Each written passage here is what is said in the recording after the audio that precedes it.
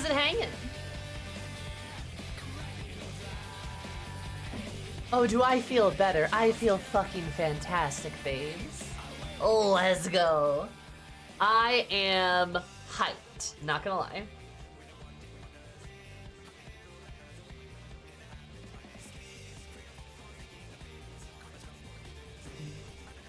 Thank you. I look gorgeous, but I always do, so, you know.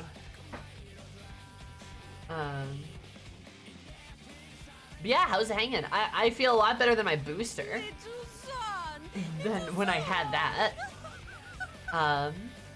Luke, thank you so much for the 8 months. Did you know 4 + 4 = 8, which is how much you've been subscribed for? That's kind of poggers. Congrats.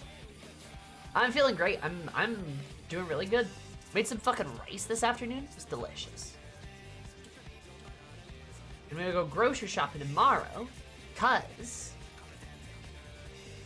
I think I'm gonna work on a chicken Alfredo recipe. Should be kind of simple, but kind of tasty. So I'm looking forward to it. Hey. Hi Rose, how are you? Did you know that 5 + 5 = 77 months you've been subscribed for? That's kind of poggers.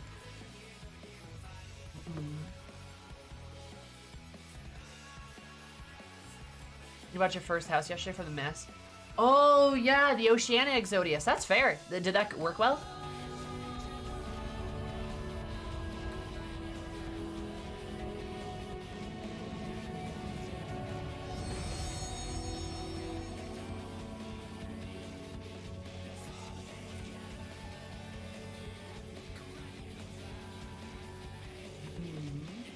Rice is delicious in many forms. Absolutely.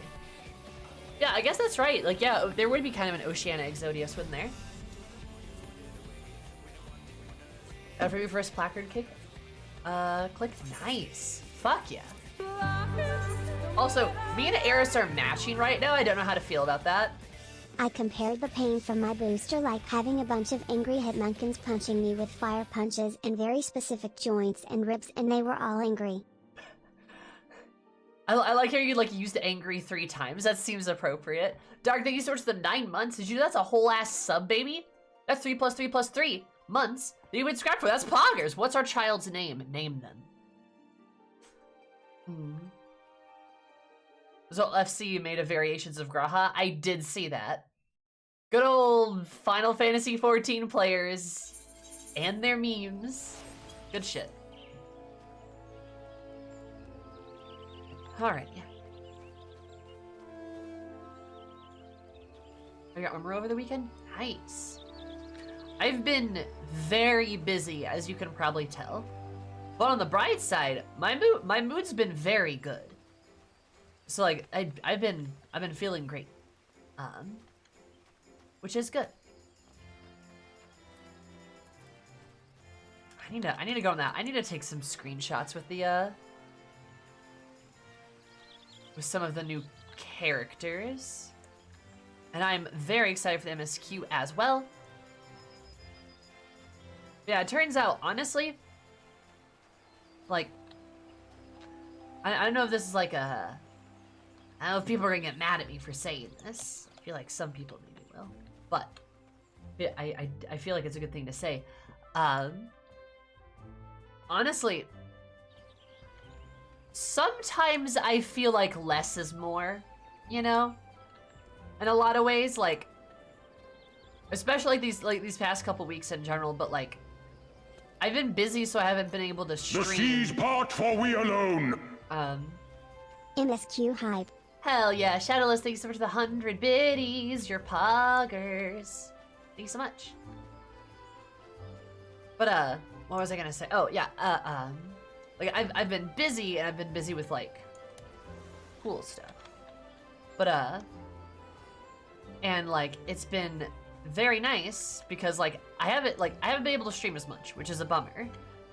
But I feel like all the streams that I have been able to do are like a lot better. I feel like I'm a lot more energized for them, which is nice. And I don't know, I'm enjoying it more, which is good.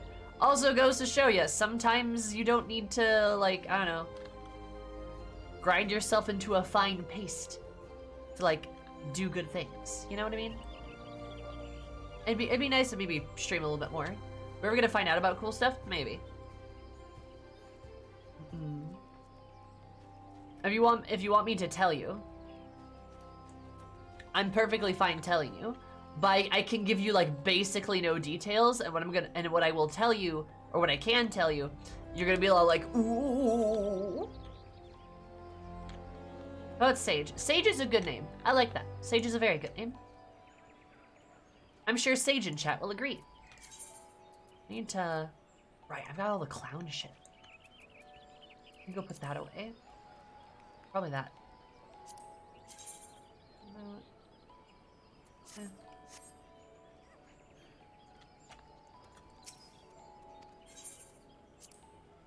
Will you give them Noilithus? What? Is that like a Sage ability? Little son! The drippers are Choo-choo called... picked up fine. Oh. Also, Seeker, thank you so much for 14 months. That's 14 months. Holy shit, Seeker. Did you do that 7 plus 7 is 14? We just haven't went to subscribe for. That's poggers. Look at you go. You mean you don't have to grind our souls off with a cheese grater for the sake of being productive? No, you don't, actually. It's like really healthy when you don't do that, in fact. I recommend it.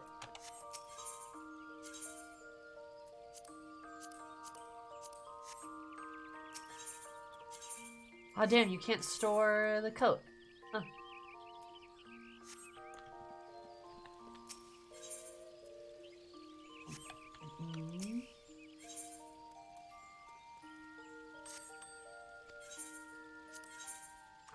I need to make more money again.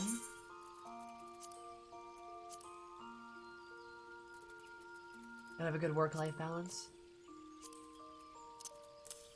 Yeah, something like that. I don't know. It's just, I'm not even sure if it's so much of that as much as it is like, I like doing things for myself. Or, I like content. I like content creation stuff. I think that stuff's fun. But I also like very much enjoy doing it like on my own terms and not feeling like I need to do things that are super popular. Like, I'm pretty passionate about this whole like quest through like the Final Fantasy games, right? I'm also pretty passionate about playing them, and I kind of do want to do like a video review for each one, which I mean, hey, is right there, by the way, for FF10, because I do want to like actually make that and like talk about them, and it might be a lot of fucking work, but I feel like I can probably get it done eventually. It's like I want to like talk about that stuff. You know what I mean? And I like talking about lore and shit too. I do kind of want to make some like FF14 lore videos. I don't know how I'm gonna do them because I've watched a bunch and a lot of them are way higher quality than I could ever make them. People got fucking animations and shit. I can't do that. I can't fucking animate. But like, you know? Yeah, I don't know. I feel like it'd still be fun to like make something. Something, my perspective is valuable because it is inherently my own something, blah, blah, blah, blah, blah.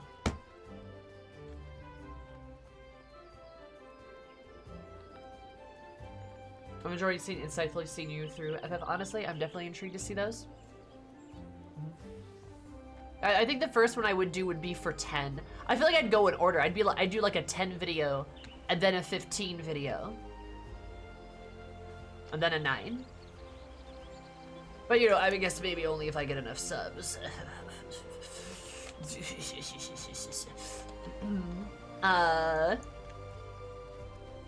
You can G-pose, or we can G-pose in a lore-worthy way so that we can clip. Ah, exactly. Definitely enjoyed your innocent eyes on FF7. That's good. I mean, that's good. I'm glad you have. Oh, it's so far away. How do I get an Aetheryte ticket? No, it's with the hunts. I don't want to do hunts.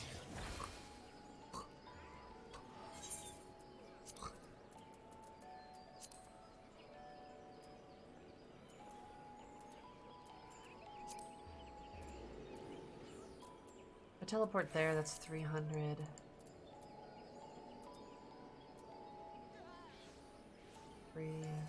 Yeah, it's probably worth it, actually.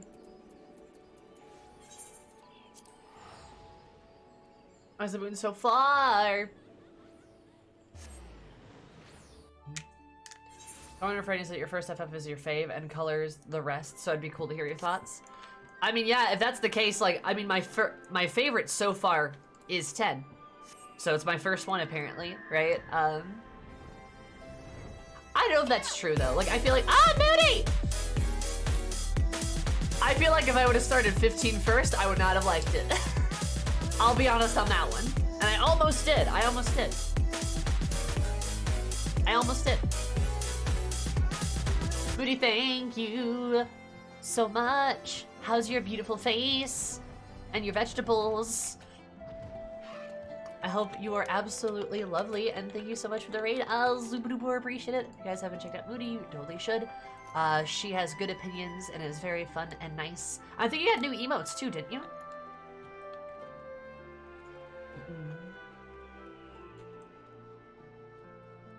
I am fucking fantastic. Doing great. Having a great time. I do. Hell yeah, that's lovely. Also, hi Jorby. Hi Lala.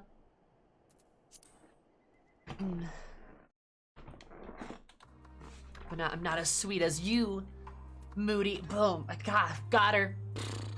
Right. I miss my Arcanist / Summoner. Hope you're enjoying the game. Oh, you betcha, Zach. Absolutely. Wait, no, you missed. Wait, do you miss like old Summoner? Is that what you're saying? Hold up, wait a minute. I'm curious. I don't want to eat the biscuits. I'll eat the pretzels. I need to get through these guys. No, what did I? Aw, damn it. Very cute emotes. Hell yeah. Very much more life since I last saw you doing the booster shot. Yeah, it's crazy. The booster killed me. I died. It literally rendered me dead. Dead to the point of death. Where? Was that the normal limit break? What icon did I have there? I'm confused. Oh yeah, it destroyed me. Holy shit. I haven't played months, that's why I miss it. Oh, I gotcha. Oh wait, what am I doing? I gotta get my clothes on. I'm an idiot. I gotta teleport back. Oh god, I'm so far away now. Damn it! Okay, wait, this is fine.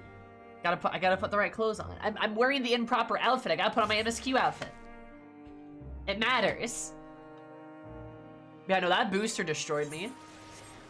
Can't wait for you to play NS games. I'm interested when you play on FF8 camps because it's a very polarizing game. Now, I know Moody likes FF8, so that means it's automatically a good game.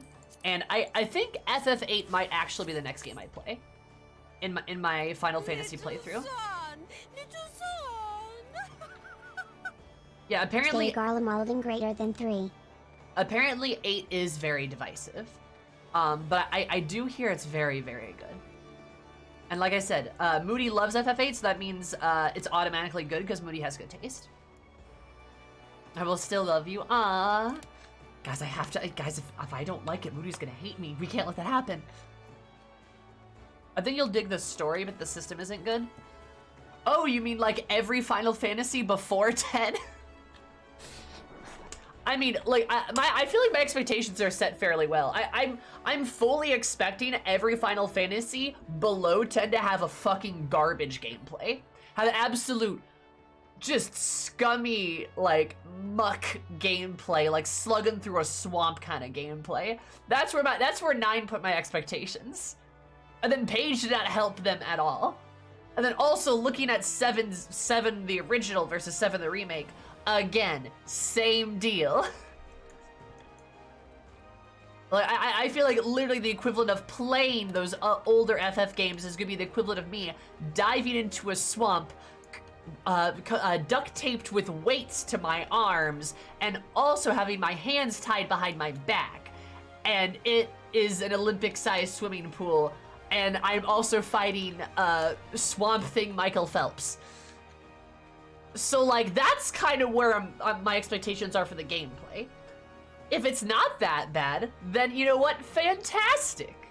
I'll be pleasantly surprised.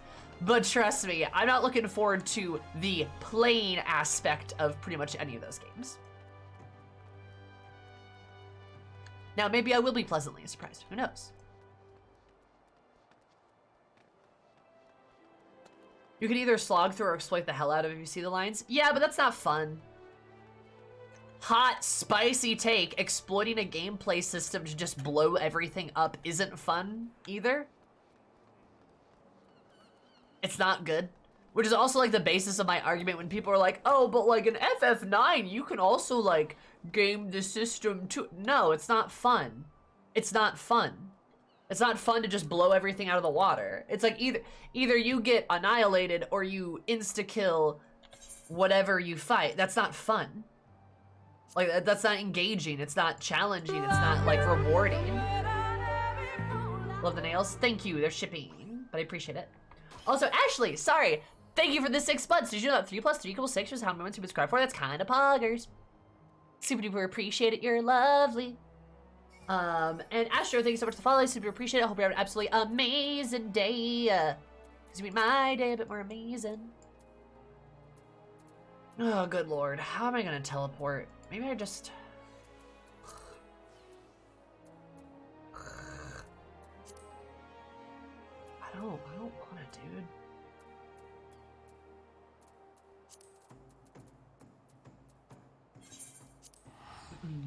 Oh, this sucks. This is going well too. I was looking at Sarah's and woke up. I found myself here. Well, welcome. I am not Sarah, but I am Sammy. So, like, kind of similar.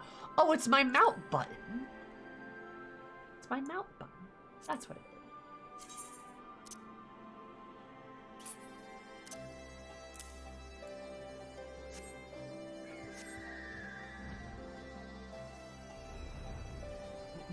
Hi, Den.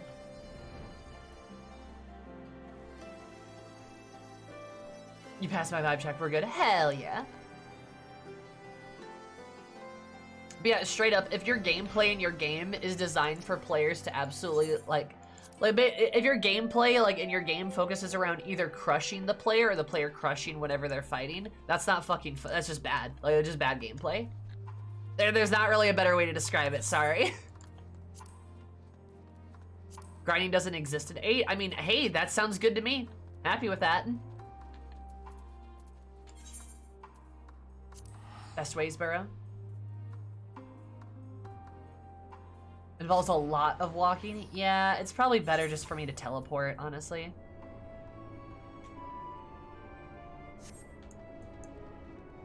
I have over 5,000 hours in Dark Souls 2. So, I don't know, you tell me, have I played Dark Souls?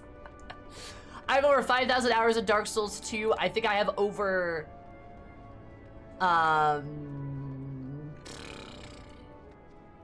6,000 in Dark Souls 1, and in Dark Souls 3 I've got like 100.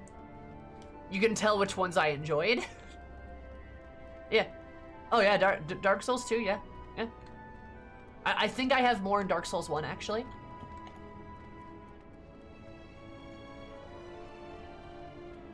I need you guys to understand, when I had an Xbox 360, I played 3 games. Yeah, it's a lot. Gamer.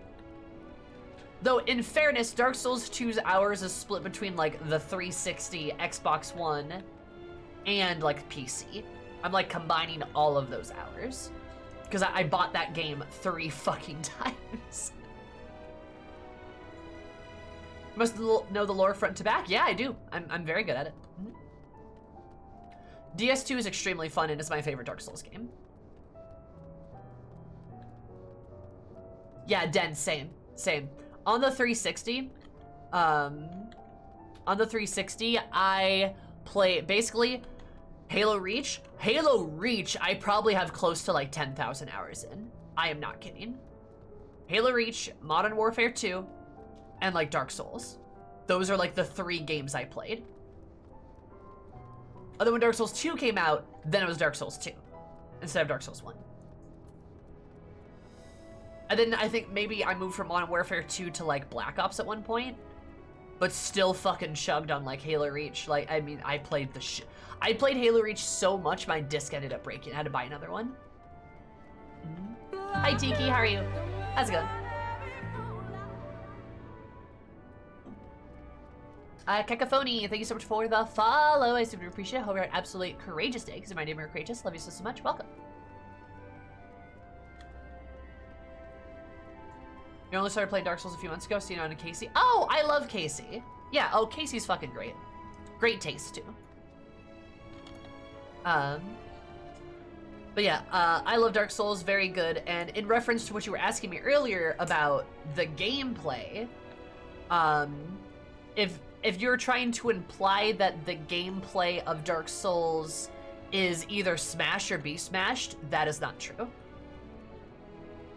That's not how the game works. Yeah, that's not like how Dark Souls functions. And Majula theme, I love. I think the Majula theme is very, very good. Ace Explosions is wonderful. Sloth, love her. Love that. Sloppy. Hi Cacophony, how are you? Thank you so much for the follow. Hope you're having an absolutely wonderful time. Appreciate ya. What's up?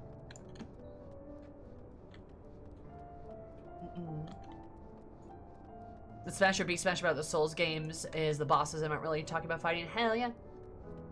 I'm glad you like the follower notification. Hell yeah. Dark Souls is really strategic. Yeah, I mean, I guess I define strategic, but yeah. Like, it is. It's very, like, it's like a dance, right? You're doing a delicate dance. Which is very much not, like, how I am understanding retro Final Fantasy games to play. Not like that at all. Now, Final Fantasy X, let me get back on my train, is very puzzle-based, which I love. All the fights feel like puzzles.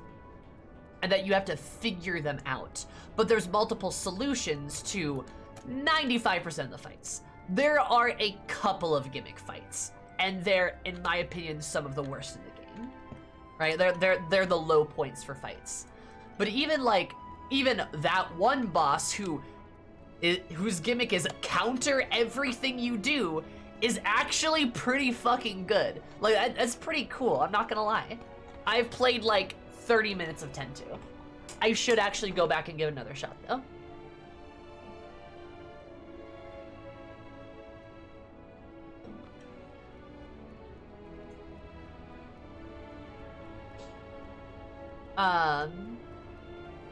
Oh, yeah, Den, I would say, yeah, I would agree with Nevik. There's not really a plot line to the Dark Souls series. There's just sort of, like, lore.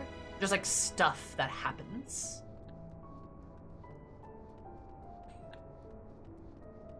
Hi, Kia. How are you?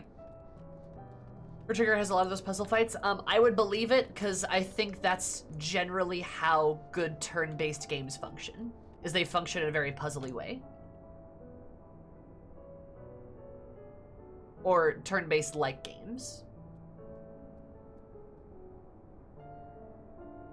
Yeah, I should try 10-2. I just remember feeling like I was high when I was playing 10-2.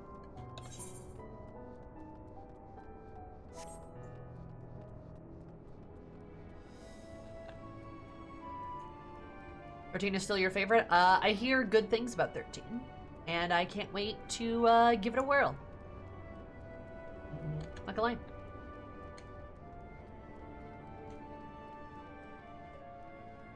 But yeah. So like,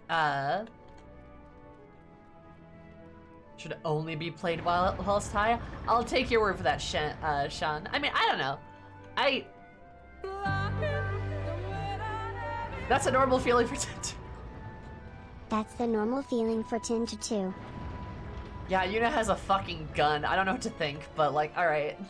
Also, Trust, thank you so much for the 10 months. Did you have 5 + 5 = 10, which is how many months you've been subscribed for? That's kind of poggers.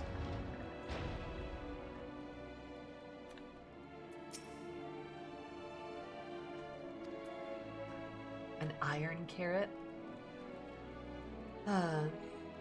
Booting up 10-2? What classes have I enjoyed in Final Fantasy XIV? I don't know, what classes do I enjoy in Final Fantasy XIV? I'm not sure. Hey, guys. Sorry, Zach, I'm not making fun of you. But I am extremely well known for a particular class. Like, I don't think it's auspicious of me to say that, I don't know, like, that I'm known, like, I'm on brand for a particular class. Because I love it so much. White mage. Okay, everyone's saying white mage is being banned. Everyone who is saying what, I'm banning literally all of you. Get out of here. Go. Go. Leave. Leave. Get the fuck out. Door's right over there. Leave. God damn it.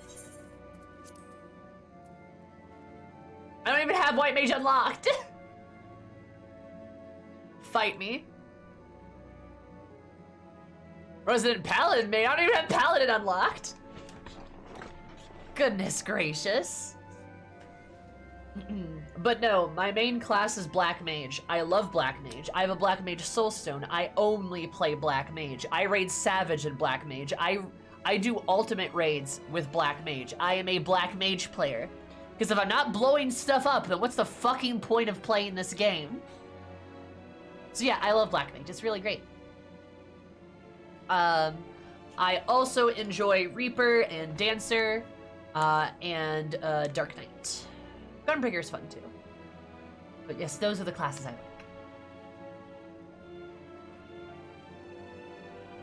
Evil Sam would be like, yes, I love very defensive, safe, utility-focused classes. If I'm not doing damage, then what's the point?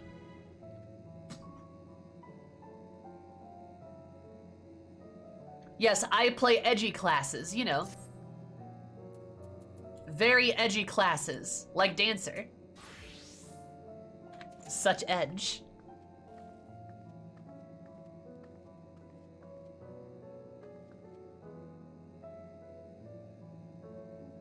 Dancer Eris is very cute. She's adorable.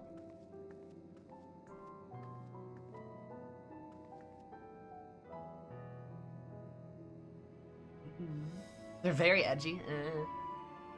I'm glad BLM got damage buffs. I am aroused. Also, Black Mage should be top of the damage list.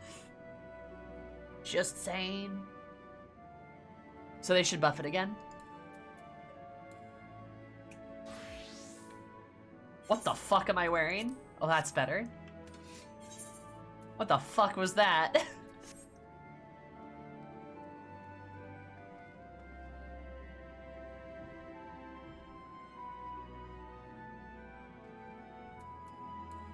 They always have been. Shut the fuck up. Incorrect. Yes, I do like my edgy classes. I really do. Most have so many buttons to press. They deserve it. No.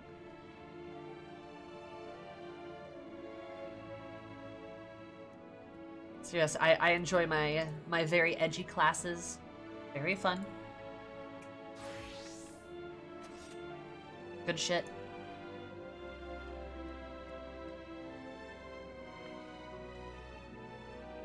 You love your carbuncles? Aw, that's very sweet.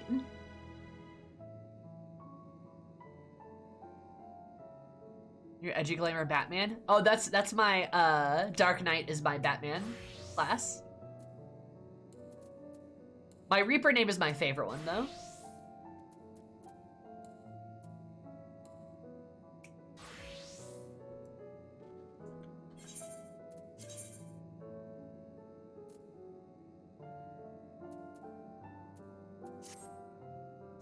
What the fuck? Nope. Alright. Yo, nice collar. Yeah, about that one. We need to glam that page, apparently. I should be able to open those coffers, too, I think. Alright. So, Would you guys like a patented zoomy review of where we were last time in the MSQ?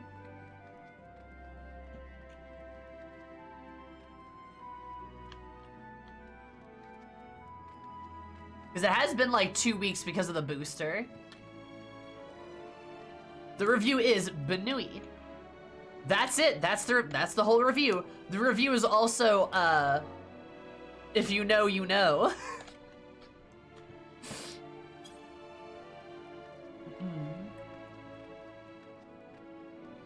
Patient viewer hacked into your MSQ. Yeah, it was crazy how they did that.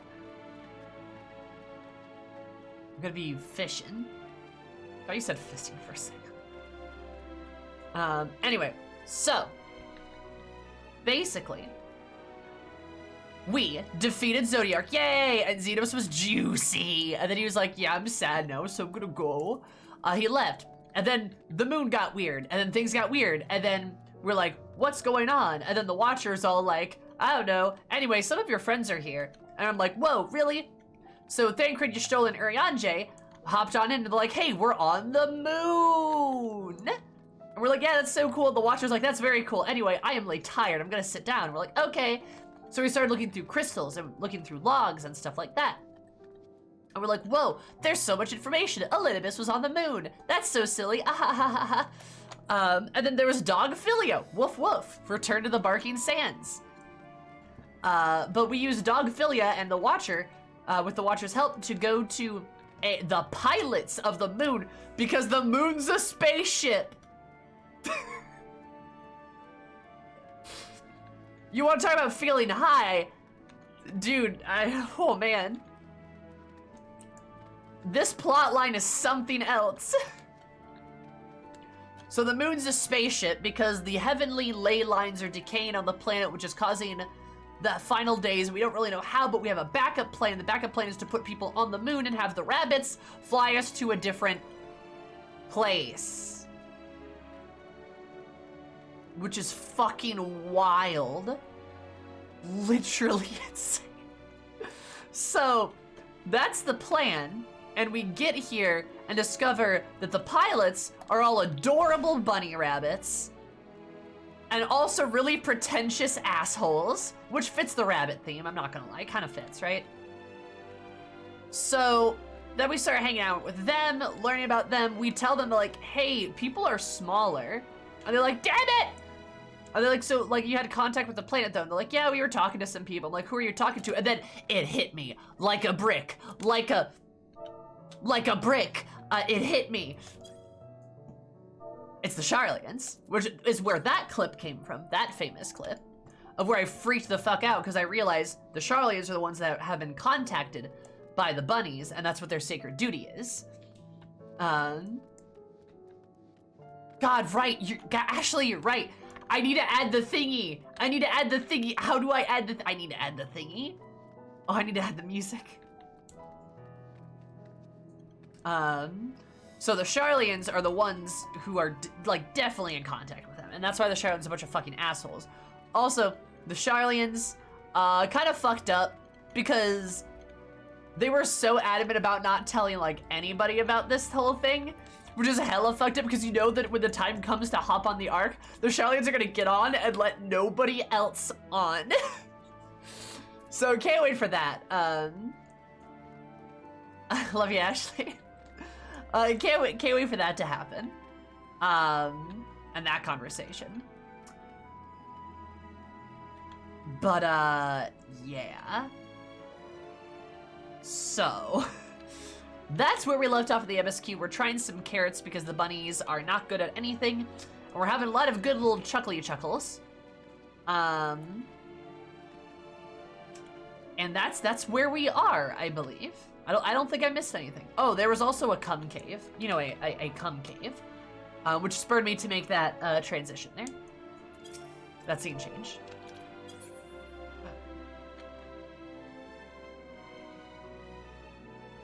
So, yeah.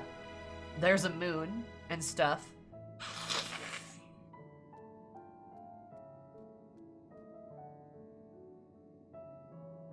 Yes, these are the bunnies.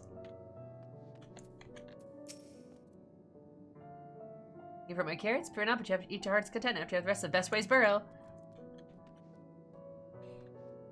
All life on Eorzea is about to end, so have some funny little carrot humor.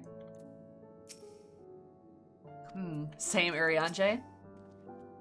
I did a minute, but I did rather like the carrots. Thancred, no! Thancred, no! Don't admit that. No, bad. Along the nose, but I don't carrot at all. Hell yeah. I'm sure the Lippers would hop at the chance to expound upon carrots in exhaustive detail. Perhaps it's time we moved on. Good idea. Style the hero.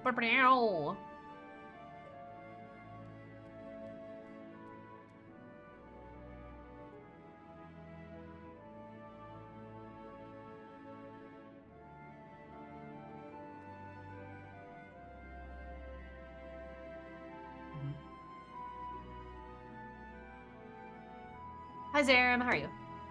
I could probably live on potatoes for the rest of my life. Maybe. If you had like some seasoning, perhaps. The tonal whiplash on the moon is very intense. It is. Which, like, I will say, like, I'm not always a fan of the breakneck tonal whiplash that, oh, no, Kiki, Zaknos page. But like, I didn't see much tonal whiplash because I took a couple days after killing Zerdax, so it was all fresh to me. Huh. Cromwell to Bunny whiplash is rough. It's a bit much. Yeah, like, yeah, Paige rated me and that's how Zach found me. But I appreciate it, Kiki. I appreciate it. That was smart. That was smart. I appreciate it. Cause like you go like you kill Zodiark, which is a thing the game has been building up to since ARR. It is a huge deal. We do it, and then haha, silly bunny time. Like, and that's after all the shit with Anima and Garlemald and all this very sobering content. You have haha, silly bunny time. So like, yeah, you know? The game knew you needed a little break, but, I mean...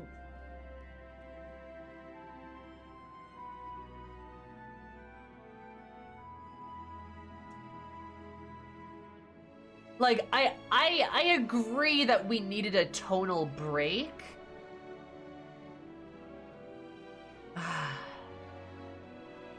But like, I don't know if like...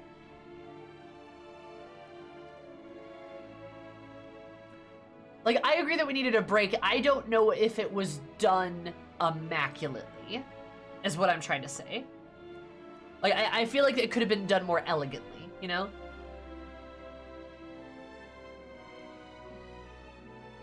And again, I'm not saying the tonal shift of the bunnies is bad. I'm saying the process of where we were to where we got in a very short amount of time is a bit rough. I do feel like it was done better than the Moguls. Yes, I will agree to that. I will definitely agree to that. But it's like we escalated way faster than I thought we would, and then de-escalated just as fast, right? Yeah, pacing is the problem, not so much the content, yes. My complaint is with more so the pacing than it is the content itself. Because haha silly bunny time is good. Like, I like the bunnies, they're good, right? They're cute. But it's also like, like damn, we could have just like, there could have been like at least like a quest or two in there where we're just kind of like, perhaps looking through the archives a bit more, meandering around a bit more. Maybe there could have been a cutscene in there where we get to see what's going on at the ground. Like, there could have been some more, like, closure happening, you know?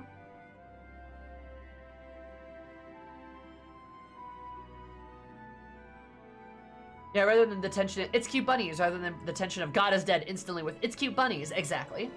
What's a good serval in Crystal? Malboro, baby. We're all in Marlboro, and it's a great time. Can't recommend it enough. If you join, you are certainly welcome to join the FC as well. Could have been something a bit more in between meeting the bunnies, yeah.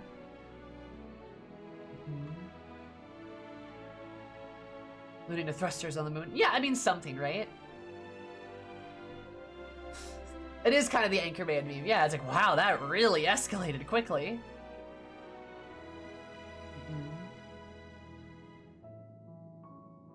Godly pacing of Shadowbringers?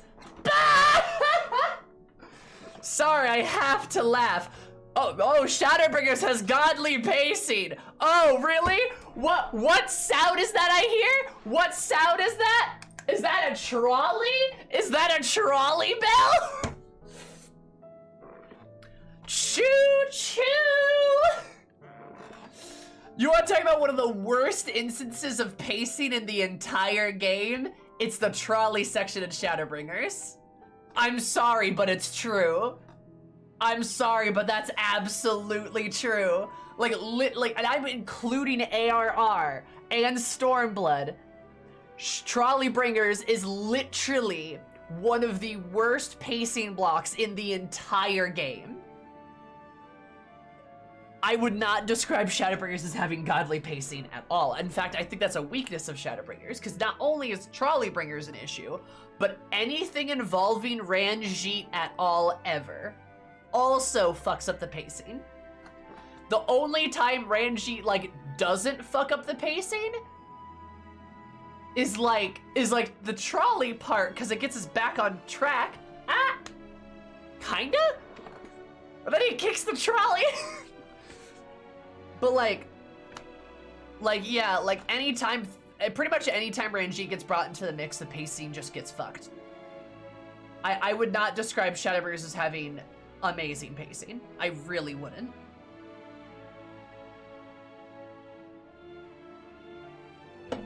And I would in fact make an argument that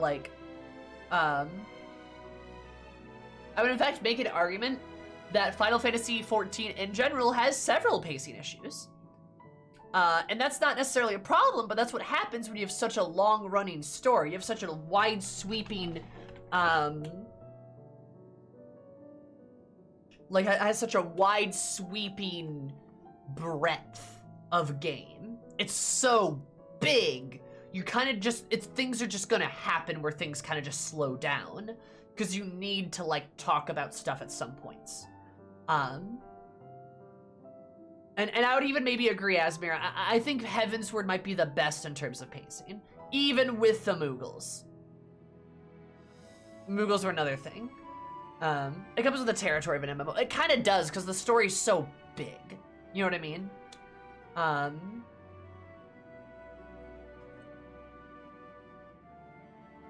mean, I can forgive the pacing issues for the fact that they're telling the story that isn't terrible. Isn't terrible or retcon to death. I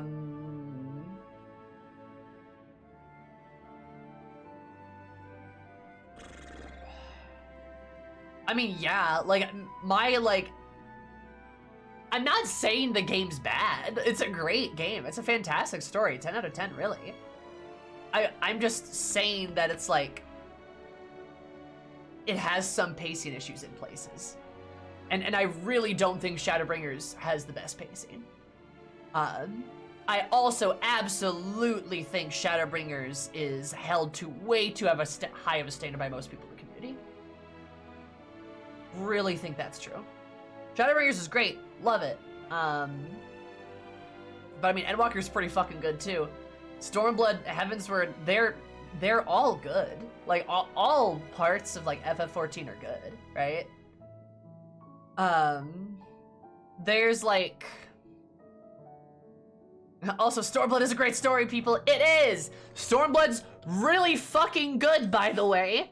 Gotta admit, I actually prefer Endwalker to Shadowbringers. I think a lot of people do. Shadowbringers is very good, but there is a lot of nostalgia blinders on Shadowbringers. For sure. And it's weird to say that considering Shadowbringers came out in 2018. But still.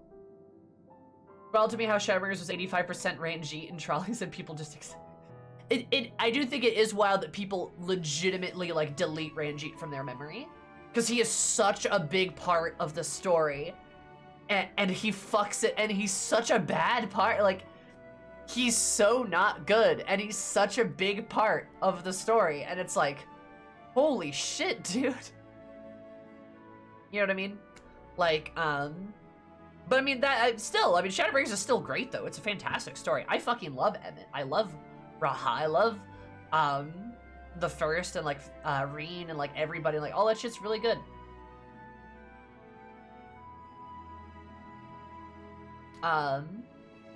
Same with Raban, part of Heaven's Word. That's a thing.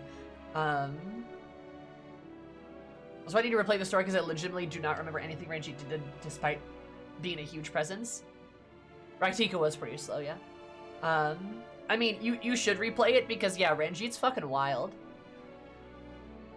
Also, he doesn't really do a lot of memorable things. It's easy to forget about Ranjit when you have Emmett as your main X-Pack antagonist. I wouldn't even agree to that, though. I don't think Emmett's the main antagonist. He's only the antagonist for, like, the last level of MSQ. Like, level 80 MSQ is, like, where he's the antagonist. It's, like, literally Ranjit for, like, 9 levels. like, that's the thing. It's, like, Ranjit and Vothri. Like, they are the antagonists for so much of the game. Just so much of it. Like, Emmett's not even, like... I really wouldn't say he's the main antagonist, because he's, like, helping you through 9 level, like, through 90% of the MSQ. You know what I mean? And Vothri's a great main antagonist. I love Vothri. Vothri's an excellent villain. Emmett's almost like a second pro tag. And Emmett is, like... I mean, kind of is in a way.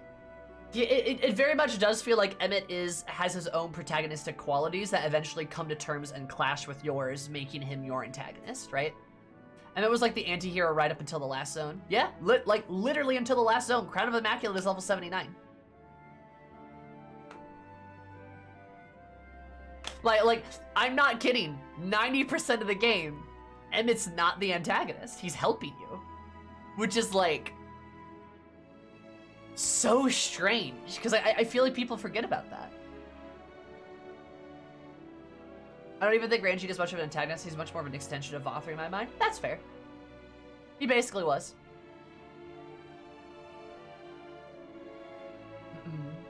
Oh, I love Vothri as a character. Oh yeah, Vothri's a fucking excellent villain. Love him. You know, Vothri was Kuja and Emmett was Necron. No! No! Because Emmett and Vothri were both good! Vothri an extension of the light, the true enemy? Yeah, for sure. You know, but I think people get in their head that, like, Emmett was so much more antagonistic than he actually was. When, really, no, it's mostly Ranjit and Vothri the whole time. I mean, granted, Emmett makes waves when he hits, like, bad guy zone. Like... okay, but that still doesn't make him the antagonist. Like, if Emmett is not, like, actually hindering you, he's not an antagonist. That's not what, like, that's not how the word works, right? Like, I guess at worst, he's like a neutral observer. But that is kind of what he does, is like he's observing you. He's not disrupting or making things worse. Right? So that means he's not an antagonist for 90% of the game.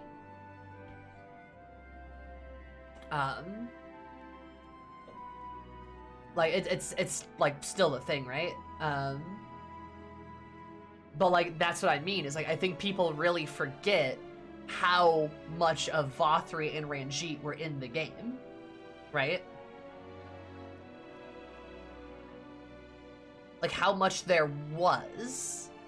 Vothri and the Light Warriors are your actual antagonists through 90% of the game, yeah.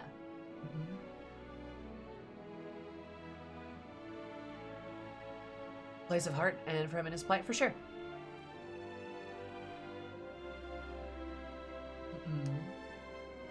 But like, yeah, there's like so much more there that I think people remember or realize. And that's just for 5.0, right? I mean, like 5.1, 2, and 3, a bit different. Also, I mean, 5.3 has like 5.3 is really good. Not gonna lie, their whole Olympus scene of that patch, they really did. Yeah, I think people misremember things about Shadowbringers. I don't know.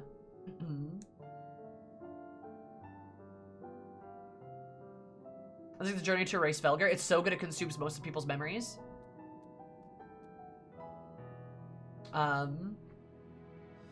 agree, yeah. No, that's a good point, Flair. People forget that Heavensward had at least 5 levels of not, like, the journey to erase Velgar.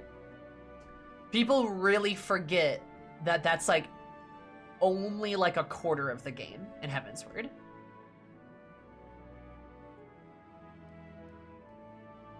If that makes sense.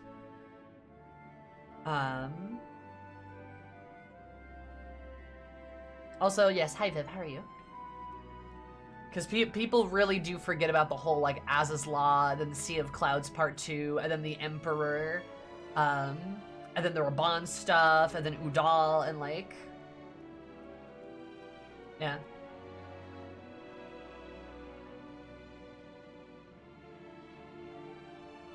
And then the Vault. Yeah. A lot of people forget, like, parts of the game.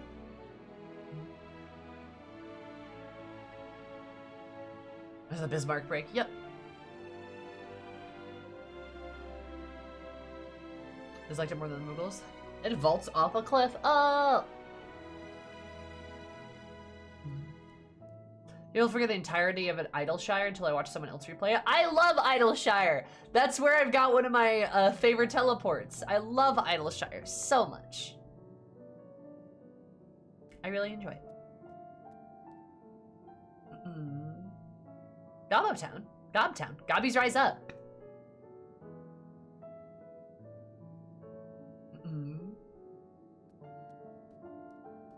Suck a dick, Uplander. But yeah, my point being is, like, I think people misremember a lot about X-Packs because it's either been a while or they remember the stuff that, like, that struck with them the most, which is fine. But that doesn't mean there weren't other aspects to the X-Pack that people forget about or kind of delete from their memory.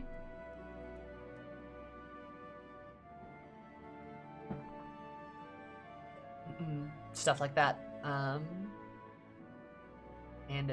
Yeah. That's my point. I think we have our fill for carrots for now. Let's move on to other necessities, shall we? Our clothing production is sure to impress. This way. Oh no. They're all like huge, aren't they?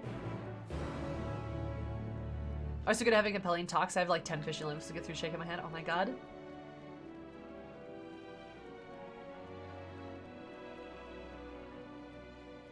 They disconnect the story elements from the actual expansion title they were in.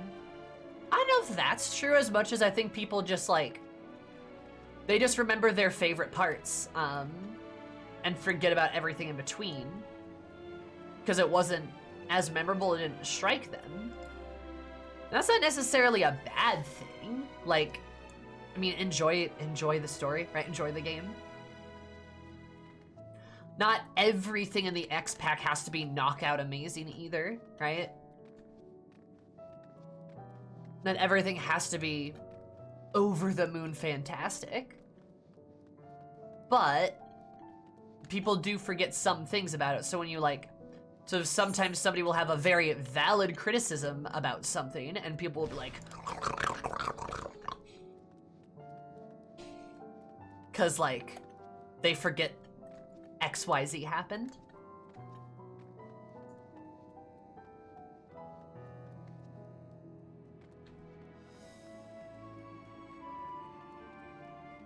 Like literally any time I've mentioned not liking Ishgard as a city during the 3.0 playthrough.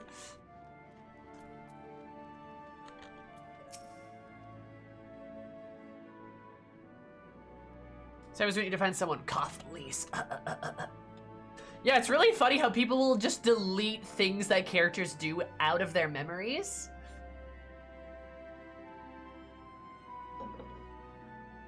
Like, people like, Lise doesn't have any agency, and I'm like, example, and they're like, that didn't happen. Link to scene where it happens. Literally.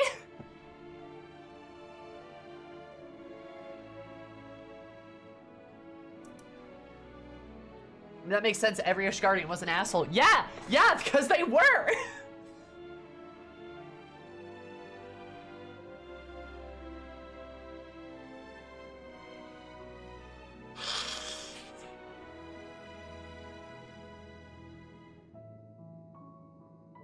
I think the fandom is finally coming around to Lise. Good. Fucking better. God damn.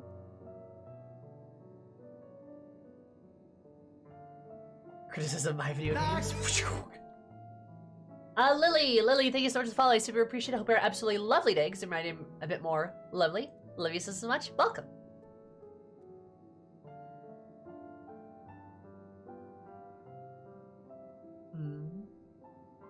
Well, yeah, more people are coming around to Stormblood in general, which is nice. I feel like you're probably right. I feel like people are actually replaying it and realizing, oh, hey, maybe it's not that bad.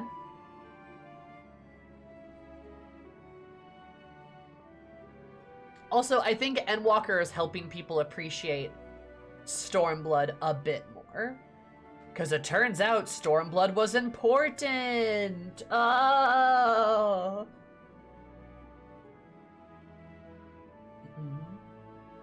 I've always liked Lise. She's actually trying her best and developed as a character. Yeah, I like Lise too, because she's definitely a flawed character. And it's like cool to see that. It's cool to see like a lady in the game who has very clear flaws and is working to overcome them. That's nice. That's good. We'd love to see that. Like there's a lot of development that can happen with that, you know? At least I felt like I had an actual journey with. Yeah, I would agree.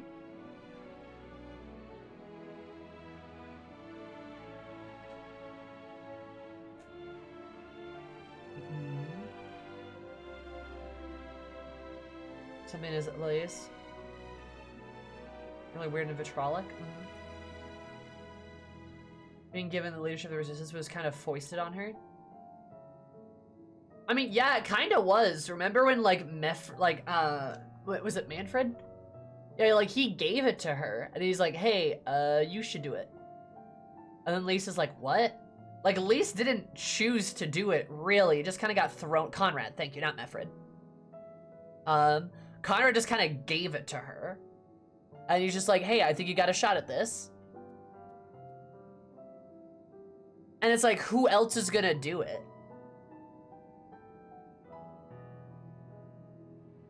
And before you say Nago, Nago also explicitly says she doesn't want it either. And is Lise gonna deny a dying man's wish? Right?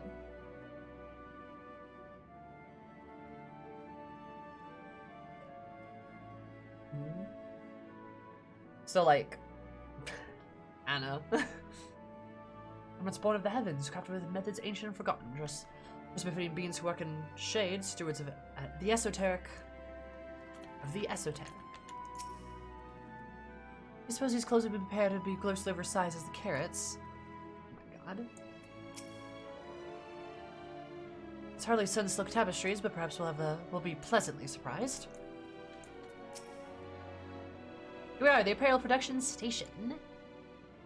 Chosen to employ more traditional methods for this task of creation magics. Heidelin, in her infinite wisdom, blessed with the self-same affinity for magic that her people possessed. We have other amazing talents, of course. I know you're dying to hear about them, but I'll regale you with the details another time. I will have fun with the bnuys, thank you. That said, we did run into a spot of trouble at first. The magic alone was not sufficient to see our work done. Then we discovered crystallized aether was a wonderful catalyst that could provide us with the extra V's we need. My, how resourceful. Ah, the sweet sound of recognition. You will be most impressed how we're read all about your habit of a changing attire to match your chosen profession. For the sake of efficiency, I presume, this has also been taken into account with our designs. Well, I mark my word for it, you can simply try on our clothes. Know yourselves and to our work. Know yourselves so to our workers, and they will see to the rest. Oh, I am excited. Right about the sizing, don't be. It should be a simple matter to adjust our concepts as required, and it will be required.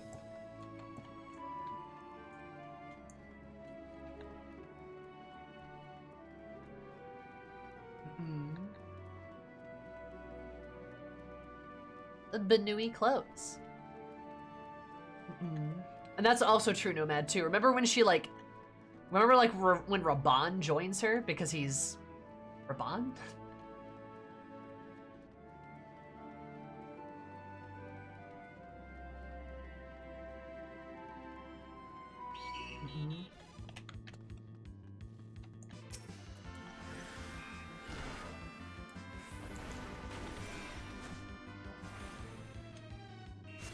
This is like retro music.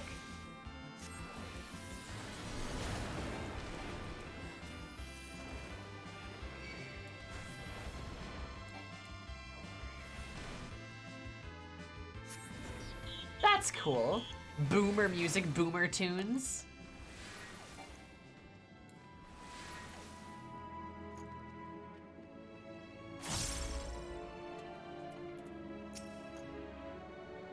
There. Ah, it's you, one of the visitors from the Etheres. Goodness me, Mapping Way wasn't kidding. You really are smaller than the Watcher. Alright, you're here to try on a set of clothes, yes? Would you like to have me fashion for you today?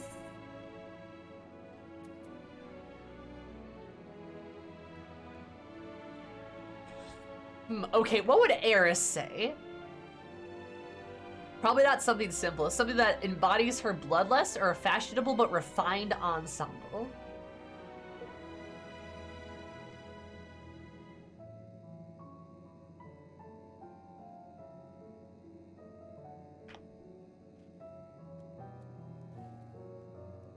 One is the Xenos option.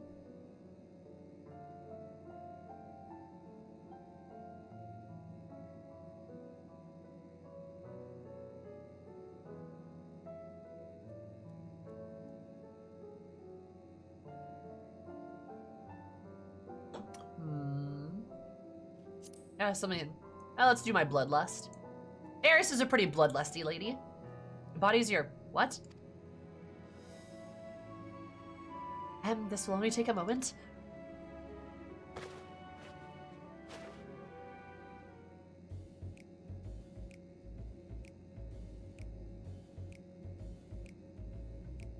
I can't see.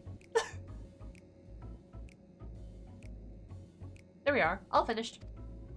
Very fit if I do say so myself. I understood what bloodlust was, but I assumed that it meant something you enjoy. I made sure clothes are flexible yet sturdy enough to endure whatever you plan on doing while wearing them.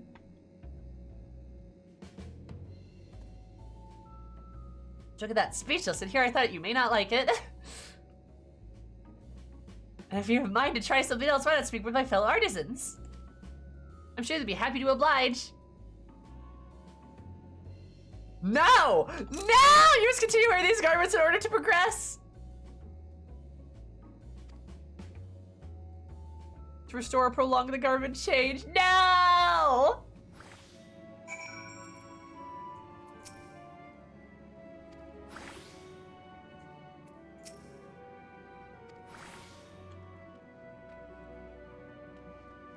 I look ridiculous!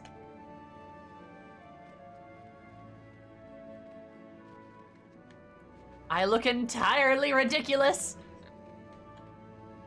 Eris would have this put on and she'd just like look at herself and be like, fuck this dude, really? Are you kidding me? I feel like I'm wearing a potato sack. You look like a true black mage now because I can't fucking see, huh? It's great.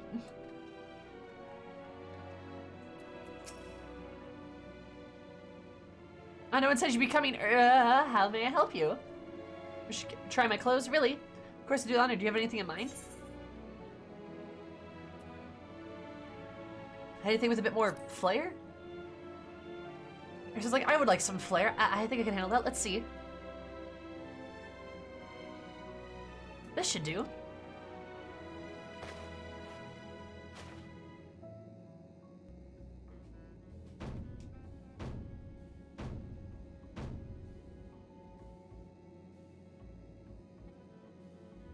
Some of my best work yet. Times truly, taste truly changed. So you used to be so rare for anyone to request clothing with a focus on form over function. I think I have a spare concept of robes, but using different fabrics, I think they look rather fetching.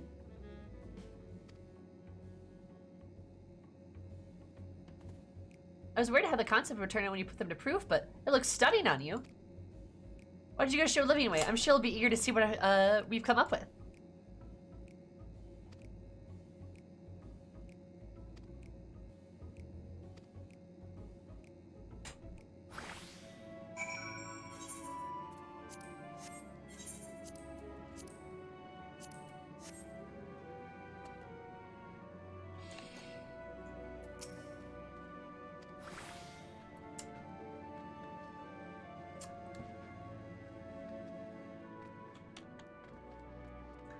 Again, this is the part where Eris is just like, I hate this dude, I hate these rabbits.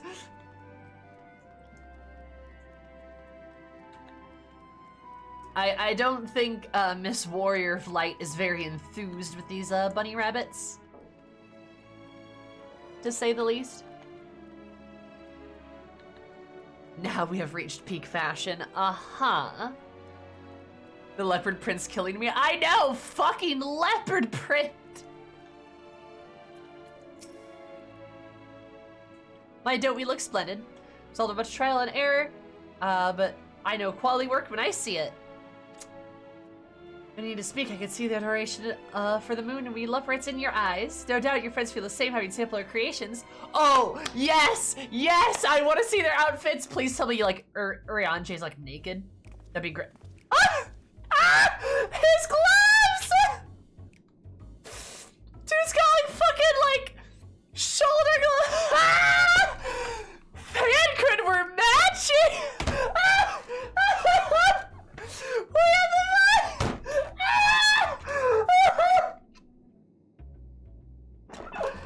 ah! Ah, no! Oh no! Holy shit, dude! I love that Thancred and Eris are matching. Of course, the buddies make the X's match. I know! And they're both X's, and they're literally the two that care the most about fashion out of the four of them, and they both look awful. And they're just like, are you fucking kidding me? Oh, I didn't know that was part of the Eris lore. Oh yeah, Eris's lore, she dated Thancred for a while. Like in ARR. When she first joined the Scions, she dated Thancred. She broke up with him when he turned evil. And they never really got back together after that because it was kind of awkward. But they're like best friends. They did become like literally best friends out of it. So like they're super tight. They're like that one ex you have that is actually like a really good friend of yours now because the relationship thing didn't really work out, but you're like both good people and you ended like on a pretty amicable like term, right? So they're just like besties now.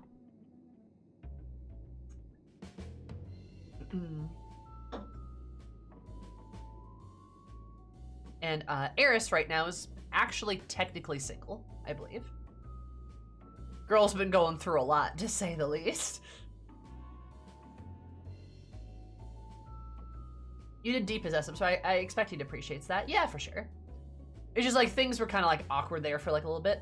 Eris dated Playboy Thancred. Must be weird seeing the evolution into dad cred. Oh, it is. It's very weird. That was the thing in Shadowbringers where Eris was like, what the fuck is happening?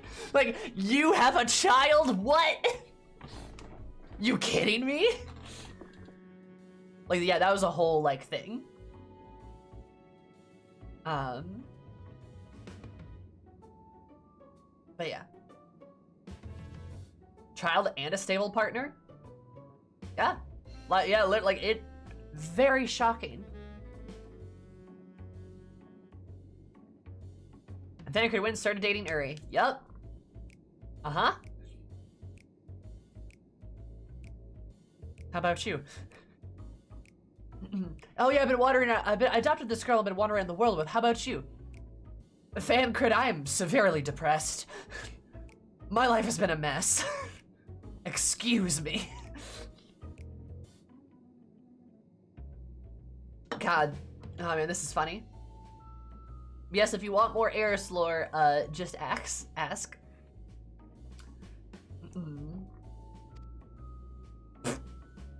They insist we sample all of their concepts every return.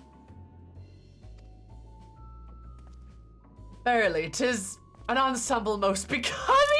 Did he just do a little pose? Did Ariane just do a little... He's like, it's most becoming of me. Do I not look sexy?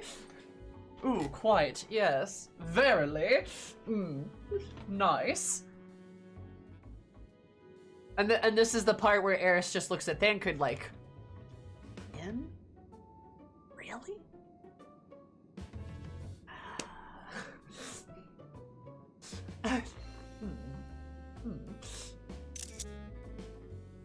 Verily, 'tis better than thine.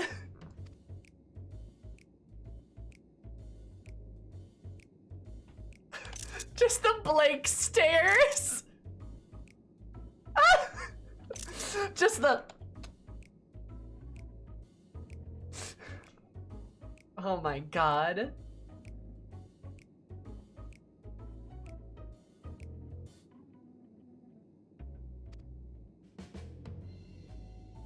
I think it's past time we return these clothes.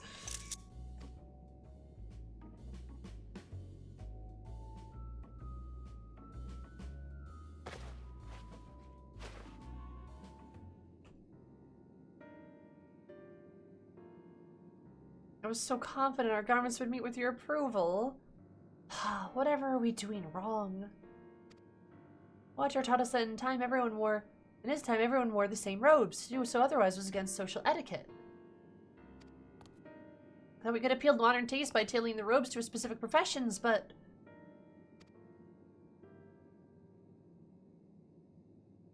Please, you mustn't be so hard on yourself.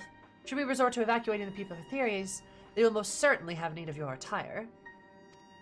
It is clear you spared no effort in addressing our needs, but you must understand that we are not quite so homogeneous.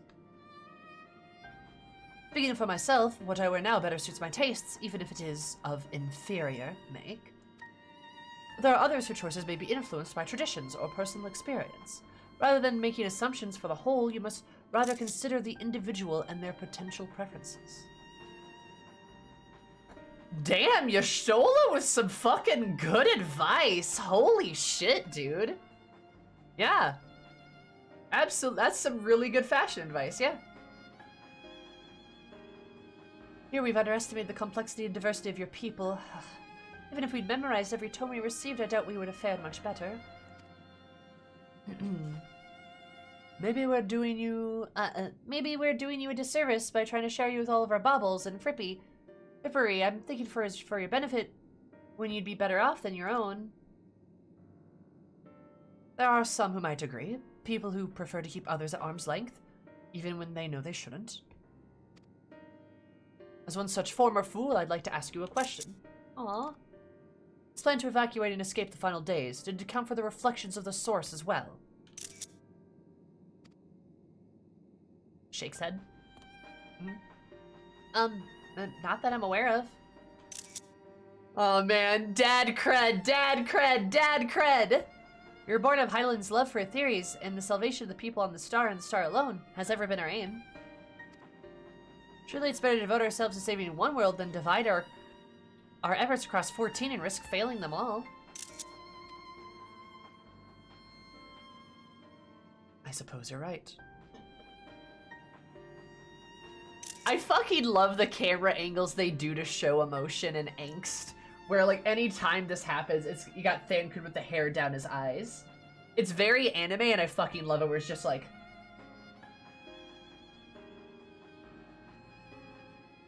I suppose you're right. Like, it's so good. It's so good. fucking love that. Leaving away, we must have leave to explore best ways burrow unattended. You've given us much to think about. Why, certainly. Until later, then.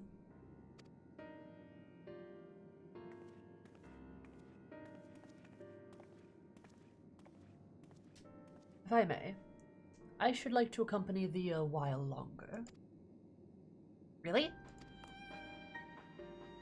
I mean, you're more than welcome to. There's actually something I wish to speak with you about. Let's be off then, shall we?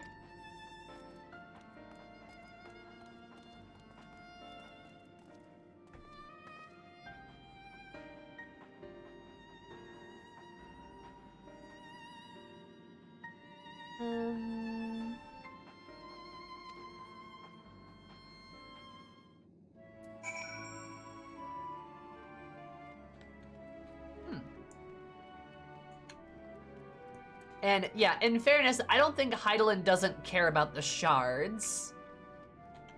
I think it's more so that Heidelin can't do anything for them.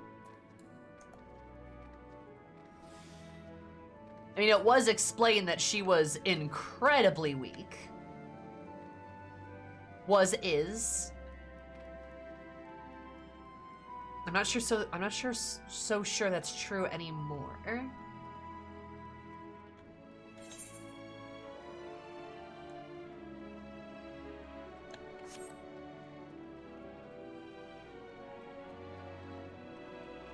Kill Thancred not see Rain anymore? He clearly thinks about her a lot. He does, for sure. Thancred loves his daughter. Apologies, I wasn't trying to spy or anything. I was talking about visitors coming through the theories, and I just wanted to see what all the fuss was about. I was excited first, but now I'm worried. The people of the theories refuse to come. What if we can't save them? It's clear we've made a mess of things. Oh, but wait. You still haven't visited the domiciles. Once you see them, you'll understand that we have how wonderful the moon truly is. I'm sure of it. Waiting for you by the teleporter near the entrance. Oh, the name's Growing Way, by the way. See you soon. Growing Way?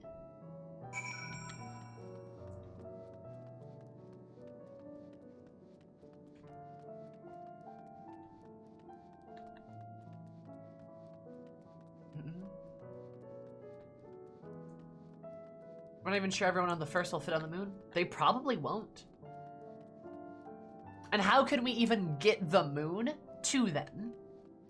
Remember, they're in like a different dimension. It's not like another planet. They're like on a different dimension.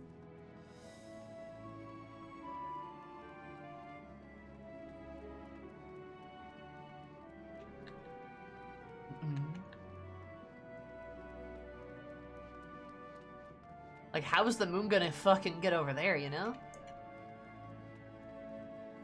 Such devastation! This was not my intention! The Growing Way? Oh my god. Kieran, thank you so much for the follow. I super appreciate it. Hope you're having absolutely a lovely day, because my name more lovely. Love you so much. Welcome.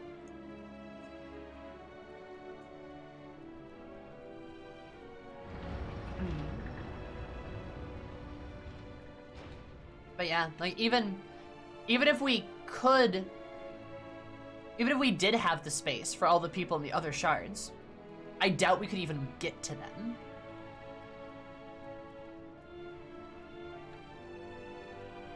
The shards are meant to be like demi-planes. The amount of nonsense Graha had to pull to get us there and back prohibits it. Yeah, pretty much. I mean, that's kind of how I imagine them as well. You know, like, normal space and, like, outer space here is on this XY axis, while, like, the shards are, like, on a Z axis. Would Eris be explosion way? Probably.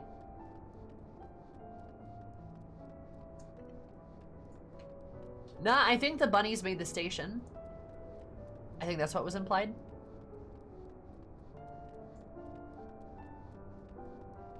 Do they each have a moon ship, or do they have real moons? Probably have real moons, I would assume. You're here, you're really here. Thank you so much, what should I call you? Eris, crikey, even your names are amazing. Well, Eris will be used as teleporter to enter the residential area. Whenever you're ready.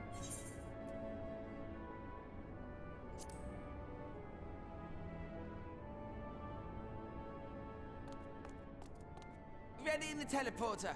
Oh, you have a voice. Hi.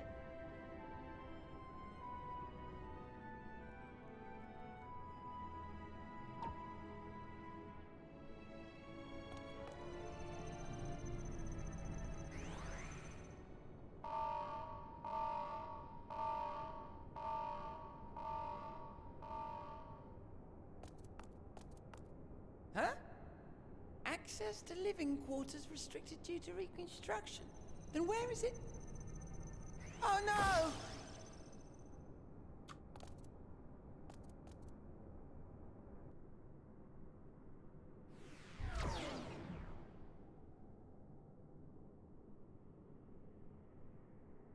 A private audience, as thou didst request, for reasons I know not.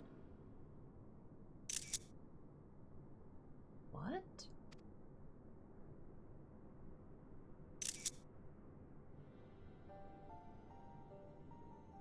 Just a precaution. I'd rather I didn't have to ask the question at all, but I take my responsibilities very, very seriously.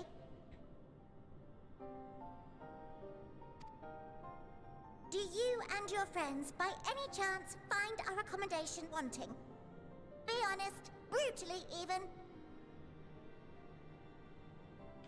Oh, Uri. 'Twould be ungracious of me to belittle the efforts of thee and thine. Aw, Uri's so nice. Lovely sentiment, really. But the disappointment is writ plain on your comrades' faces. It's all the more frustrating since no one will come out and say what they find wanting.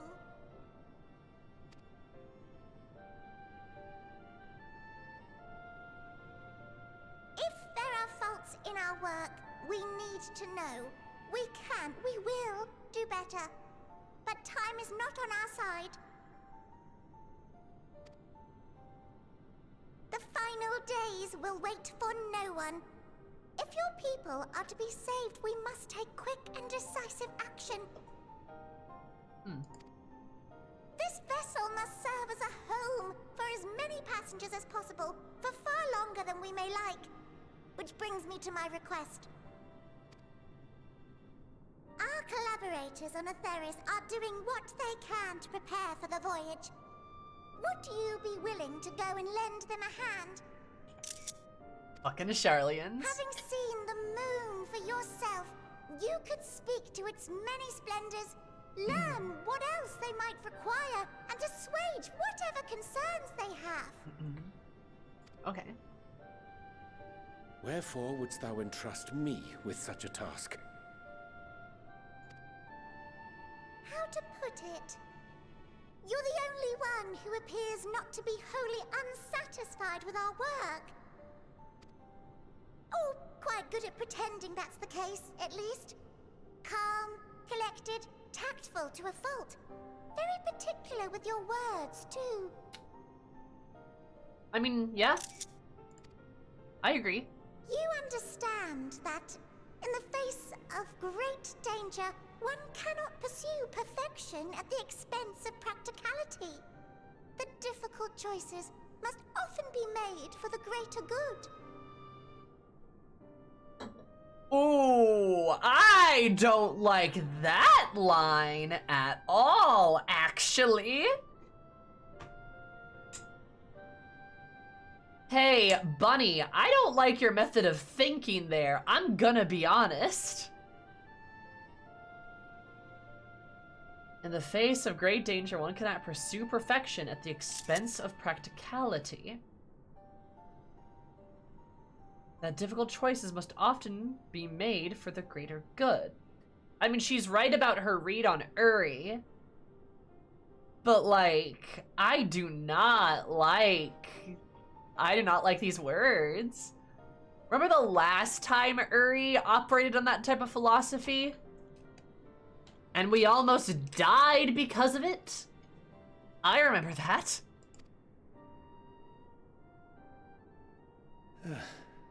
And so fate doth conspire to set my feet upon this path once more. Come again?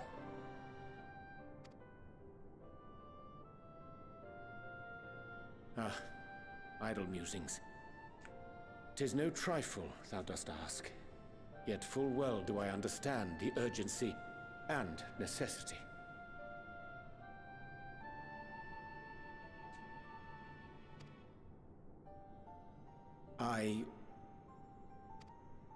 Oh, dear me! Dear me! I was terribly sorry for the mix-up. Adorable. It's a bit of a malfunction. I hadn't realized the residential quarters were inaccessible, you see. But you're still in one piece. So, all's well that ends well, yes? Won't happen again. I promise. These fucking bunnies, they're so fucking cute, dude.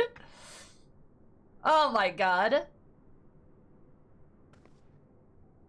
Yep, they fucking moved.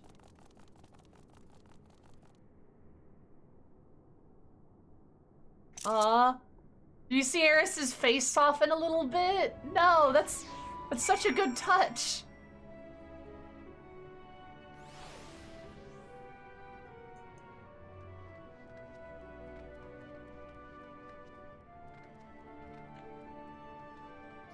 They're so adorable and wholesome, and then, for the greater good. Sacrifices must be made for the greater good. What the fuck?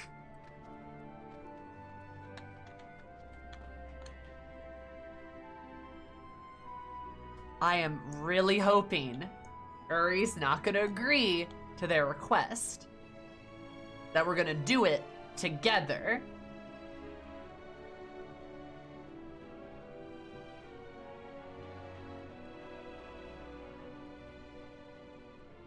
Roy shares a VA with Graha. Nice.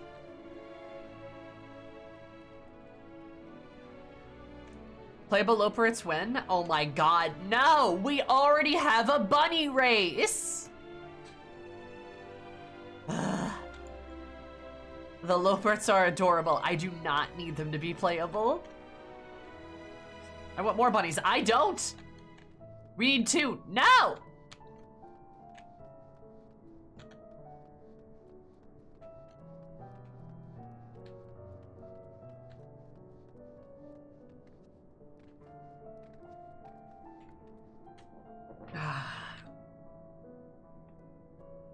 No.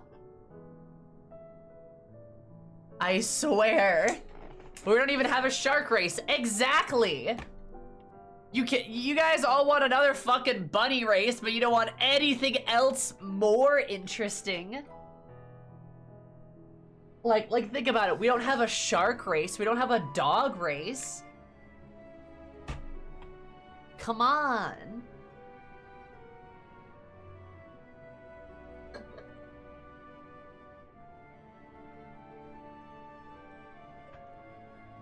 I've wanted a dog race so bad. Playable Banga? I'm good, I don't need that. I'm gonna lie, I want a fawn/deer race. That would be cool. I want that to see the Lupin. Sloppy! Yeah. Just saying.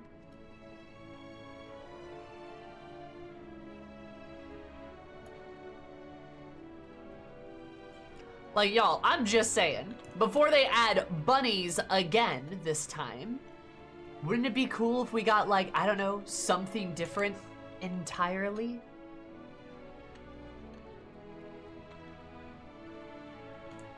Oh, you're hilarious.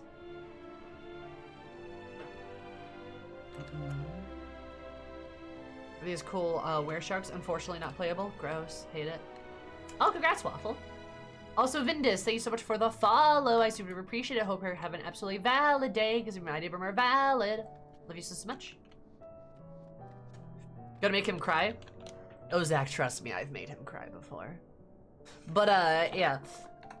So, you know, just something different would be nice. Also, before they add any more species, I'd much rather have them go back and work on some of the other player races. I would love some more love for my Rognians. And making them look a bit nicer. Maybe updating some animations, things like that. Same things like Midlanders, or same things with Rothgars and Viera. Stuff like that, right? You know, kind of working on those things. It'd be nice to see that.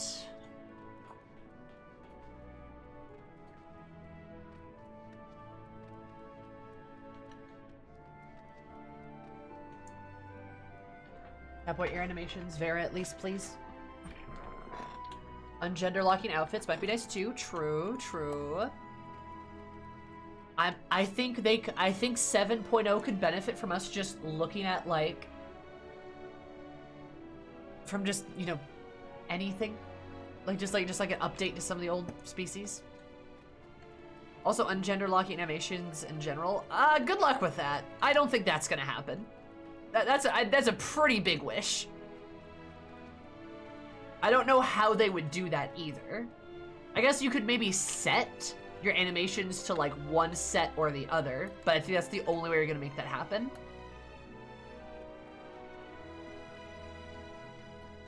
Like, I think that's it. I want to see the options for Suncats and Fluffier Tails. Isn't that the point of Mooncats, though? Like, the point, like, one of the big differences between Mooncats and Suncats is, like, the teeth. Just like how the eyes are different, too.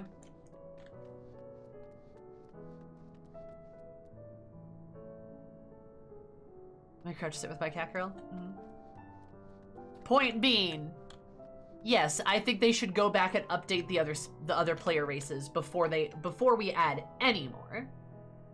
I don't need to have bunnies if it means everyone else is gonna get a bit more love, because I think that is a better idea.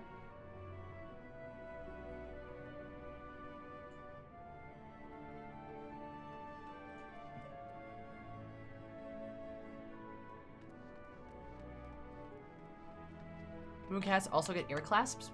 What's an ear clasp?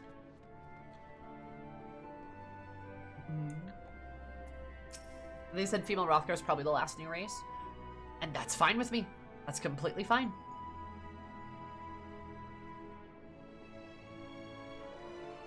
Don't all species get earrings, though? That's embarrassing. I promise to be more careful from now on. Portals are closed now. I'll reroute the teleporter and travel between floors instead. Hopefully it'll prove useful in the meantime. Sure, you couldn't see it, though. You would have really liked it. Aw.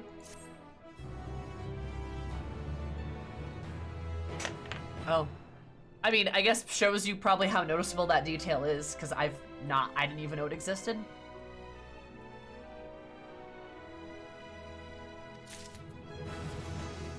Hey, we leveled up. Look at that.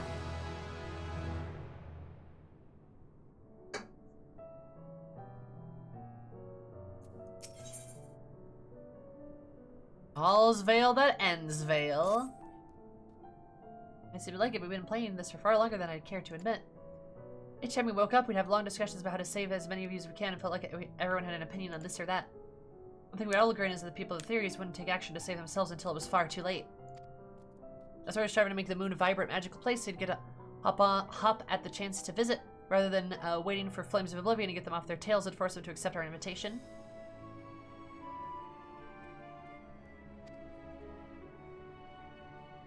All residential corridors may not be up to necessary standards just yet, but there are plenty of other places worth seeing.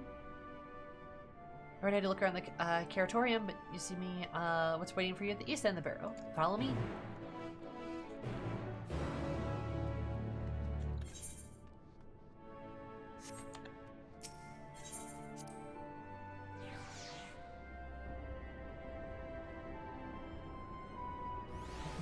Excuse me.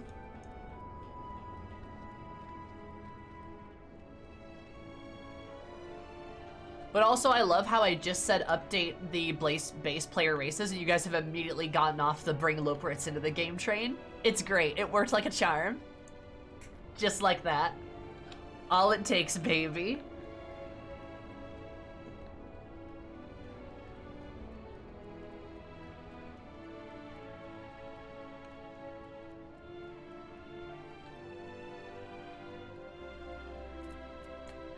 sometimes it's really just that easy. Yeah, it'd just be nice to see an update done. For like, I feel like everybody.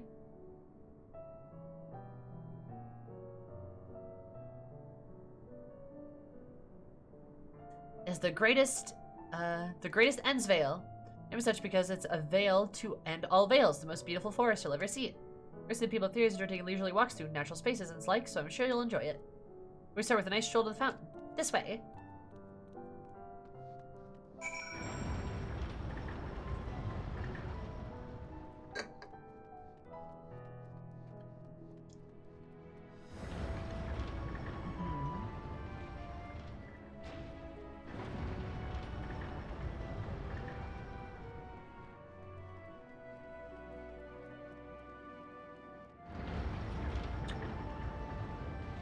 This is their forest.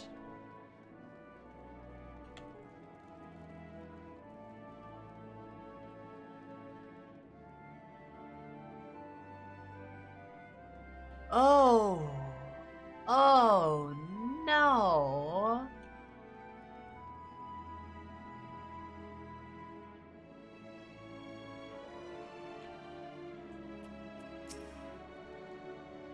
Guess what about you? Grinding away, that's my kind of name. Anyway,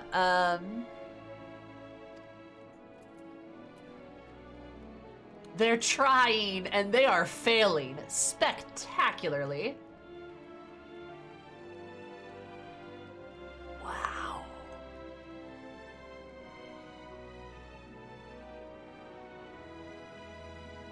Yeah, they are,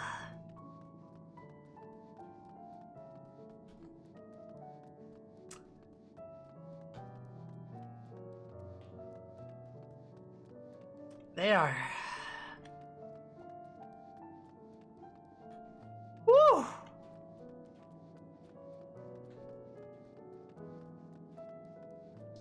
Yeah, look at all that, grass. And the trees?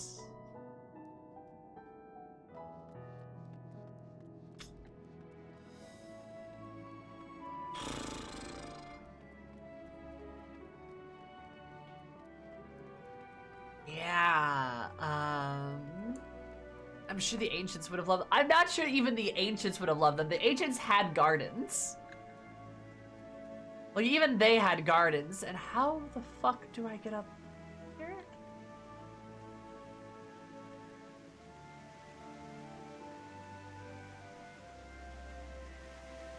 Oh dear. Oh man. Look,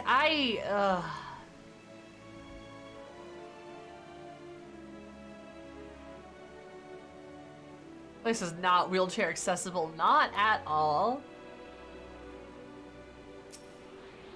At least the water's nice. It's moving a little fast, I guess.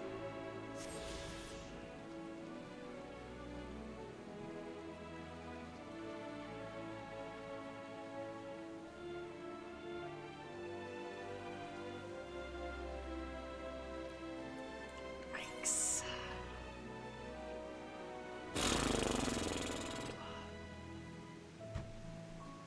Oofda, this is, yikes.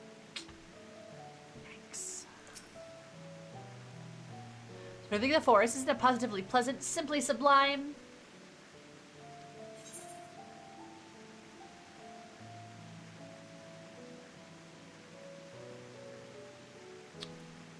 God, Eris, she's not such a savage.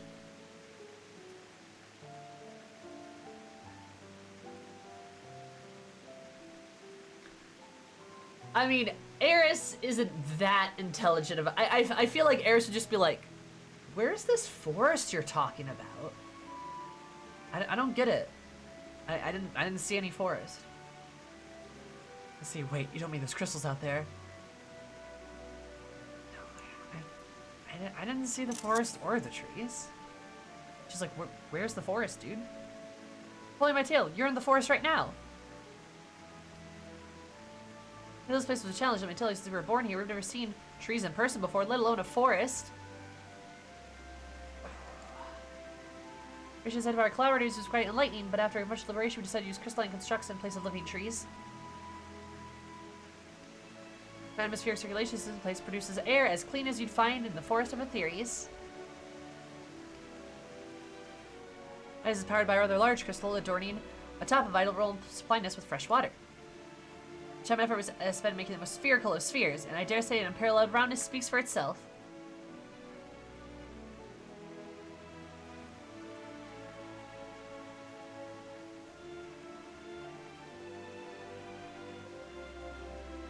Much time and effort was spent They really are benevolent aliens trying to understand humanity, and the results are disturbing. Exactly.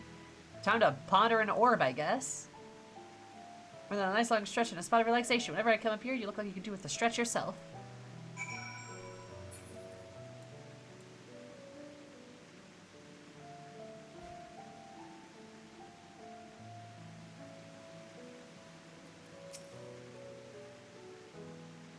Death has become me. I have died.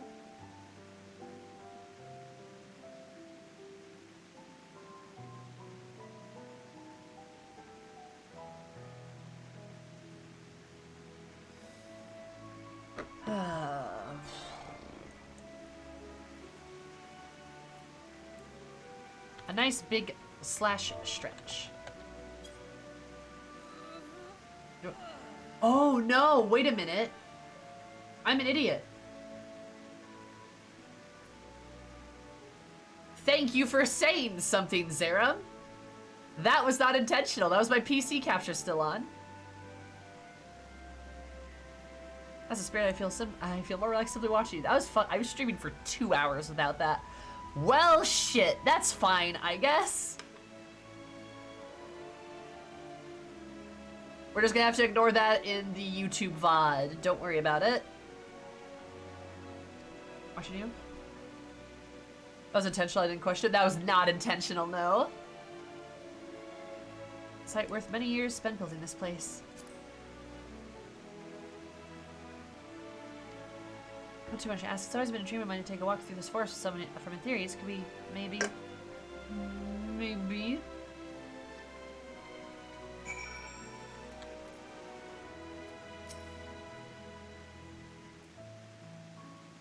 You will? Oh, be still my quivering whisker. I thought he was gonna say something else.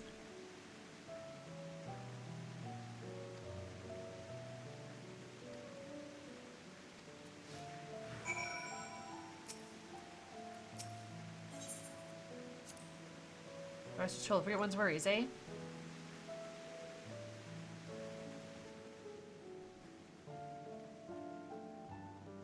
This is adorable. Quivering whiskers.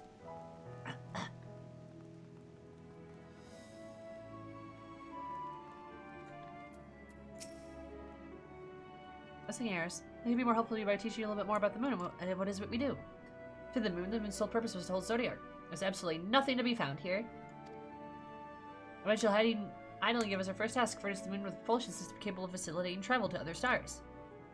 Sounds impressive, but I suppose in some respects it is, but it was only possible thanks to all the knowledge Heidel shared with us. We also had a lot of time to get it done. 6,000 years, give or take. Anyway, let's keep going.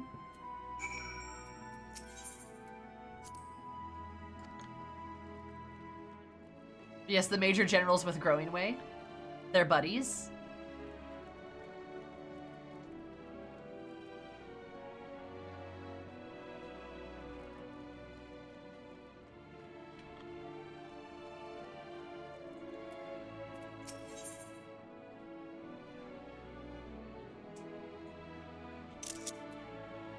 Why did Koji just decide that the Warrior of Light was an absolute goblin? I'm here for it, but why?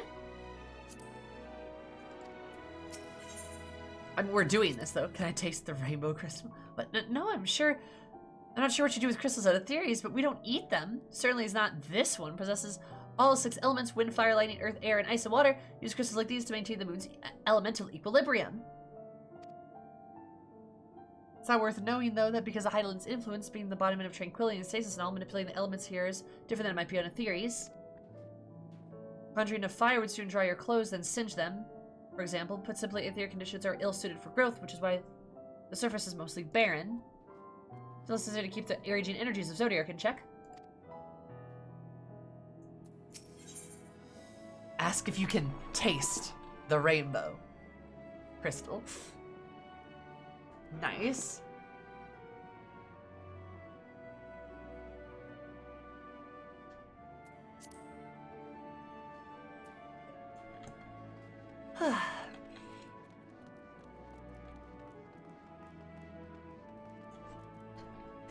Rainbow crystals are life support engines.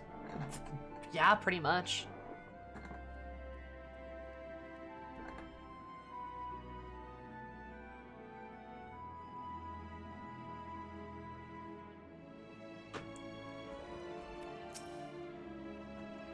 May come as a surprise, but we didn't begin building the habitable areas until the propulsion systems were ready. I mean, I say how long it took. I wish we'd started sooner. We'd have thought we needed 4,000 years to make all of this. I mean, I feel bad that they spent so much time making this, but also, like, yikes. Still wasn't work you dare rush either. We need to start create infrastructure, countless support systems, all of which would be operational until hundreds of years later. The period of opportunity came to a screeching halt with all that bizarre red satellite that was sent up to Aetheres. The Elegians' mischief, I think. Ah, so that was a satellite. Aha! Maybe some new nefarious act was colluding with Zodiac. All we could do was stand by and brace ourselves for the worst. Functional reliever when Heidelin informed us of all.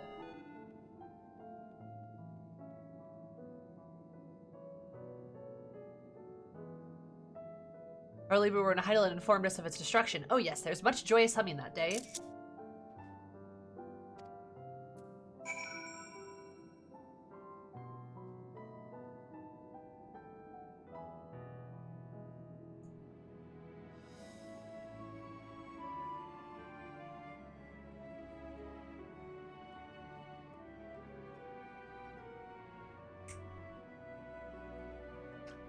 Did Heidelin have something to do with the Elegians' destruction?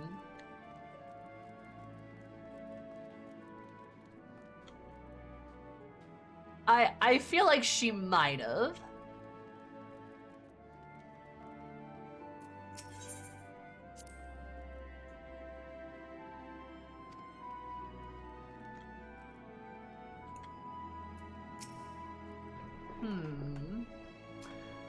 Since, do you notice the peculiar about the treetops? I mean, apart from the fact they're massive crystals, not trees.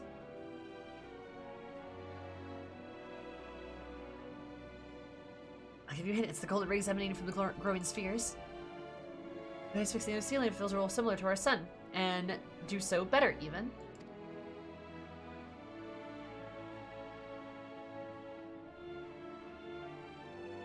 Sun and similar celestial objects had a great expansive radiant energy that is harmful to your bodies. These rings shield you from the energy while allowing you to bathe in its perfect amount of sunlight, or rather, a close approximation to it. Pretty impressive, wouldn't you say? And if you look closely, you'll see different types of trees have ever so slightly different curvatures. Yes, indeed, this forest truly is the greatest.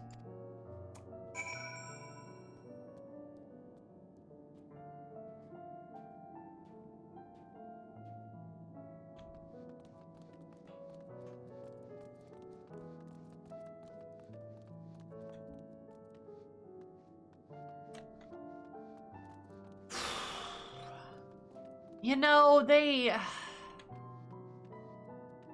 trying so hard, but damn. Oh, man. I'll tell you about, right. Most systems habitat facilities were comprised 1,000 years ago. With that, the most important features were fit for purpose. Well and good, except we knew absolutely nothing about the present-day people of Aetheres.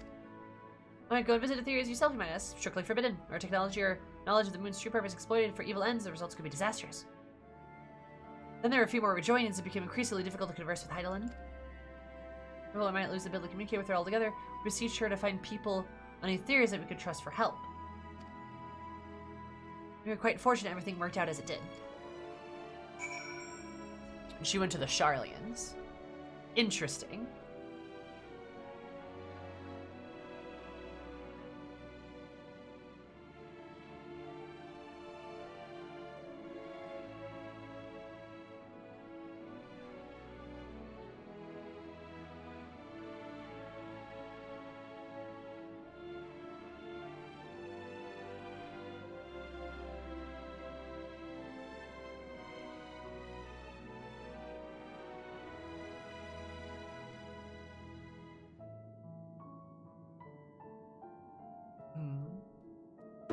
I tried to explain all the parts they put into college.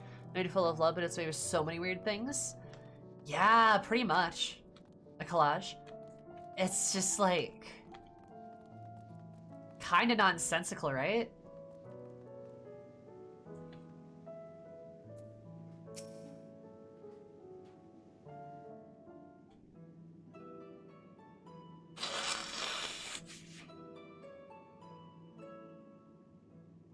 The expectation of routine inspections and maintenance, we maintained a sleep, waited, and hopeful Heidelin would find someone who would help us.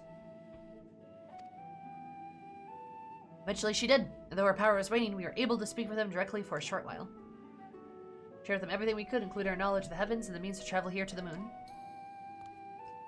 We didn't waste any time with what we taught them. No more than a few years later, our collaborators found a means to convey messages and supplies to us from down below. The letters, books, other resources they sent, we learned enough to start making more meaningful changes to the moon. Now you're here, hopefully enjoying yourselves as much as I am.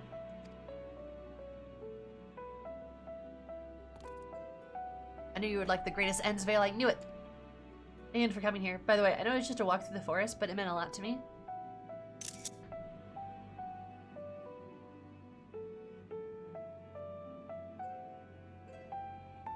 See, how could we not, like... Oh, man. Am I supposed to brutally explain to them why they're so wrong? Like, nah, I can't break their little hearts. I can't do that. I can't.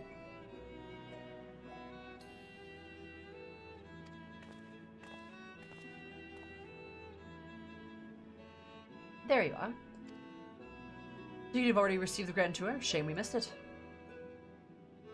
Growing way, I've been looking all over for you.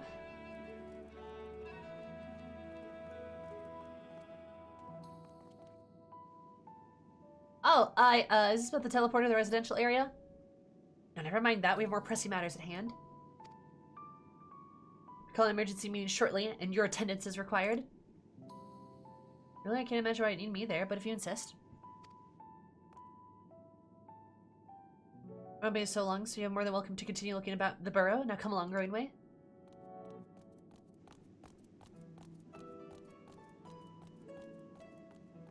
When we arrived, you seemed to be in the midst of a rousing conversation with your guide. Did you learn anything of import? I'm like, so this is a forest. Yeah. We spent 12,000 years preparing for this. When an hour fast approach, and I certainly understand the restlessness, but still. It remains to be seen if people can be persuaded to evacuate when there are yet no signs of the final days. What's more, the technology of this place defies imagination. I doubt that many would readily come to terms with living with such surroundings. These collaborators are, unless they are possessed of the world's most charming personalities or a means to forcibly evacuate people, they will be met with a great deal of resistance. Indeed, even if faced with annihilation, the decision to forsake all one knows cannot be made lightly.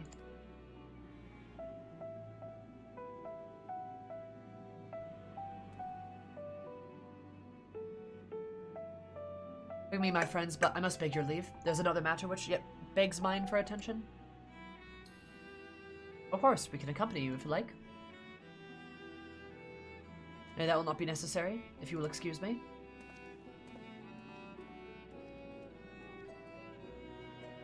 Eris is like, ah, fuck. This is Uri being all sneaky again, isn't he? Do you suppose it suddenly tickled his fancy? You, my dude, you. It is clear that now that the difficult decision lies ahead of us. Preparation for the evacuation of theories is indeed crucial, but I'm not yet willing to forsake our world and its reflections. I trust I'm not alone in, my recitants.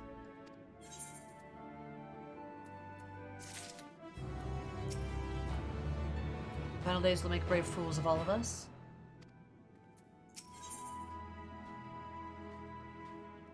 No! No! I hate that image! No! Why would you do that? No! First of all, sexy. Second of all, no! Not back to old tricks and Uri looking sexy with the sky on fire.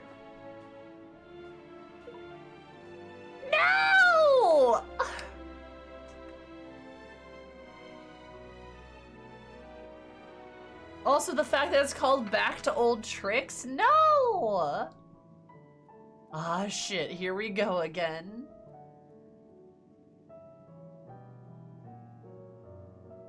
Alright, G posing on point. It is pretty good. I'm sad. I don't... No! I don't want this. Or a sussy. Sussy buck a sheesh! Maybe he's arranged for a picnic this time? God dang it. Did Anjay seem strange to you? More so than usual, I mean. I always pretend to be keeping his own counsel, but I'd be lying if I said I wasn't worried. Would you go see if he's alright? Cheryl and I will remain here and see what we can learn about the final days. If you hurry, perhaps you can catch up to him. Maybe for only one of us go in case it's a delicate matter. Hopefully I'm overthinking things. I know you're concerned about your boyfriend, it's okay. It's rather than concealing his clandestine endeavors, or perhaps he's usually simply given up on trying to hide it, knowing we'll find out eventually. So if he acts with good intentions is plain, so please give him the benefit of the doubt.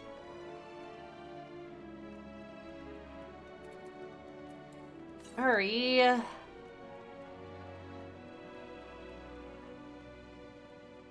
I love my silly elf boy.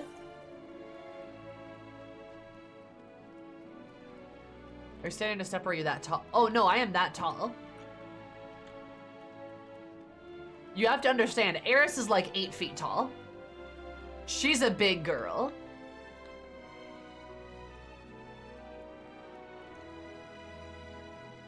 Good night, Zaram.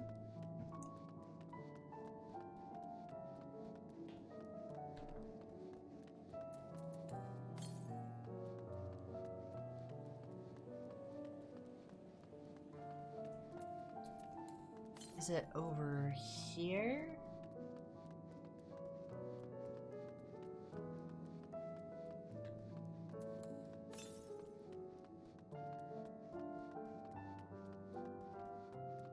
Ah, over there. Right.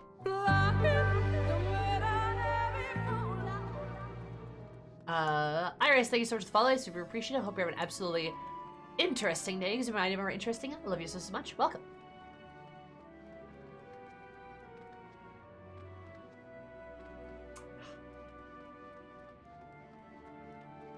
But yes, no, Eris is a gigantic buff lady, so, yeah. I mean, it's Femro domination for a reason. It's not called Femro submission. Duh. Hell nah, thank you for continuing that gifted sub. Very poggers of you. I appreciate it. That's my rope-obsessed friend. Oh, hello there! Excellent. Good. Fucking love Rose. I am the Rhodian stan of the FF14 community. Shipman was like, I gotcha. Did I tell your friend? Told lady can't fit on her giant railing.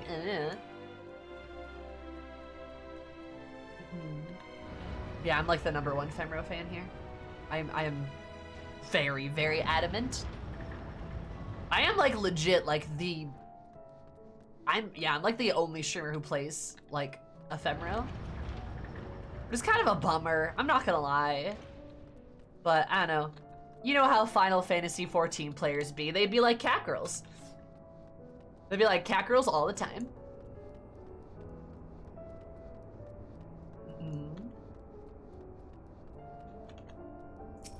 What is a Fantasia addict?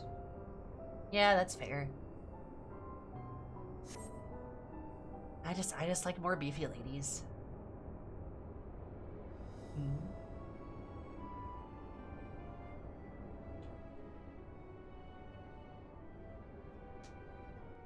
Sexy area.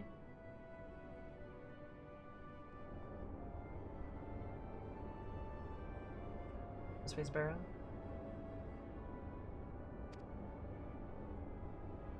I don't know who preaches. I've never heard of them. But also, if somebody, like, I guess if your community chose for you, like... But fair, I mean, if you like it, you like it. I ain't gonna gatekeep Femrose.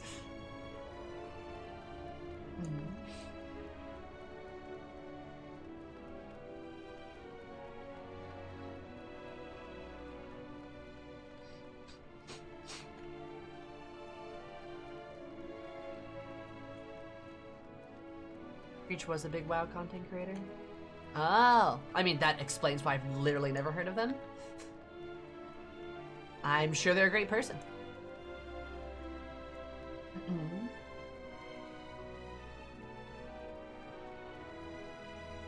Weirdly enough, I don't see many mid-landers. Mid-landers aren't super common. I mean, it's more so that, like, if you want me to bring up the stat pages again, I can, but it really is more so just that, like, cat girls and, like, femme aura are just that common. They are the majority by far. I think cat girls in particular make up, I could be wrong, but I think it's like 40% of the entire player base.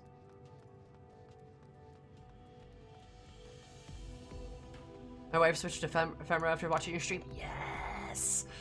Also, hi Black Belt, how are you?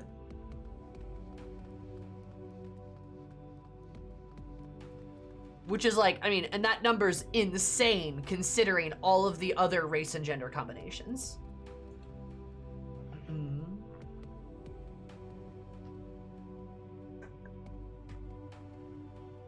Make up the majority of the active player base. Finished Endwalker. I mean, okay, but they also make up the majority of the player base. Like, they're still the majority either way.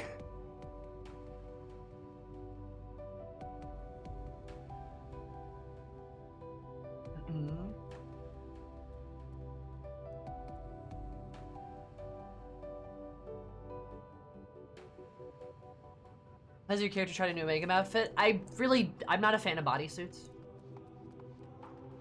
Like, people are losing their minds over the Omega outfit, and it's not really something I would ever wear. Or at least Eris would never wear a bodysuit. That's not, like, her sense of fashion at all. I mean, look at what she's wearing right now. You tell me this lady fits into a bodysuit? Nah.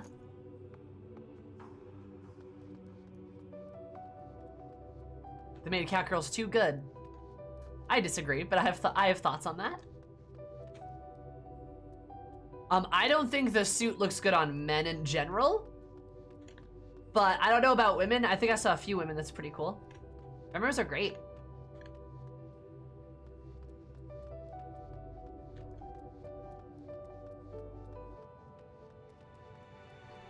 Would this look good on cat girl? Is basically the first passive Animox station outfit design. They design around every other race. Yeah, that sounds about right. But it's because like cat girls really are just simply that dominant. Do I have like...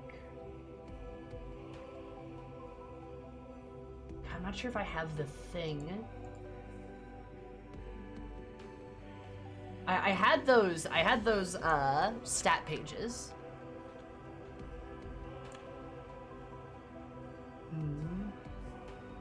Oh, thank you.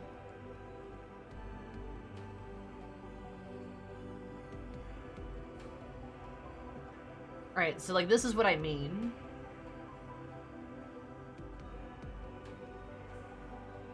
So this is all-time characters. This is all-time characters. Look at that number, my dude, my guy, my friend, my buddy, my pal, my bestie, my girly. Like, look at that. Absurd. Now this is all time. This is active. It's skewed even harder. Femme are incredibly popular. Like look at this.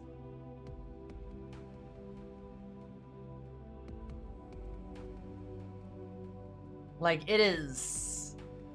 Wowza. Holy shit. And, like female, like, male to female 2 ratio is insane. Like, I mean,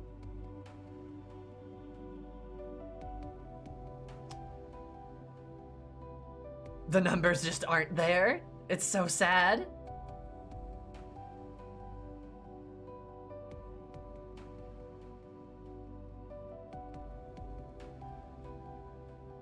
Oh no, female Lalas have more.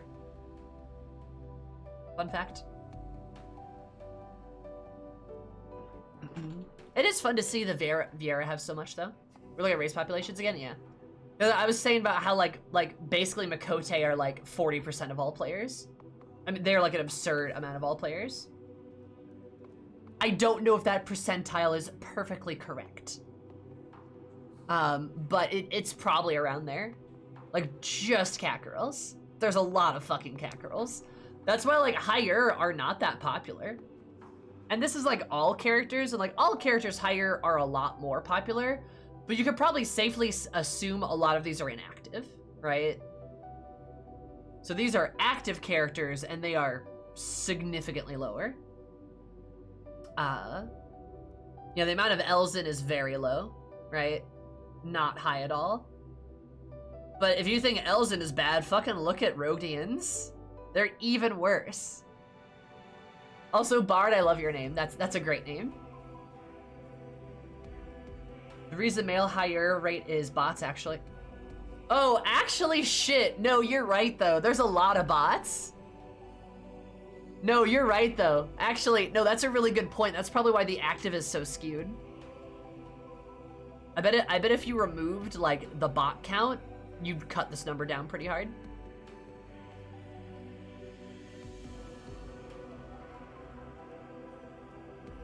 And bots are only male higher. Yep. Yep. So we can, like, throw that information. So it's even worse. Like, it's even worse. A default looking ass. So, like, yeah, that's the point I'm making is, like, lot of fucking cat girls, like, so many cat girls, and a lot of femme ara too, like, absurd amount of femme ara as well. So here we are. And then there's me and all 6 Femro players right there.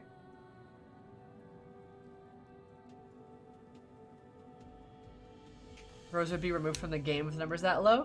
No, they wouldn't. Shut the fuck up. They wouldn't remove them. Are Aura available in the free trial now? I believe so, yes. I think.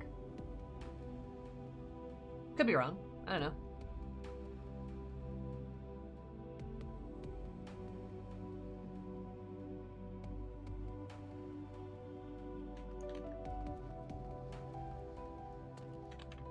They're not, no, we're gonna put an end to that. No, they're not gonna delete Rose. I'm not on Copium. They're not gonna just fucking delete a player species, though. That's not gonna happen. Like, I know it might sound like I'm on Copium. It's literally not, though. They're not gonna just delete them. That would be an incredibly shitty move. Yeah, like, they're not gonna do that.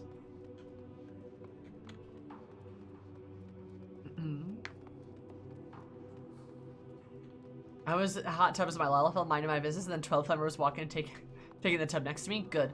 Girls' night, girls' night. But yeah, like, they would never delete a race. That would never happen. They can play with all their giant friends. Kalna, shut up. Yeah, a lot of streamers play as Lalafells. Lalafells, cat girls, you know, the usual. But, like, nah. Do you imagine the bad press from deleting a race within the game? Like, what would you even do? What would you do? Is, like, just force the people who play as them to, like, Fantasia? No, like, you would, like, what would you even do? Like what would you do? If they deleted Makito, for example, I'd probably just borderline quit the game. I mean, yeah, like, I wouldn't blame you if they're just like, Lamau, goodbye. That'd be so shitty. Like, they're not gonna delete any kind of species in the game. Because people do play as them, right?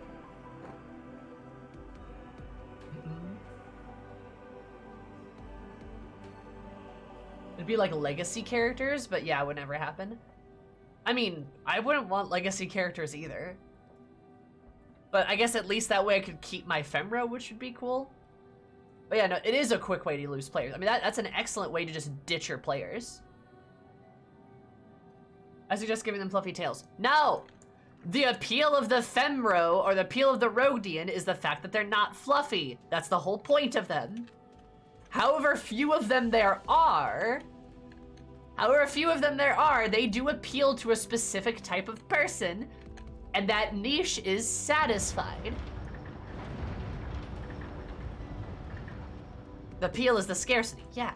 No, but realistically, like one of the biggest reasons I picked Femro was so that I could be taken seriously. Because Femro, like Rogdians and Femros especially, are very serious women. Like they're serious looking, right? They don't look silly. They don't look anime-y, but they're also not like a human, right? They're not like the boring human archetype, right? They're their own like. No, I don't want to see Femros bulkier like male Rose. I don't. I'd rather see male Rose slim down. I think their body type works very well.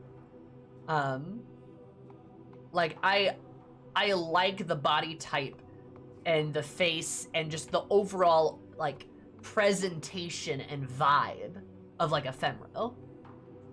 They're powerful, they're beautiful, confident, and they're not ooh-woo, soft, fuzzy, wuzzy, cuddly, ooh-woo cat girl. Like, I don't want that at all. At all, actually. That's why I don't play a cat girl. You know what I mean? Like, how about big sparkly eyes? Good. Like, that's why I like them being very, very different, right? And that's also why I don't want, like, Femros to be super bulky, is because I think it's a really good body type to just have very big women, and they're still muscular, right? They're still muscular. They're just, like, big gray muscle lady, and, like, I like that. I don't need them to be bulky because that's not what I want. And honestly, I think male Rose body types are kind of silly. I think they look a little cartoon character-y. So like, I'd rather have them get slimmed down, so they look a little less H-shaped. You know what I mean?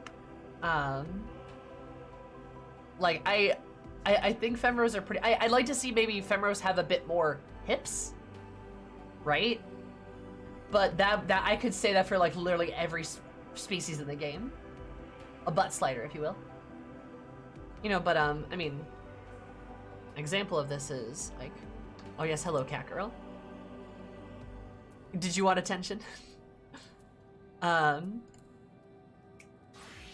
like an example of this is like, she's got muscles, dude. It was a little hard to see. Actually, you know what? I probably have a better glam to like showcase that. So ignore the, no, damn it, because it covers the arms. What's my astrologian? You're adorable.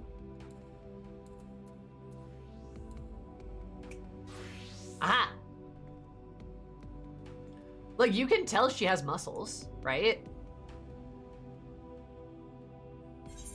I can even like unequip that. Oh, I can't. Of course. Well, damn it. Like, you can tell she has muscles. She's muscular.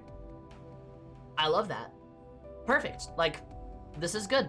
Maybe like a little more beef, but honestly, this is pretty good. I'm pretty happy with it. All things considered. Like, I don't need her to to be like a male row, right?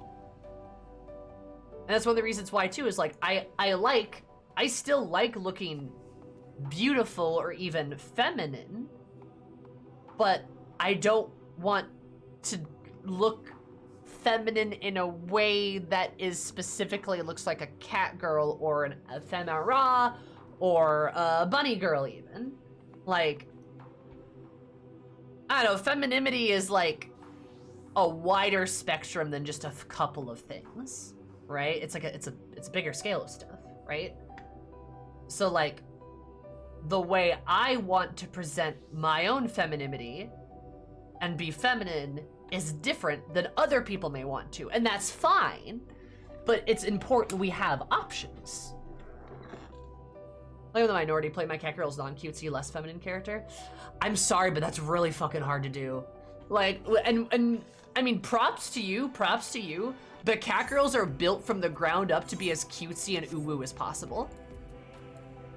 So if you can find something that works for you, you know what? Go for it. Go for it. But it's hard. They are absolutely built for a specific sort of type, right? And that's why I didn't play them. Is because like I didn't really want to fuck with that. I ignore certain emotes because they're too cute. Yeah, no, exactly. Yeah, see, that's fair. That's fair. Yeah, like, and that's what I mean, right? It's like they're just so, it's so compounded into their like character model. Also, Illy Tiki, love you. It's just such a part of them. And some people love that, and that's fine. And that's completely okay. There's nothing wrong with that, but not everybody wants that. Which is why Femro. You know? Like, it's good. Like, we like to see that stuff.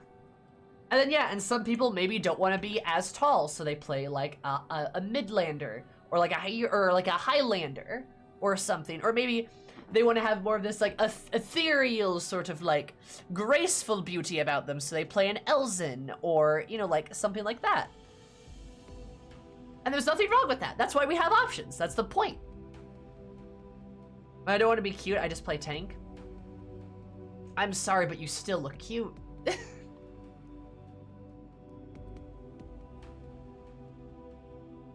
I mean, there are women who are handsome instead of pretty and still have like 100% feminine. I mean, yeah. If we want to deep dive into like how I mean, I'm sorry, Renz, but you still look very, very cute. You got ears on your helmet. And a tail.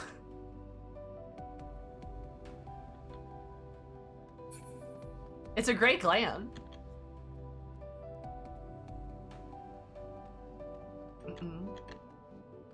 Yeah, my point being is just like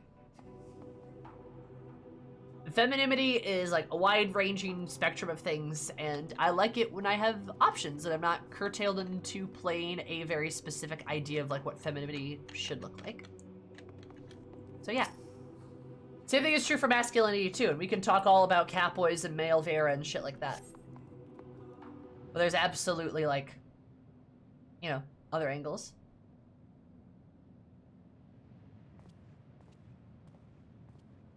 I don't like how he's headed towards the red beam in the sky.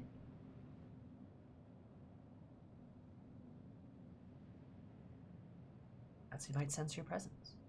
Stealth mission. Let's go. Yeah, I mean, Kilroy, I get it. I kind of have a similar attitude. I have a similar attitude to that, too. Okay. Alexandra, thank you so much for the follow. I super appreciate it. I hope you're having an absolutely amazing day, because you're my damn amazing. Love you so much. Welcome.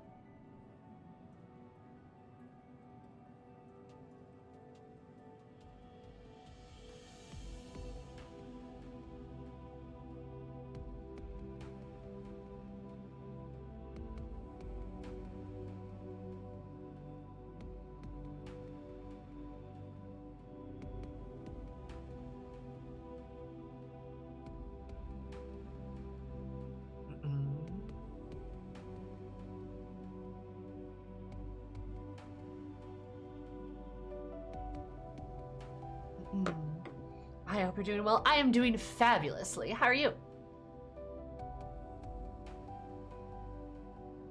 With males, it's basically Ro, Rothgar, Highlander, Beefy Boy, everyone else it's Twink and Lalafell. I mean, I think that's a simplification of it, but like, yeah, sure. It's the same, I mean, it's the same thing with women too, right? You're wonderful, thank you. I'm glad you're doing wonderful.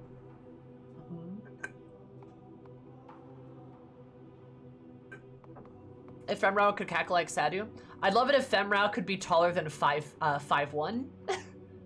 And here's the thing, I would have played a Fem-Aura had they not been so small. I would have gladly have played like a Fem-Aura had they actually been like at the same size as the male Aura.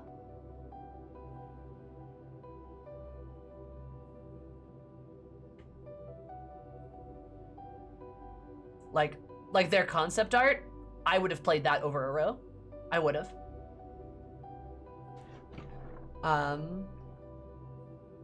But alas, didn't happen.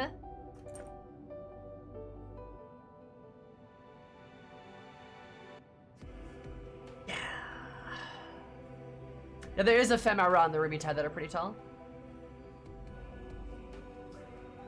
Yeah, it's a pretty... Again, it's that whole Kakarot vibe, but like onto Fem-Aura, right? They're just built to be Moe. So, yeah. Whatevs, I guess.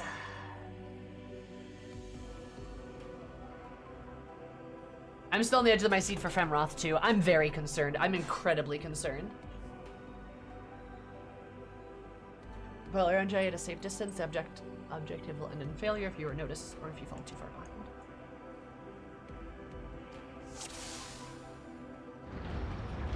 Oh, is Argo still there?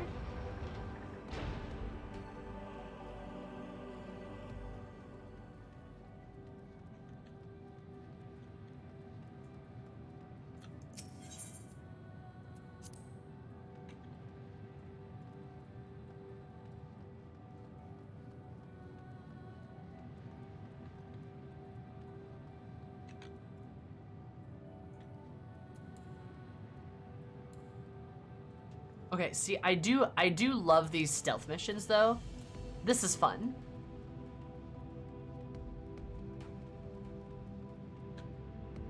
Oh, no! Wait, you don't No!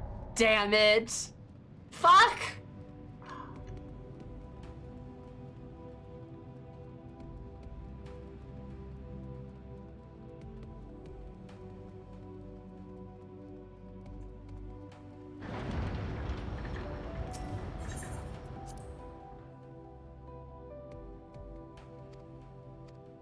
This is zoomy. This is zoomy. I need to like Photoshop instead of this is Thancred, this is zoomy. That'd be great. Alright, what that row doing? I heard so many characters can play about stealth. Oh, I like the stealth missions. It's a nice way to like be engaged without there being combat, especially the Garlemald one.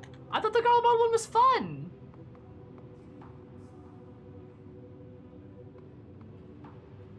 I don't know, I like there being such a different dynamic to them. I'm a fan of this type of stealth. I like it. It's something fresh, it's something different.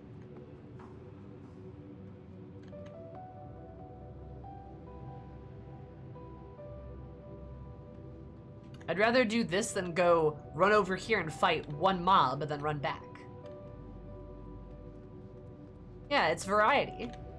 Who's that? Not me. Don't mind me, Uri. No, don't sprint, you bitch.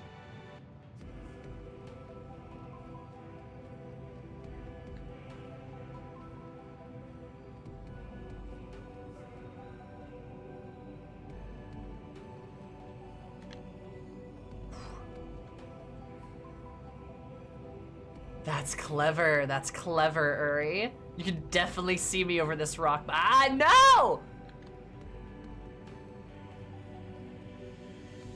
Damn, booking it.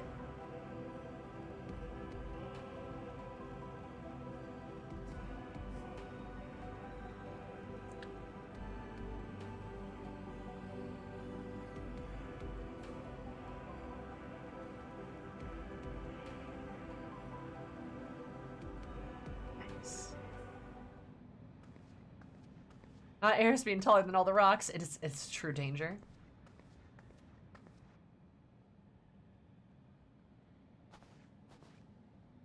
Thine arrival is timely as ever. What?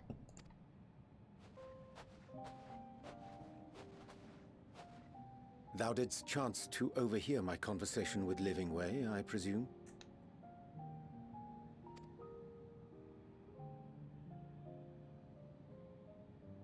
'Twas not mine intent to move in shadow. Nevertheless, I have been asked to do that and more yet again.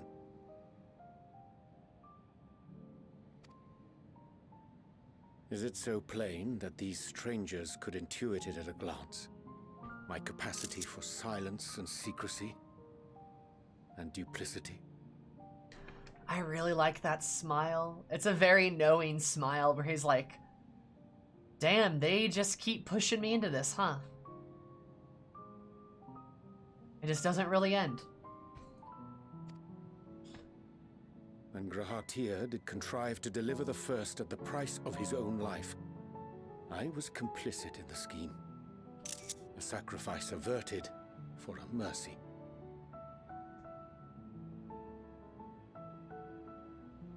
That knowing but sad smile. Would that I could say the same for Menphilia. One life for one world. And by that bloody bargain brokered by my hand were the scions robbed of a dear comrade, and Flamine her beloved daughter.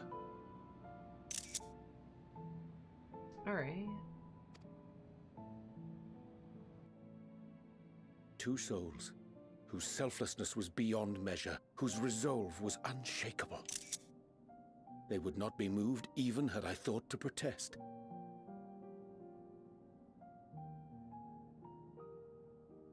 But protest I did not. Far from it. I pushed them forward.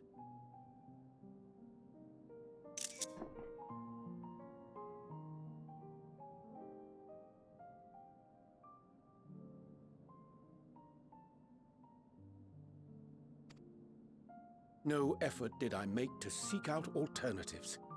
Ones that would not demand such terrible costs.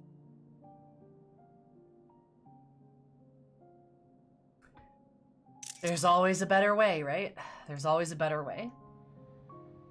That resignation weigheth heavy on my mind, as does the memory of another lost to mine inaction. The hair. The hair.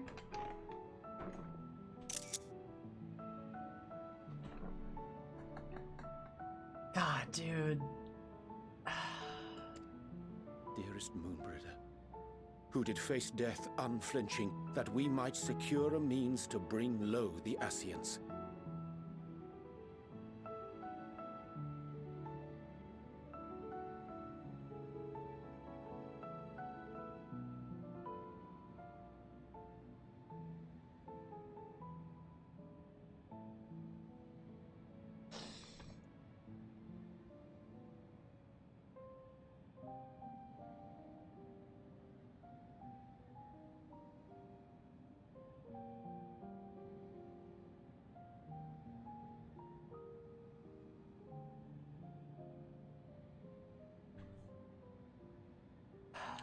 Hurry, what the fuck, dude? In her hour of need, I did naught. Dutiful disciple of Louisoix, ever looking to the greater good.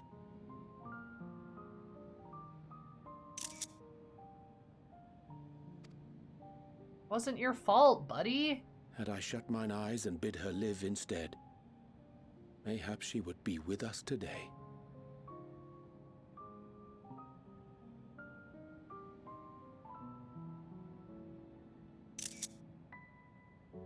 God, that's really eating you up, isn't it? Hurry. Dude, that's not fair. Don't... Selfish wants born of everlasting regrets. Most days I put them from my mind, but could think of naught else when asked to swallow the same bitter draught. Subterfuge and sacrifice. Mayhap the right moral choice, but one I regard with great trepidation.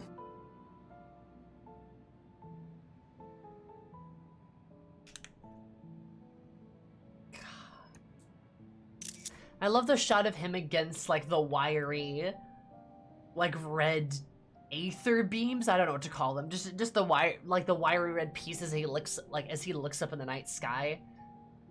It's, like, kind of a chaotic scene, but it kind of fits, like, the turmoil, like, in his heart right now. Ah, it's just a good shot.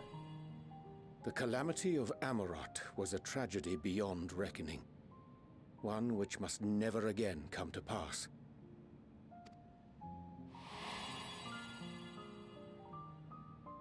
Thus must we struggle, haunted by ghosts of those we have lost, clinging to those we pray we can yet save. Yeah! Oh man, love that line. But what of those we cannot? Don't say that. We can save everybody, it's fine. How do we make peace with the dreadful algebra of necessity?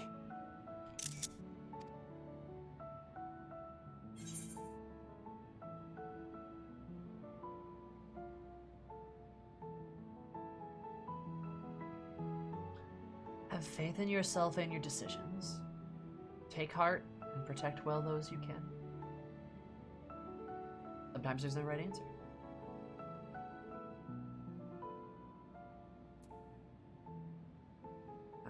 I think Eris might say this. Like, have faith in yourself and your decisions. Take heart, protect well those you can. Just do your best, like, and just try your best. You know? Sage counsel indeed.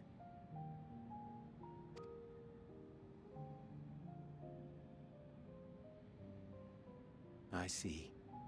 Wisdom as befits a great worm. Curious that he should think thee in need of such encouragement. Yep.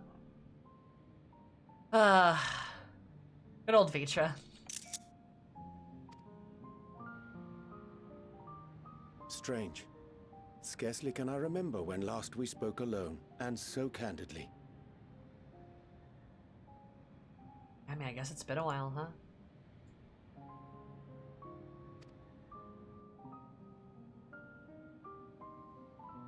I thank thee. For all my supposed skill with words, I find it difficult to express such private thoughts.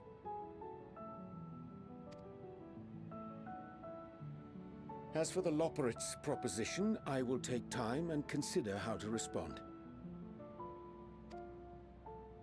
'Twould be to our mutual benefit if we could converse more openly with our aspiring caretakers. A concern I should be glad to address on the Scion's behalf. To dispense with all pretense and bare one's heart to another is a frightening thing indeed. But we cannot move forward ere we take that bold first step. A lesson I have learned many times before. And today.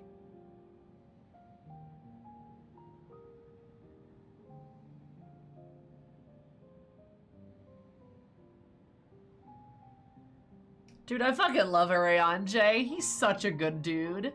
He is such a great guy. Oh my god, he's such a nice boy. And he's grown so much. Remember when he was like in a potato sack being all esoteric and like not talking to anybody? And now he's like not afraid to talk to his friends. He has friends and he's like so like happy now. He's just so much happier. He smiles way more, like... He's such a good boy. Oh my god.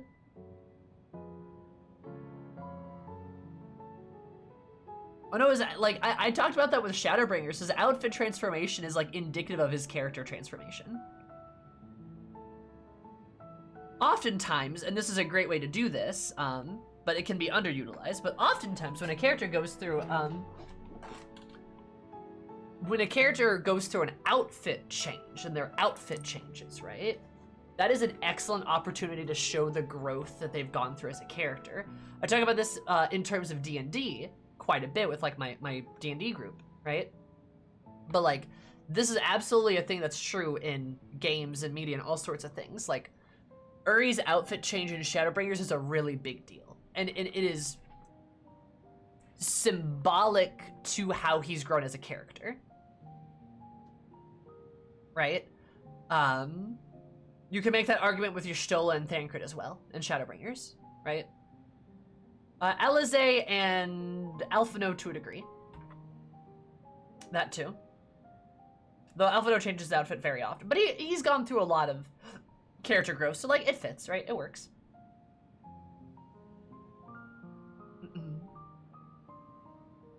But, God, Uri, I love you, dude. You're so cool. It takes confidence for a clothes like he has. It does. Who's looking? Oh, it's the bunnies. What are they saying? Curse these ears! I've heard bugger all! They're so cute. No matter. We've got our plans.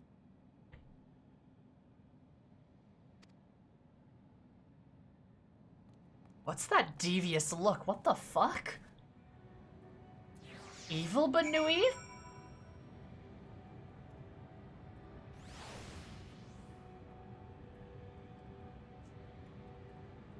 Bugger all. Criming way, not criming way. God damn. And Uri, you're so cool. I love that. That was such a good conversation. You're such a great heart-to-heart. Real shame that was filled with death flags, though.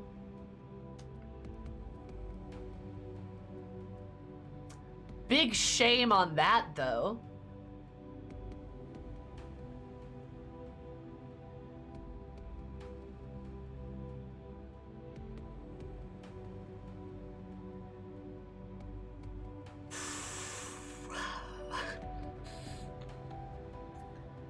Flagging way, stop! I am very concerned.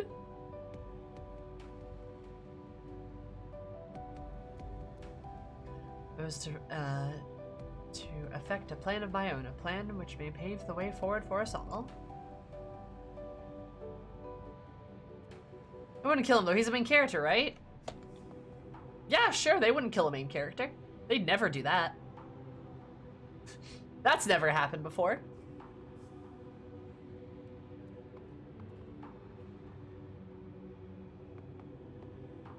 They've never done that before. May I say, for there's no guarantee of success. 'Tis the reason I set out alone, that failure should come would be mine alone to bear. There's some nice death flag premonitions you got there. Literally.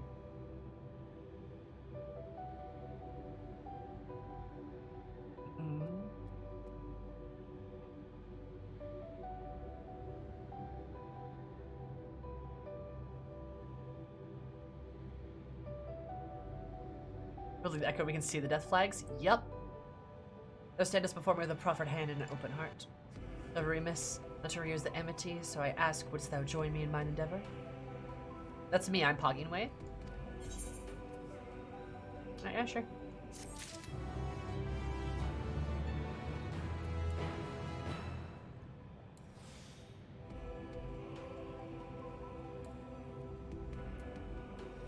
You really think the trust system protects them from killing him off? Like, you think that's the thing that's gonna, like, stop people?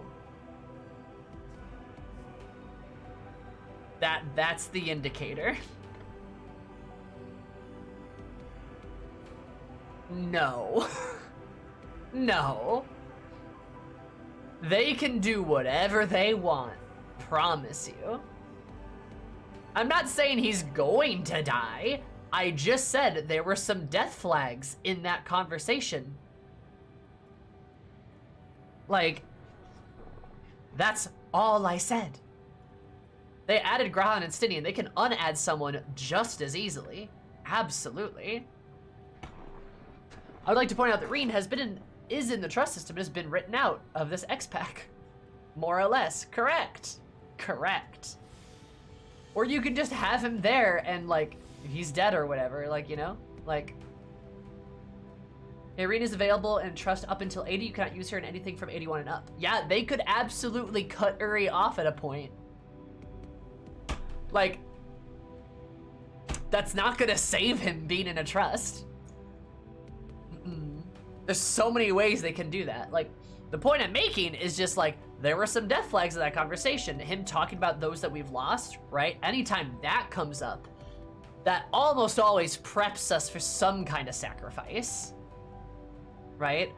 Him being haunted, him shouldering burdens alone, him having to come up with plans by himself, him being pushed, having things pushed onto us at a certain point, and like how he has to deal with it. Like, a lot of these are very, like, they're death flaggy. That's that territory. Doesn't mean he's going to die. But, like, that's a thing. Hi, Serena, how are you? Like, you would never see normally? Oh, that'd be painful. But, yeah, like, it was an emotional conversation and a heart-to-heart. One that we never get with him. Brings up someone who sacrificed herself for the sake of others, wishing that he could have prevented that. Death flag, death flag, death, like right there. But like, yeah, doesn't mean he's going to die, but it means he could. And Uri is I think in the prime, I think he is prime time positioned to be a scion who dies. I could really see that.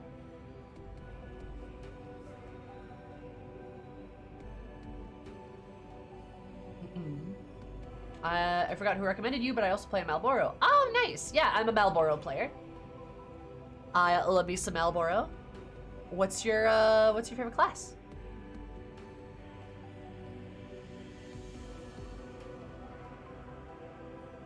So, like, yeah. Nah, that's just, like, something that's happening. Again, there's no point in arguing with me on this, because death flags exist. They're right there. It doesn't mean he's going to die, but they are still right there. So, like... What color is the moon? That's, like, a white, grayish color. Nah, you see, actually, it's this Peruvian pearlescent, fuchsia color. No, stop. Like, no. Like, you know what I mean? So, like, yeah. Death flag. Dangerous. And again, I could see Uri dying in this X-Pact. It would make sense. Thancred is the man who somehow has survived every death flag placed on him, and he is drowning in a sea of them. I really thought Thancred was dead in Shadowbringers. I really thought that fight with Ranjit killed him. And honestly, it would have made perfect sense. But like, yeah. It would have worked. Setting things straight. I mean... Sorry, Uri, you can't be straight no matter how hard you try. It's impossible. I'm sorry, my guy. His Gunbreaker coat is made out of death flags, literally. Play Astrologian? Oh, nice. I thank thee for accompanying me. The simple plan, in truth, would not be a long way until Bestway's Burrow. Every death flag makes Thancred stronger! Everyone! What decisions must be made coming days, but nevertheless, I believe we are all for one mind and a desire to save the people of Aetherius. Regards resolves clear Loporits, I would offer them a gift, but its making doth require a most singular ingredient.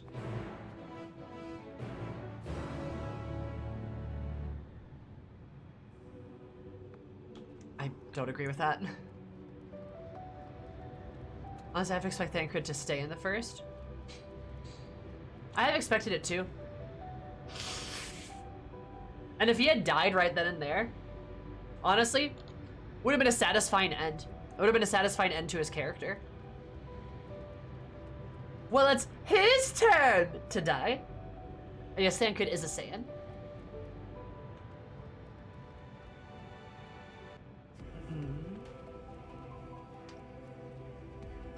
But, Death Flag, my turn! Hell yeah. But, speaking of Death Flags, have fun with that, because I'm gonna go pee. So I'll be... Why is my F7 button click? That's weird. Anyway, I'm gonna go pee. So I'll be right back. But, you guys have... You know what? Actually, I'll do this.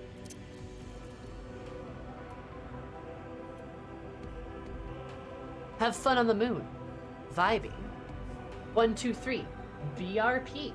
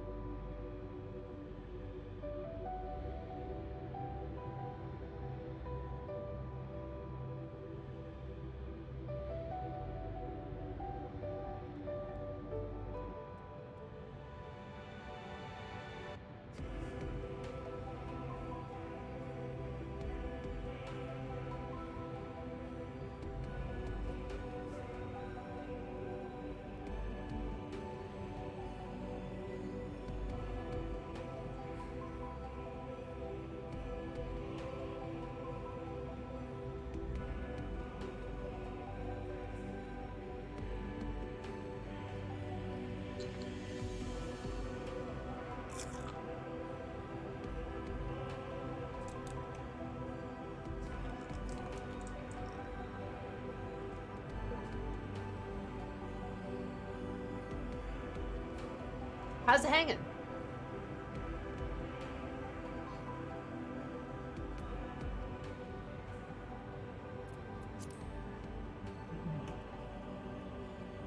Yeah, it's all gonna be fun and games until your Stola dies for realsies. Just you wait, it's gonna happen.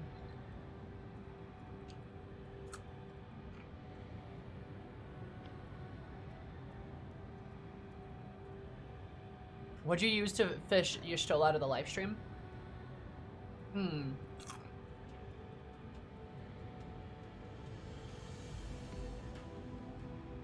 I got it. Catboy on a string. We have Eris hold a string.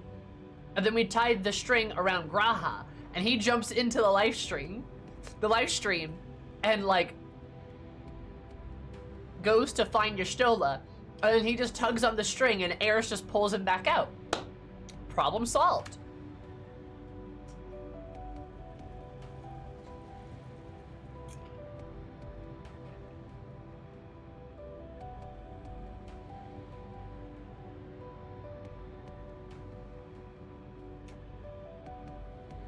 My sister in a big tree the first time, and a drama twink the second time, so twink tree. Damn, wait a minute!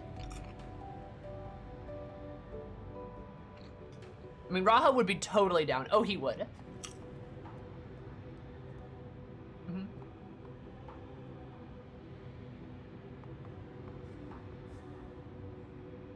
I say Raha because I feel like Raha's got some bullshit magic to let him do that.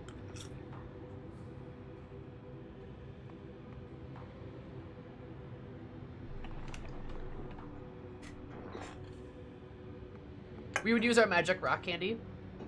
We'd be like, by the power of orange flavor. And then Az would be like, oh. Is that a twink? I wouldn't call him a twink. He's a twunk, maybe. I'd call him a magnificent bastard. Does that count?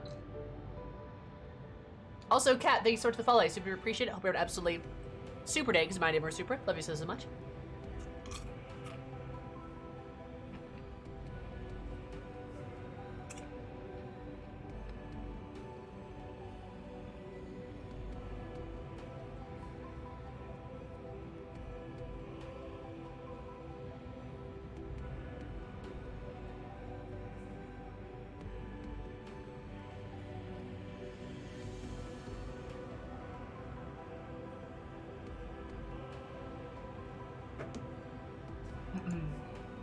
He's definitely been twonked. Tie string around Raha. Eon become instant. When ties your Stola out of the live stream, I feel like your Stola's like a matcha green tea type of gal, which is like worst flavor, but I feel like she would like it.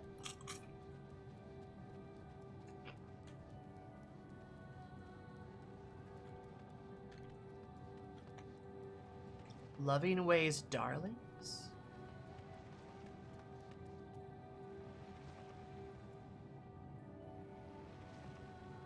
Hey, why are these pulsating?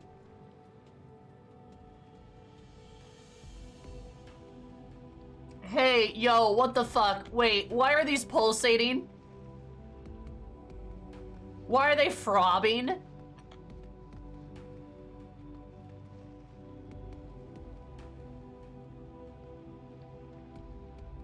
I can hear them. Ugh. Oh, I hate this.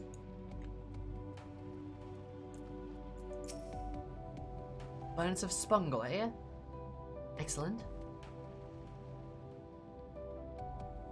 You should spy this aggregation across the Zodiac's erstwhile prison. This spell taught to me by bnuys. I believe these shall suffice as a gift I would fashion. Require the considerate concentration. I would might prevail thee upon descend watch while I perform the incantation.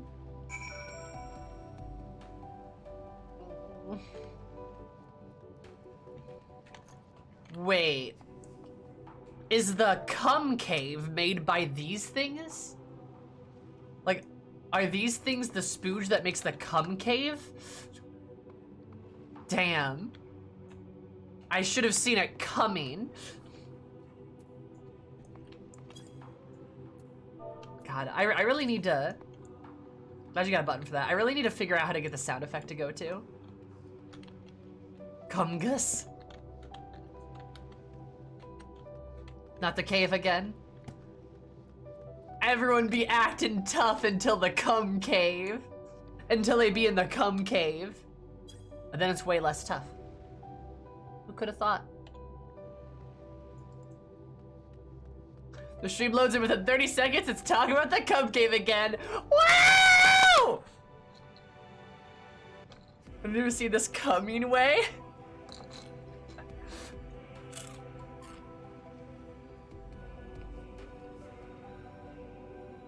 We do need that sound clip.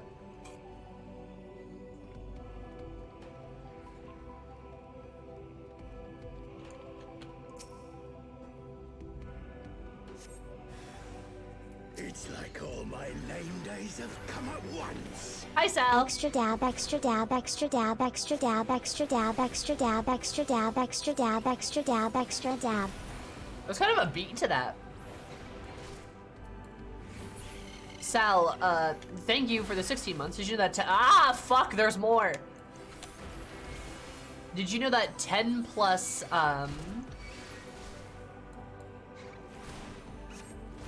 6 is 16, which is how much to subscribe for? That's kind of poggers. Wow, that's a lot of damage. Any more? Huh? What I fucking thought.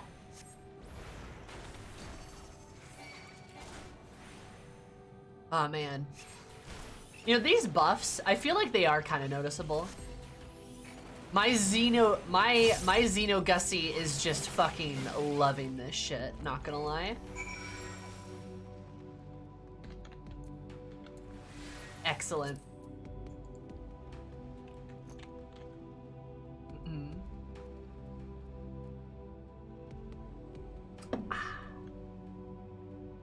You need to that stream deck with the foot pedal. I agree.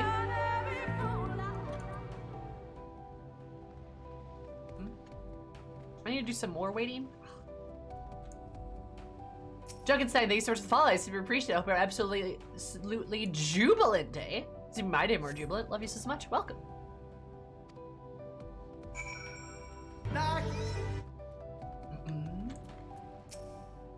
All right. Main's fixated on his work.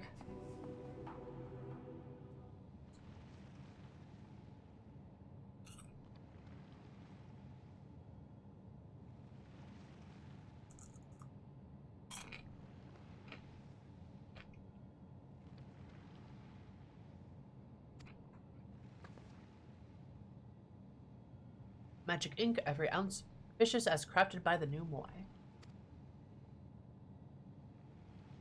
Whereas the occasion I would conjure mine own, but is nonetheless a most useful skill.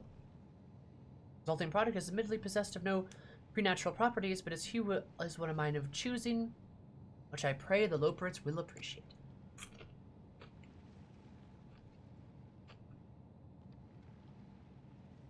Here's her, Andre. Oh, thank goodness, I thought she'd have been eaten or perhaps fallen into a crater.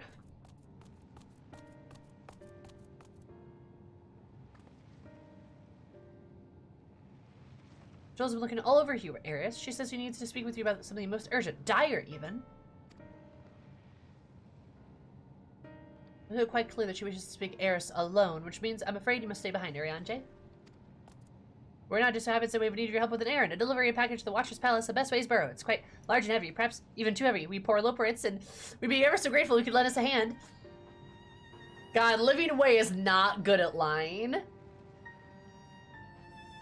These bunnies are kind of sussy baka. Sheesh! It's really not like...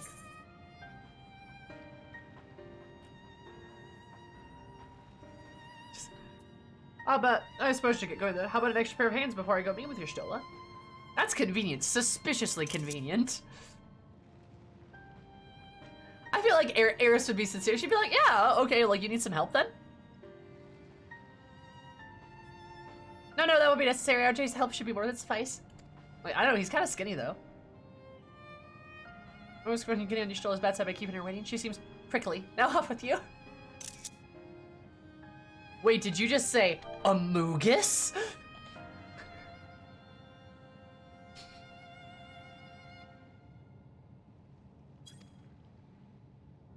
you seen his biceps? They're noodle arms. We're not heiress, I shan't be long.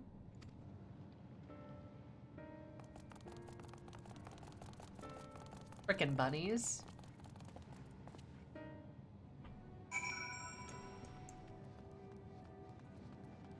Everyone has noodle arms compared to Eris. Oh, correct.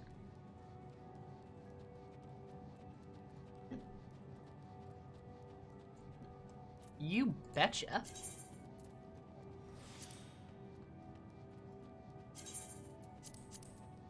I learned to walk in water to avoid doing a physical activity. I'm sure you can levitate boxes instead of lifting them. Yeah, you're probably right.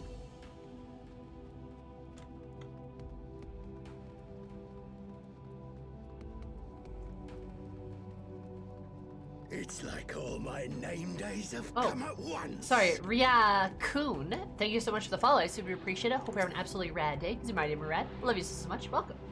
And Spender, thank you so much for the follow. I super duper appreciate it. Hope you're having an absolutely splendiferous day. Because you might even more splendiferous. I love you so much. Welcome.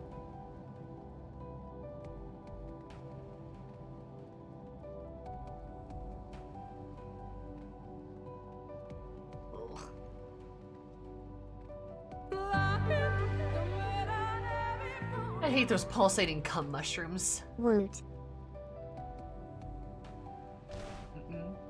Kia, thank you so much for the 5 months. Did you know that 2 plus 3 equals 5 or 7 subscribe Corey? That's kind of poggers.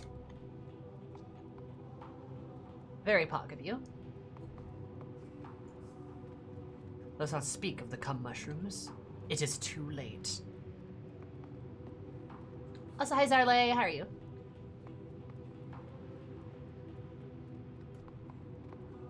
Pogging way. Poggers.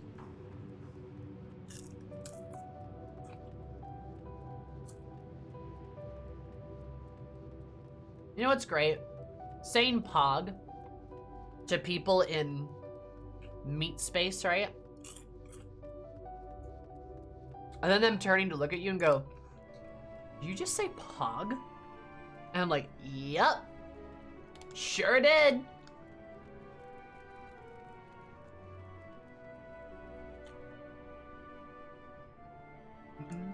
What does poggers mean? It means awesome.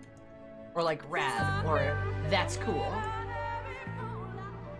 Or dope, or swagular, or sweet, or... basically just another fancy word for like, hey, I think that's cool.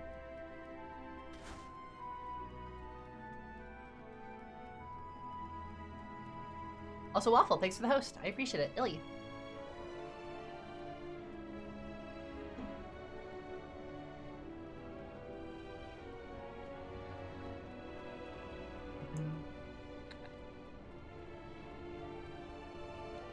Yes, Stark, good. I'm gonna name my kid Pognacious. Don't do that.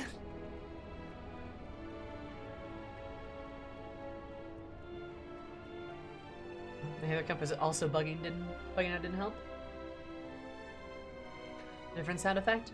I like this cyberpunk sound, but I do like that idea, Dark. It's a good one.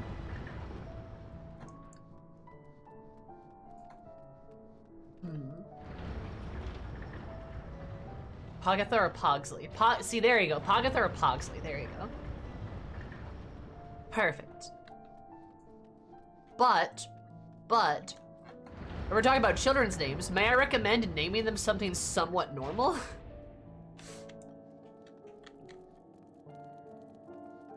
That might be good. I'm glad you like it, Larry.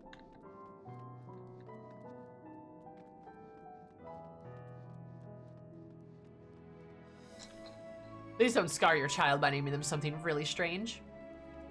Also, perhaps consider naming them like a gender-neutral name or something like that.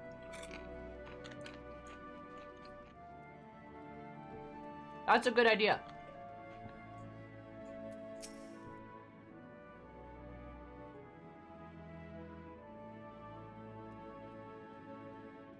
Oh, back so soon?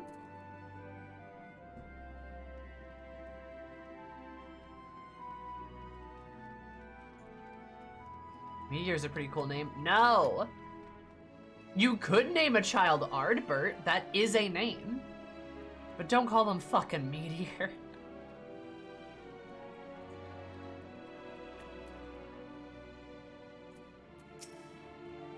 Yeah, with Orange then? That's a relief.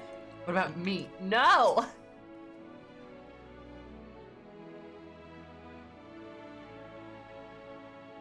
Wires, I thought you would be, we thought you would be away for longer.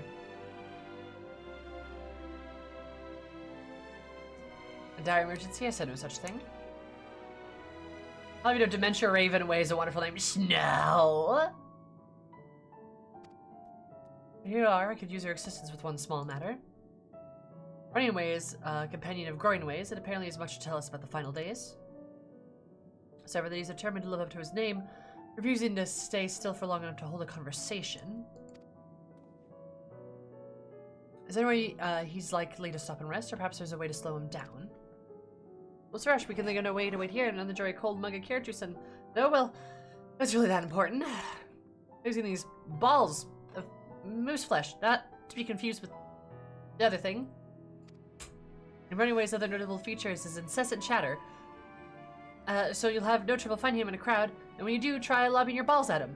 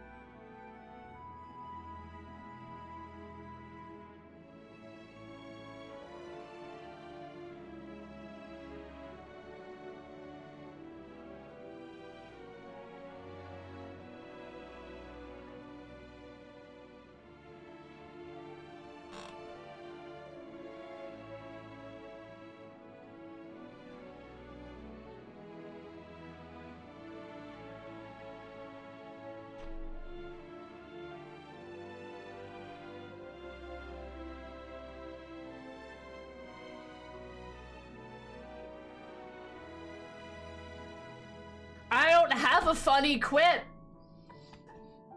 I don't even have a funny joke to make. Like, what am I supposed to do? Haha, come? Come isn't even funny anymore. The bunny has balls. What am I supposed to do? Throw balls at somebody? Show somebody my ball? I don't know.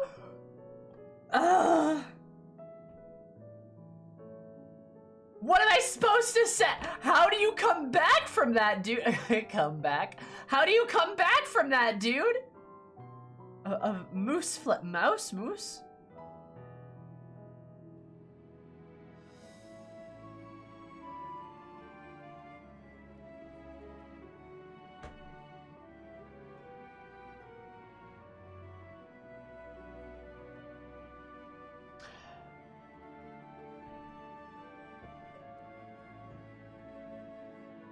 How do you come back from that? God damn it.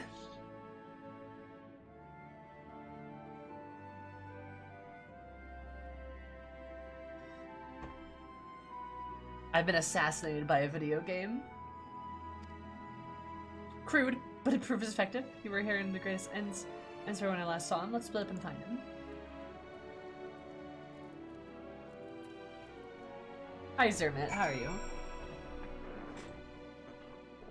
Dude, what the fuck?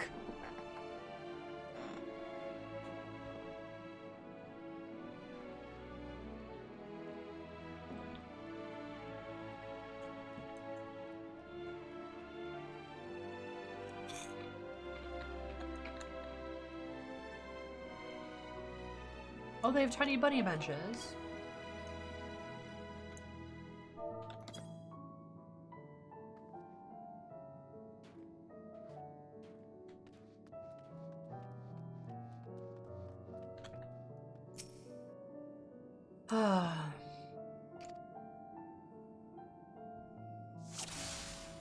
moose balls.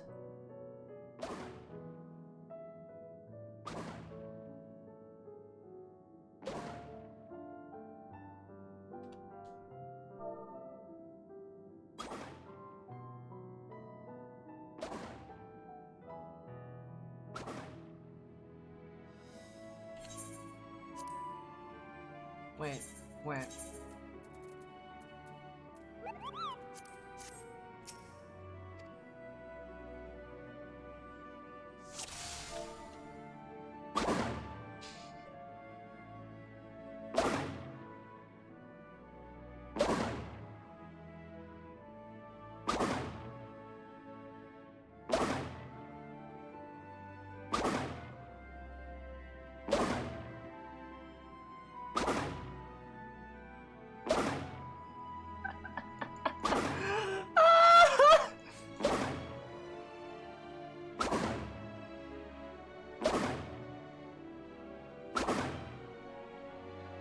I hate it here, dude. You just let out the audio a bit.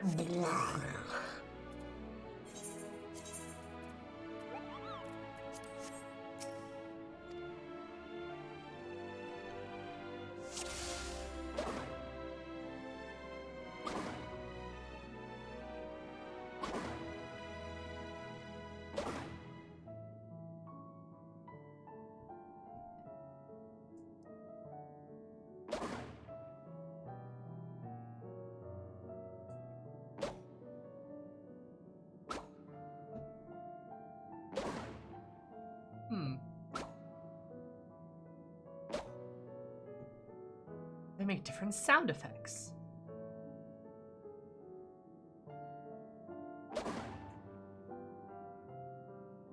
What happened? You can fail it?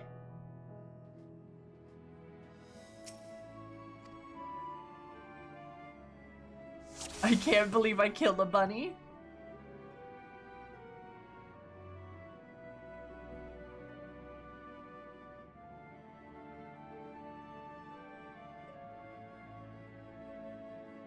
Are they dancing?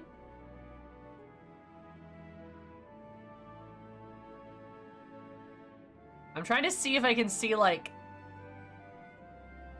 any fun, like, Easter eggs. Like, you know, I don't know, like some kind of bird, perhaps.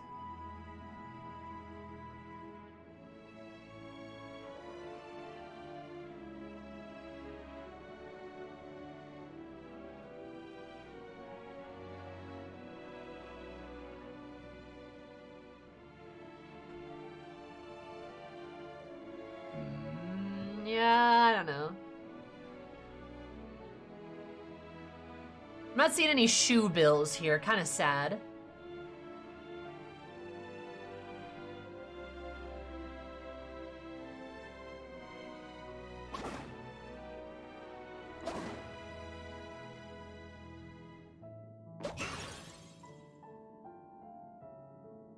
Oh, that's smart. This is meant to be a joke. It isn't funny. Haha.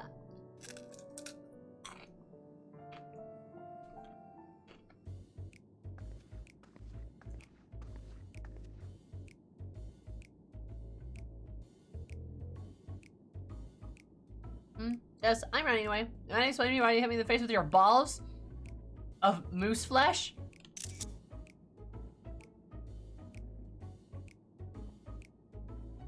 Why did you hit me in the face with your balls? Your balls!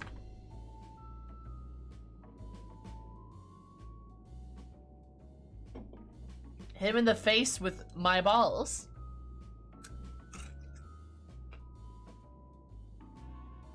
I gotta be honest, my bunny. Can't do it if you don't have them. Must have been somebody else's. Balls.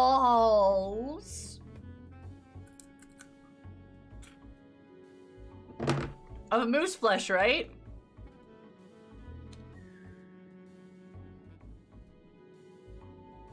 Yeah, sure of that.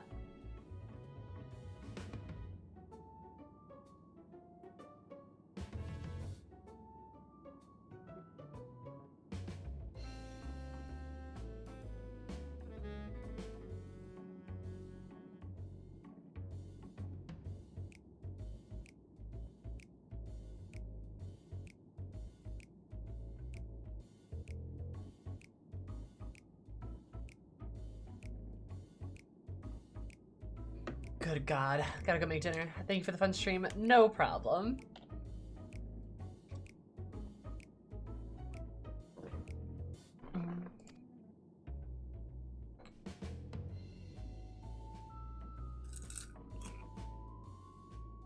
I'm highly knowledgeable about the final days.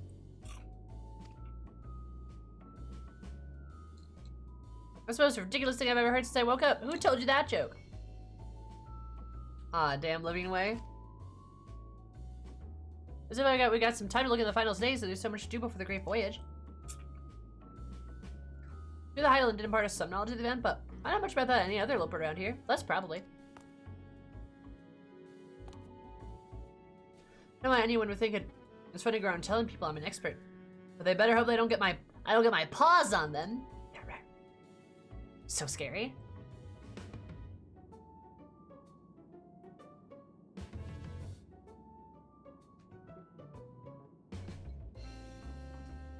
So I can be more of a help, but if there's nothing else, I've got work to do.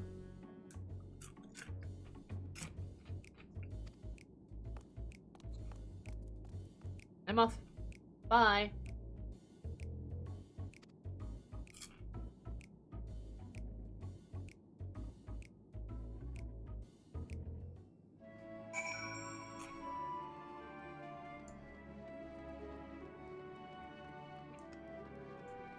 Been bamboozled. I've been bamboozled.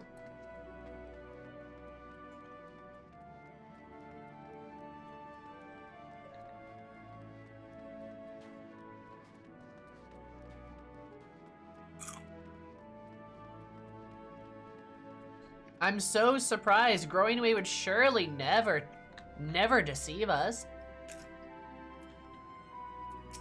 Ever.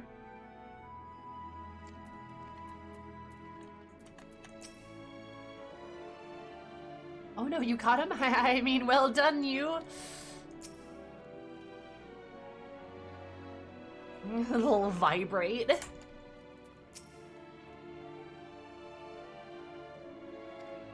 God, they are fucking cute, dude. Holy shit.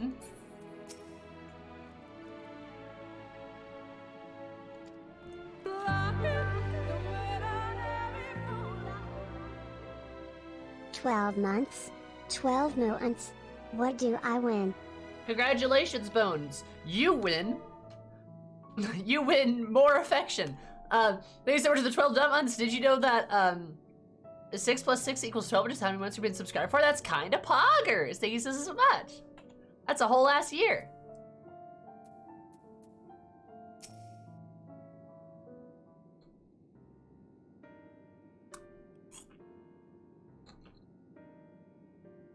Hi, Nor. Hair of him? How did you fare? Dear Lord.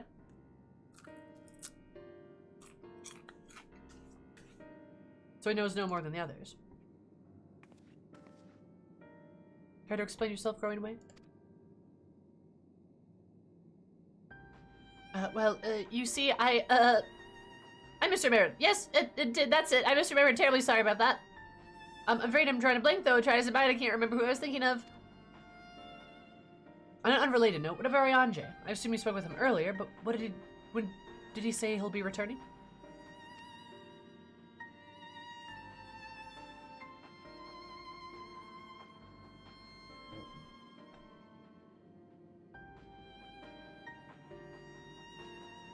On his way to the Watcher's Palace with Livingway.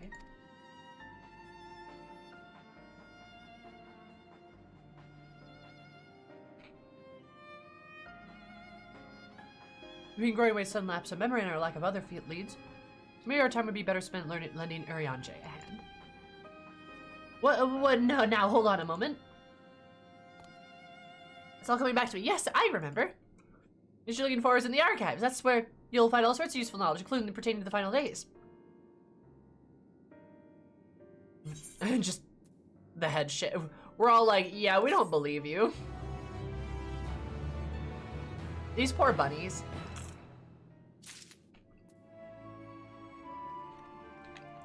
Love it when they're trying to be sneaky. This rabbit is sussing away. Sussy Baka away.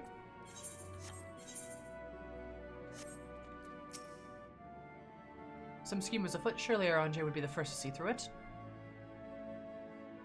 And it does tend to give others the benefit of the doubt.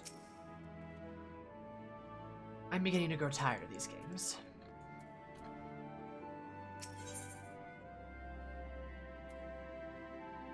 Oh, were we done on the moon? Part of the matter.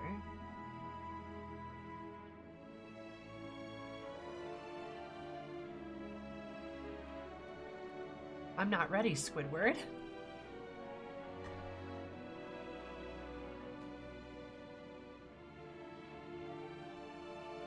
I don't want to leave the bunnies behind. This has been a really nice, not a horrifying part of the MSQ.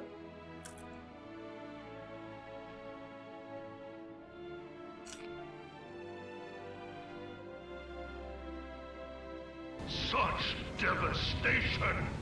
This was not my intention! Oh no, the levity chapter is closing. I know! Also, Virus, thank you so much for the follow. I super appreciate it. I hope you have an absolutely valid day, because my name are valid. I'm scared. I don't wanna.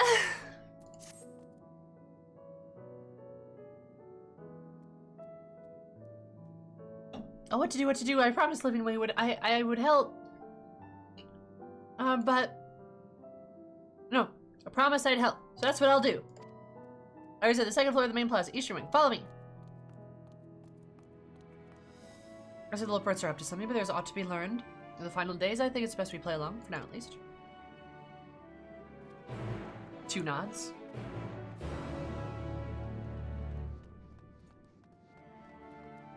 Much emotional pain do you think they're prepping you for giving you bnuys for 5 hours? None.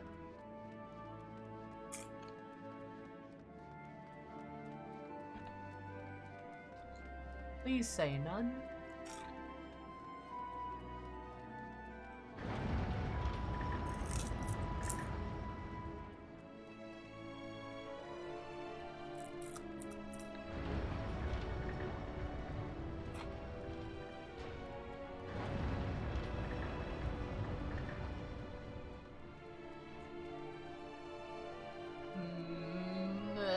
I'm scared. This place is huge, dude. Gives you 5 hours of bunnies in exchange for all of your tears.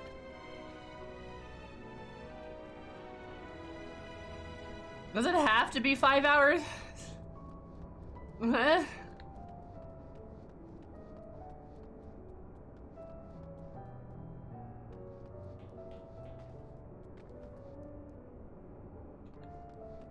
Wait, can I not teleport there?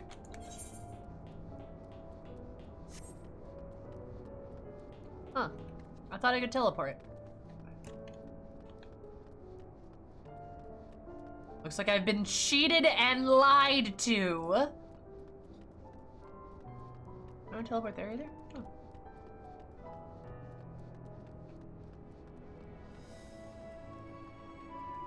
Well, there it is.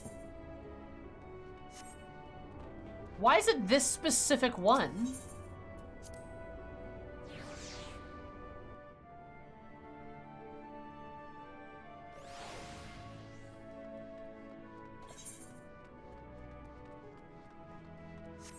Why is it one specific teleporter?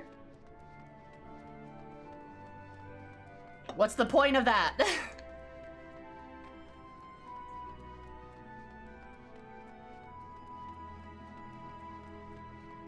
Oh, you can't leave the moon until you've done all those gold quests? I don't like that you guys keep insisting I should do the side quests here. I feel like there's some bad shit that's gonna happen. I'm scared. I'm sure this place is impressive, though more than a little confusing to navigate. Too much to ask for clearly marked exits? Or a map, perhaps? What other knowledge do you suppose we could glean from the archives? Knowledge-y knowledge?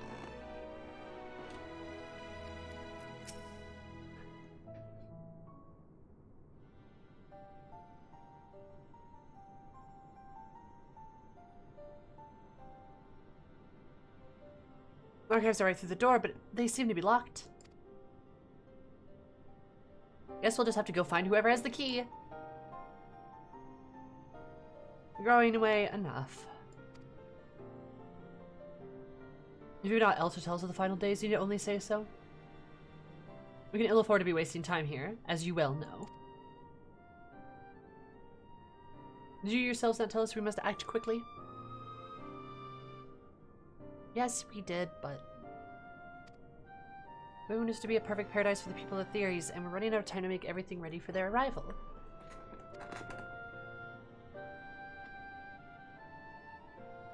I hoped you'd see the wonders we have to offer, but you found nothing but faults and flaws in our work. Only one of you saw our potential, so the others must be kept here. So that's Living Way's game. Run us about in circles, and failing that, lock us away so we can't put the plan at risk.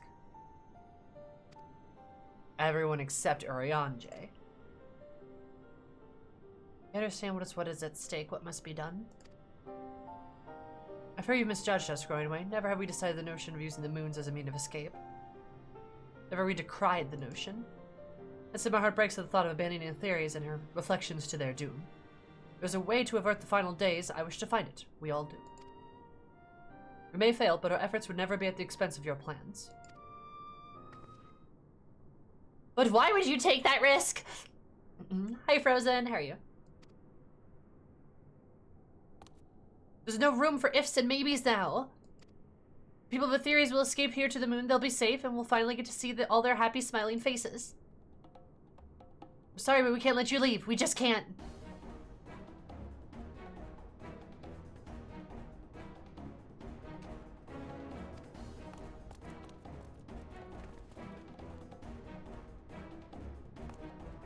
Do what you must, but try not to hurt them. Battle buddies. A powerful mark. Oh God! There's a powerful mark! I'll be back in a moment. Don't do anything rash while I'm gone. Blood trail. If we dally, they'll overwhelm us with sheer numbers. I say we knock these ones out, split up, and make our way to the exit. Agreed, let's reconvene where Argos awaits outside. Marking Way, Trader Way. Amogus Way. You are under attack. Surrender, you won't escape. Seize her. We are fucking under attack. Carrot and run. We need reinforcements. Oh, they're so not strong. This is adorable. Blarg. You're in for it now. We're not done yet. Uh-huh. Right.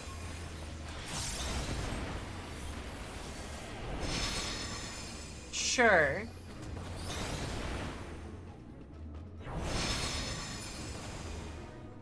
She's too powerful. Guys, I'm the champion of Heidelin. Please come quietly. No. Fuck you. Death.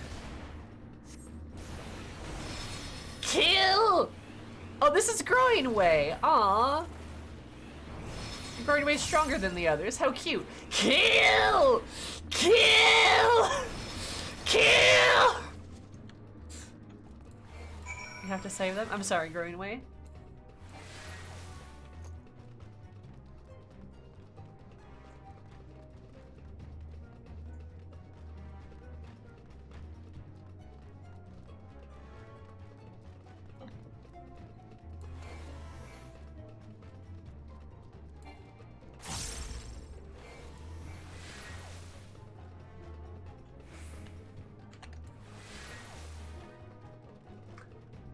Yeah, I do kind of feel bad for hurting the poor bunnies.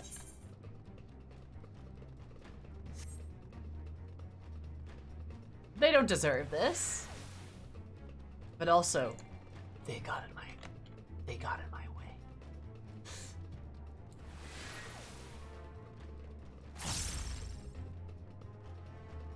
Was a generic Loperit?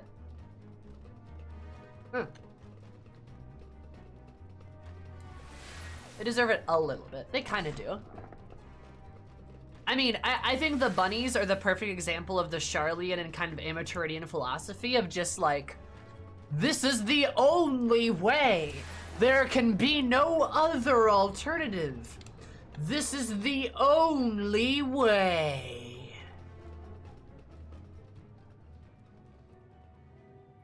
Interesting, I watched Jesse Cox spend 5 minutes trying not to target them directly. Meanwhile, he went ham instant they were targetable.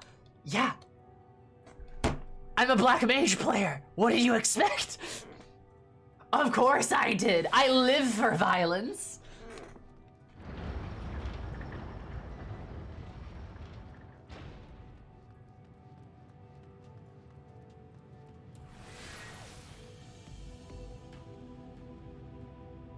But yeah, also they're the ones that chose violence. That is also true.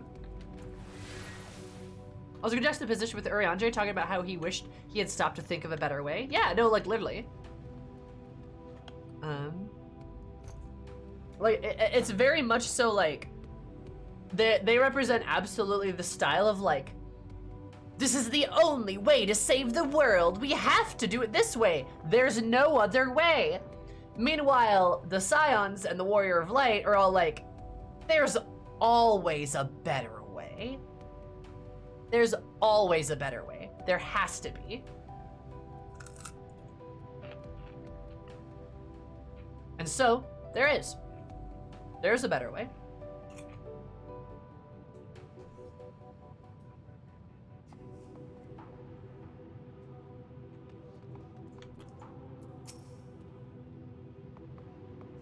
There you are. Didn't rough them up too badly, did you?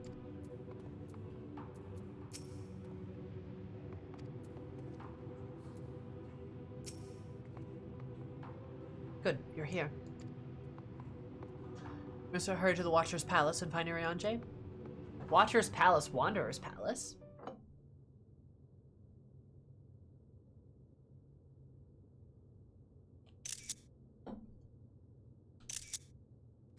I love this. This is adorable. And what, pray tell, do we seek at the Watcher's Palace?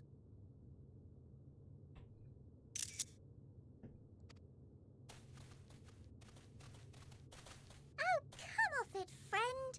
You know full well why we're here. The time has come for you to return to Atheris and help your brethren prepare for their journey here and beyond. Forgive me, Living Way, but I cannot in good conscience proceed with this plan. Oh, yay! Okay, so he is choosing. Okay, yay! Okay, good.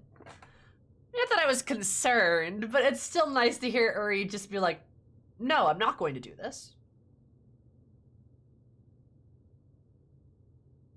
Like, it's character growth. You love to see it. Yay! Huh? But what about the final days? The death and the doom? Oh, we have to hurry before it's too late. It's like the Loperts legit never plan on anyone disagreeing. Yeah, they're naive to a fault. Because the greater good. But people are more complicated than that. And this whole little arc has just proven that people are more complicated than textbooks, than easily suggestible mathematical equations. Like, just things are way more complicated than just like the right thing, the greater good, this or that. Shit's more complicated than that. People are more complicated than that. So are the final days.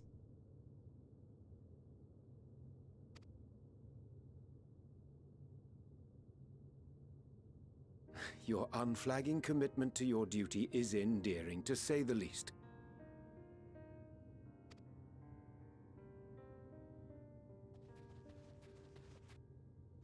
Oh, bugger! They panicked. Hey, we're in height order. Look at that. We're in height order. Be at ease. They bear you no grudge, nor do I. How could we, having come to understand your purpose? Aww.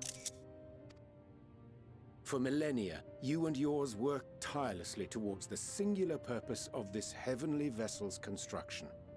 An arduous feat by any measure. Yeah, of course. It is clear you have spared no effort. Why, your very names are a testament to your dedication. You're so fucking nice, dude. You're so nice. Our names? I'm not sure I understand what you're getting at. God, they're so fucking cute. Names are an expression of the self, a declaration of one's hopes and aspirations. Oh, and it's painting to Thancred.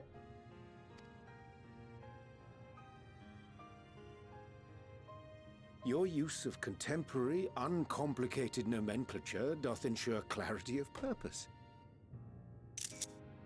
Like when Thancred did, yeah, no, exactly. That's why it's painting to Thancred.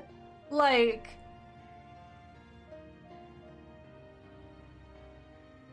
and then he does like the shocked face. That's so fucking sweet. That's so nice.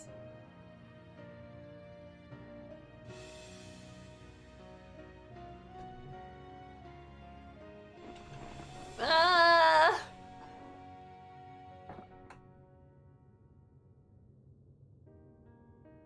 Dude. There can be no doubt that your love for the people of Atheris is boundless and pure.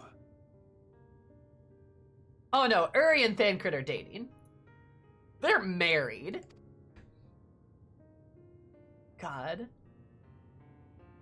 Yes! Yes! A most mellifluous phrasing. We Loporrits were born of Hydaelyn's love for Atheris.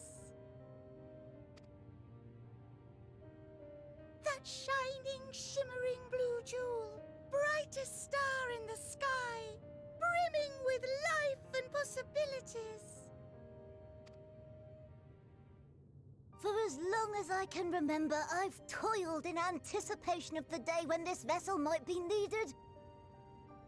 All I've ever wanted was to meet those she cherished so dearly, to serve and serve well.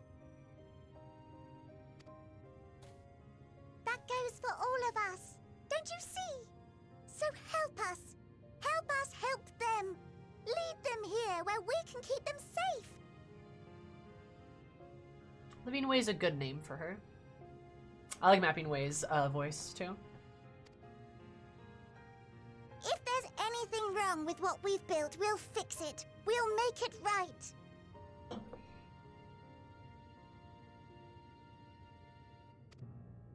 Also, hi, Sassy.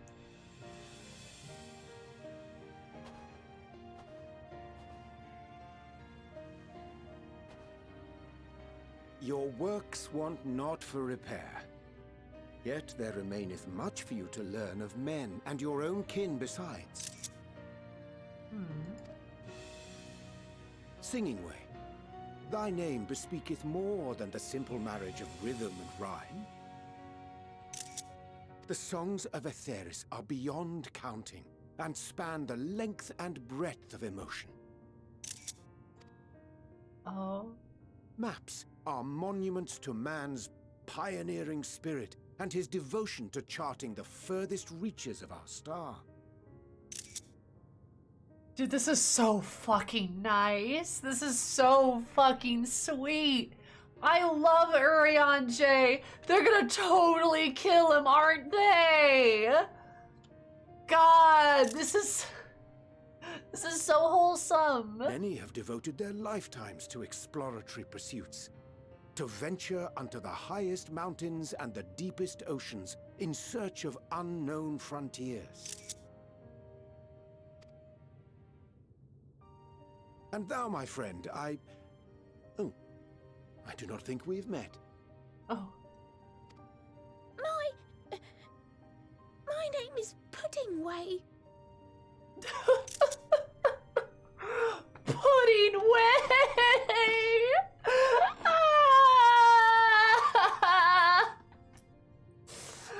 Pudding Way!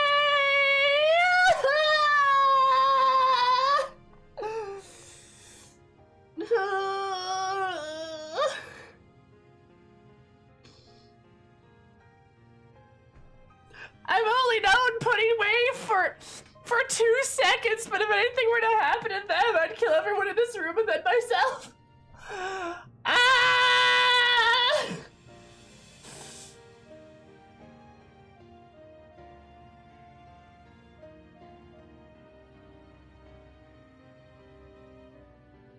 I love Pudding Way!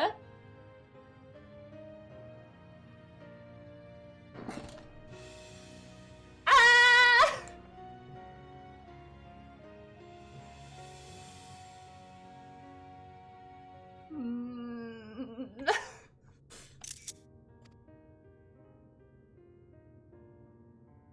Puddingway? Yes, indeed. A name of deep and abiding significance, I'm sure. But one perhaps better communicated through delicious deeds than tasteless words. Delicious deeds. A judicious application of fey magics at a later juncture may be appropriate. Judicious application. And living way. 'Tis no easy feat to convey the significance of thy moniker.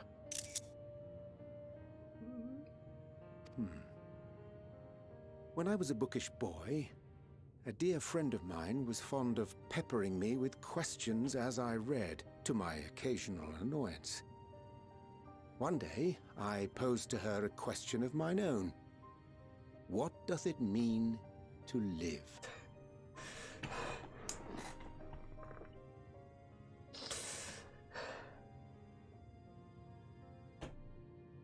God, fuck you, dude. Kidding me.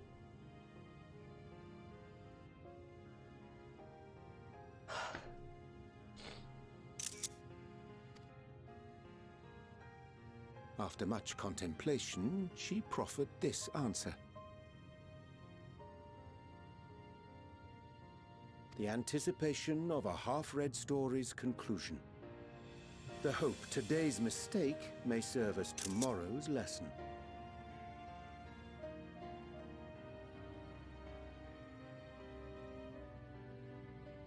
Oh my god.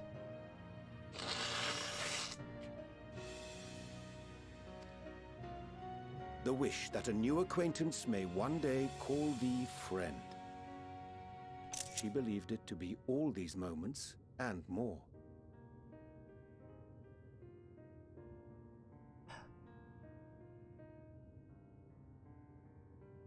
I know.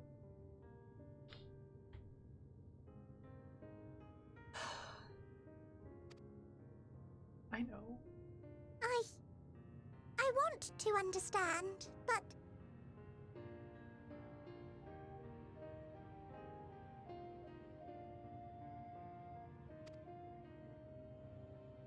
I, too, still labor to find mine own answer.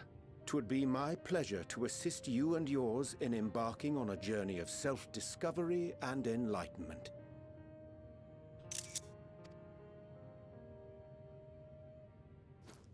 For thee.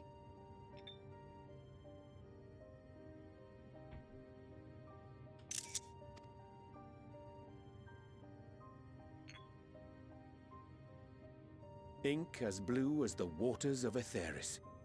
Made in haste, though I assure thee, the quality has not suffered for it. God, Living Way's face is just so dumbfounded. The people need not be persuaded by honeyed words. Nay, I have faith they shall do what is right in due course. Until they do, I beg your patience, friends. And with that ink, let us fill the empty pages of Living Way's compendium.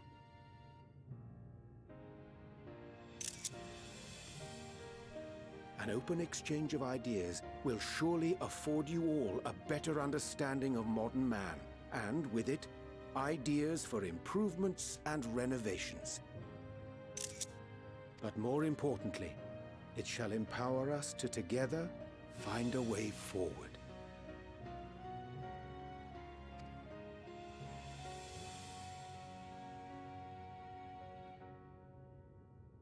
I hope you're right. Thank you for this lovely gift.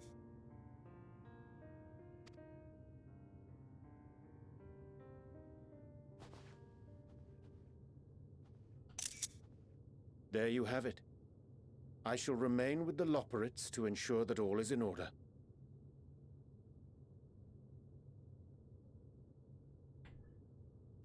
And the screen's cut perfectly. The 8th right in between both parties, indicating that somebody has to go, but Uri's with them, so he has to stay.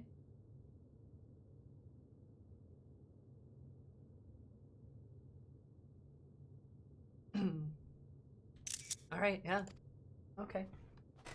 Though we must needs prepare for every eventuality, you would all agree that the evacuation of our star is a last resort.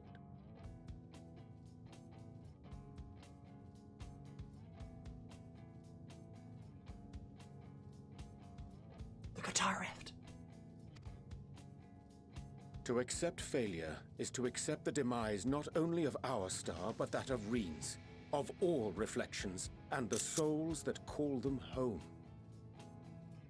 Yeah. Which is why I have every faith that you shall fight to the last, that such drastic measures may prove unnecessary.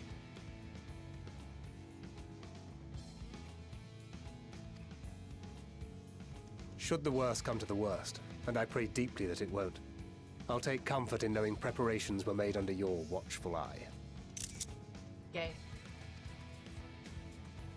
Aye, thou mayest be assured that if calamity cometh, not a soul will be left behind, if being the operative term.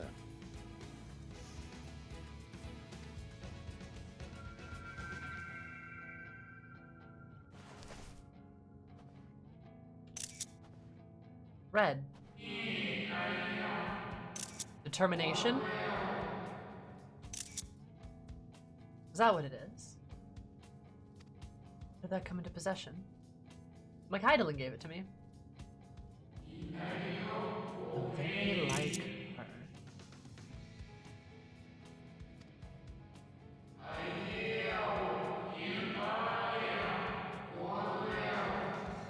I know her true intentions. Intentions which remain a mystery beyond to us. Arianje's conviction and self-realization has filled you with determination. Now, this was a joke, but it's not even a joke anymore. This is the Undertale X-Pack. This is literally the Undertale X-Pack. Similar theming, similar musical choices, similar character growth and decisions and archetypes, and even similar story. Like it legit feels like, yeah, no, like Orange, it legit feels like there's some like very intentional like inspiration taken from Undertale. Like the home song is it's an Undertale song. It absolutely is. But and the usage of flowers too and color, very Undertale too. Like this is actually the Undertale X-Pact. I'm not kidding. That's a good thing. Undertale's a great place to take inspiration from. It's fucking fantastic. Holy shit, though. God, Arianje's a fucking bamf. I love him. The timer was called the Elpis? The Elps? Elps? You do well to remember the name, Elps. I wonder if it's a creation that Azim made. I hate to interrupt, but I feel like I need to make amends for all the secrecy. Think nothing of it. We haven't been the most gracious of guests. Do convey our apologies to Growingway and the others.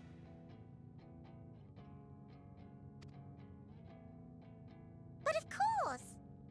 And when next we welcome more guests from Aetheris, we'll have learned to be much more hospitable hosts. Mm-hmm. Oh, and circling back to the matter of inappropriate secrecy, we ought to discuss our benefactors.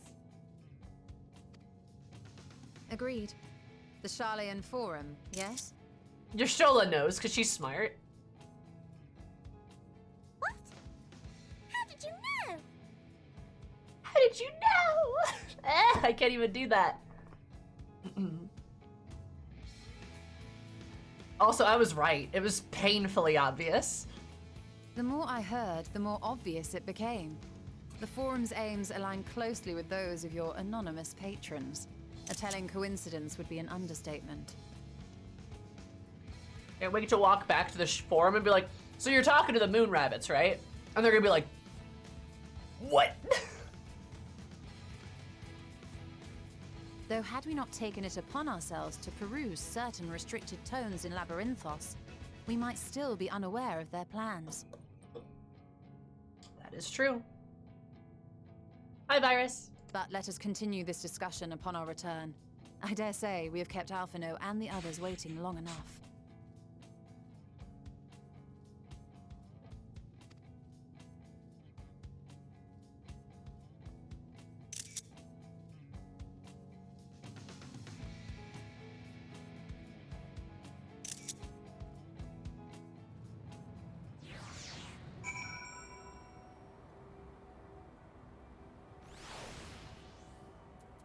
This game's a fucking masterpiece, dude. This game is so fucking good.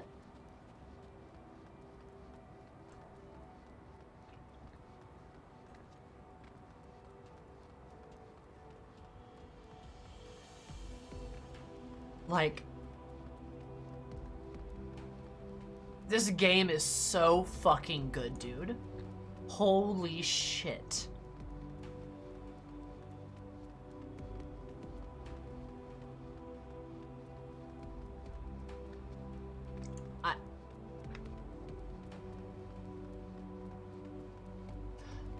I mean, I'm not even sure we need to talk about Arianje. Like, I mean, how was that? That was amazing.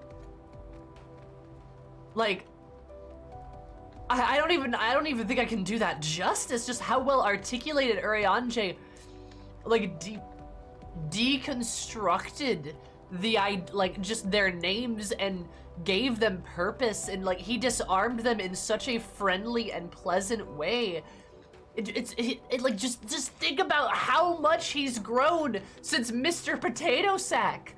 Like Mr. Potato Sack Arianje speaking in completely esoteric and isolated tones, straying far, far away from any kind of social interaction. And now here he is, being so kind and soft, fatherly to these poor bunnies who desperately need someone to guide them, to lead them, somebody to give that advice and that love that they so desperately crave. Arianje's stepping in to fulfill that role because he can now. He's able to do so.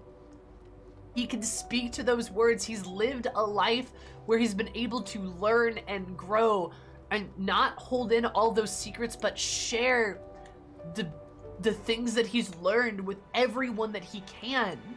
He's so far beyond secrecy.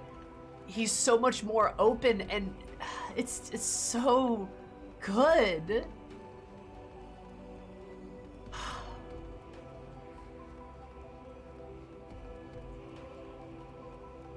God, he's grown so much. And then like, and uses their names as a way to indicate how dedicated they are. And it's like, no, we're not mad at you. You guys, like, how could we be? You're so dedicated. You love your goals so much. You love your mission so much. But there's a better way. There always is. There always is a better way. There has to be a better way.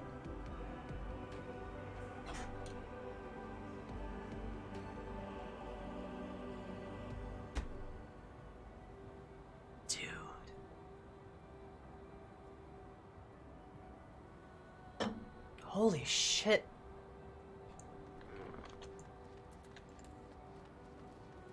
I can hardly articulate just how fucking good this game is. Abadil Shellbringer's area is probably my least favorite sign. He's grown on me a lot. Same. He's one of my favorites now.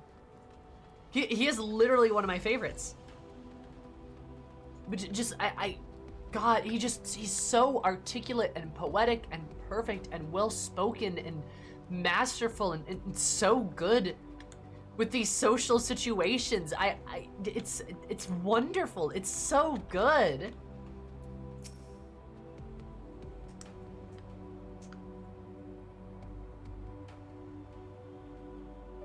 Despite you crossing the chasm, I feared something was amiss. All is well, and more importantly, I've been given the opportunity to behold a wonderful sight. Keep the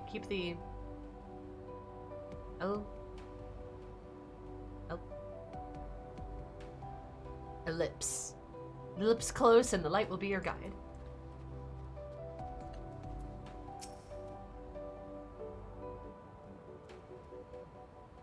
There's little I can do to stop the final days, but should you need know of star traversal, look no further.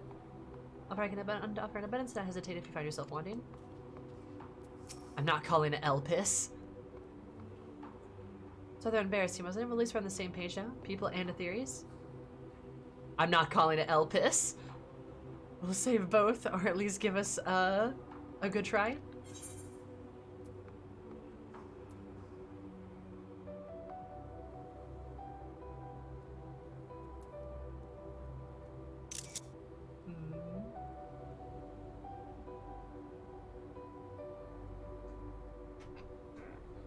Tell Groy when I look forward to our next walk together.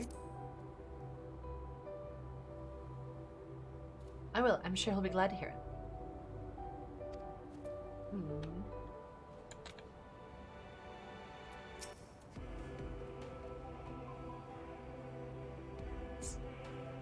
I'm not fucking calling it that.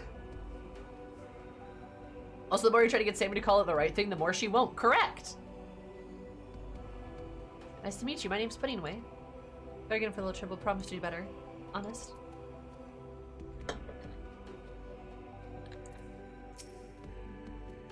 Those will be so happy to hear Ayanje is going to stay and teach us all about theories. Be careful not to get distracted by his lessons. There's still maintenance to carry out after all.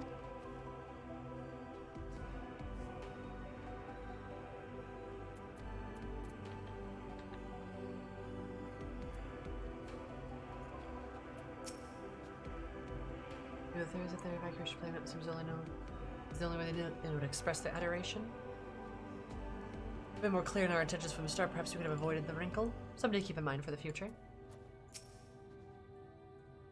Aspiration of hope and aspirations. I'd have thought of it that way before.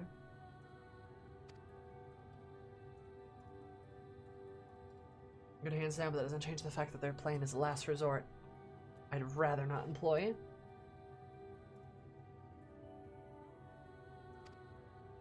Let's see, that doesn't come to that for the first and only other reflections. It was a relief to see Living Way was pleased with my gift of ink. To serve and serve well. The knowledge may be lacking, their boundless love is a blessing without peer. No easy task to prepare them for what must needs be done, but gladly I do embrace this duty, even if it doth necessitate that we part ways for a time. My absence, Bev, that was faith in you, and all our fellow scions. With next return to theories, I pray I find you all in good health and in good spirits.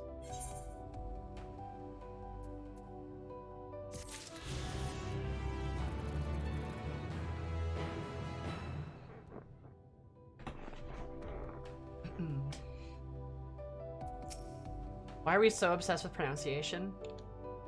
I'd love to know, Grave. It is one of two things. The first one being, people are trying to pull a joke, which is fine. Haha, silly. I get it. Which is why I'm not gonna fall for it, right? The other one is because woman wrong on internet can't be. So I'm pretty sure it's the first one. Or I'm just gonna assume that one. I'm just gonna assume that one.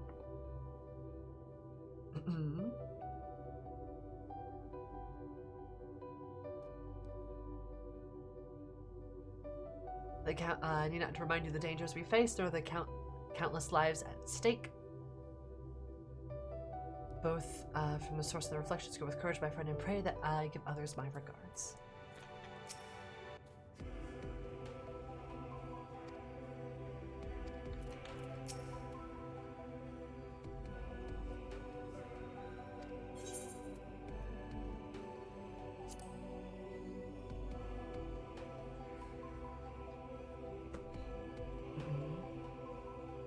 We all ears? You know we can't be? Probably just taking the L piss. Yup. For sure.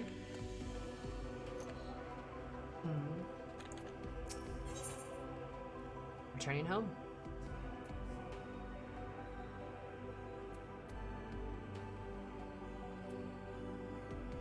Version of the moon concluded. Your Stola is keen to return to Aetherius. Loparts and Arion just capable hands. We didn't worry about affairs here in our absence. Knowing that they face the earthly collaborators, there's much to discuss with Alphino and the others. Let's return to the Tower of Babel. Our battle for the star will soon begin in earnest, and we must be prepared. Yeah, things are gonna heat up again. Let's go.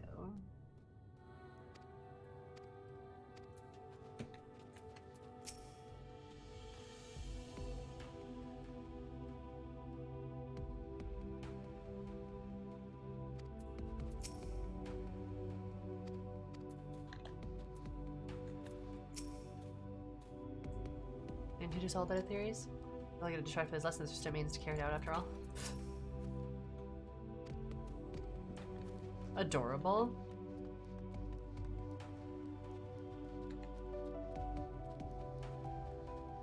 Are you guys speaking Bostonian?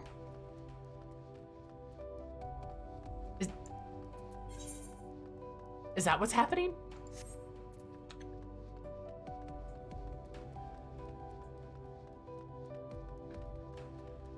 Yeah, I'm still doing the MSQ. It says it right in the title.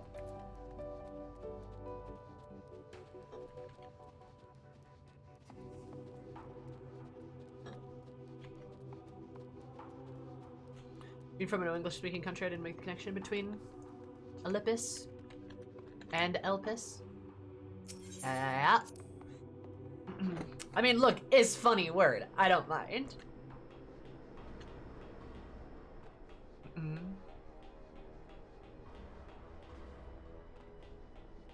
But, damn.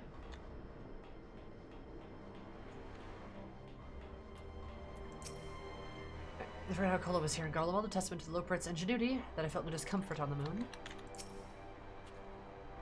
I can scarcely believe we went to the moon and back.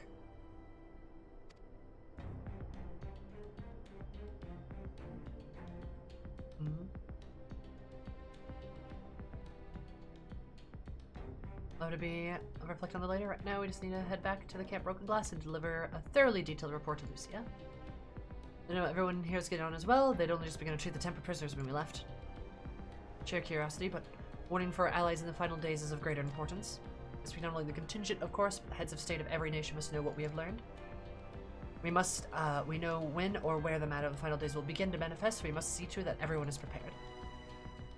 And though we wish to stress the importance of discretion, lest the public be sent into a panic, not that everyone in position of responsibility should be need told as much, but it bears repeating. Anyway, first things first, Camp Broken Glass. Perhaps the tower into a depression theme park, oh my god. Yep, no, I assure you, I am no further in the level 80, than the level 84 MSQ than right here. Promise.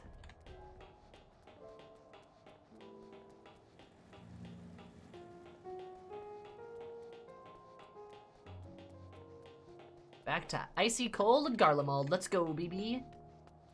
Hello, Depression Land.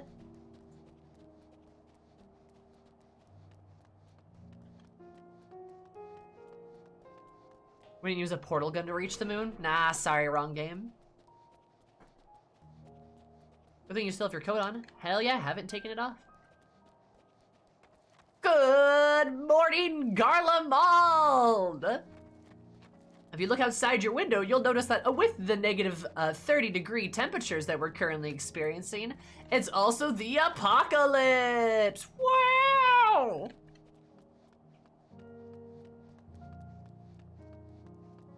Let's go, Garlemald! Woo!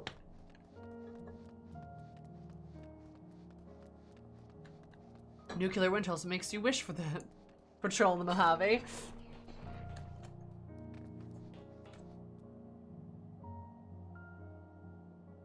The moon's somehow more comfortable than Garlemald. Oh, for sure. Don't forget to watch out for the killer robots on your drive to work today! Killer robots! Abominations beyond mortal comprehension! And sub-zero temperatures!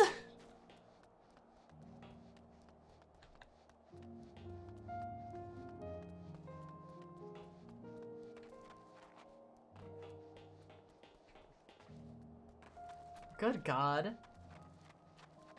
And Garlemald's had it rough. I sure hope the world doesn't end too or something.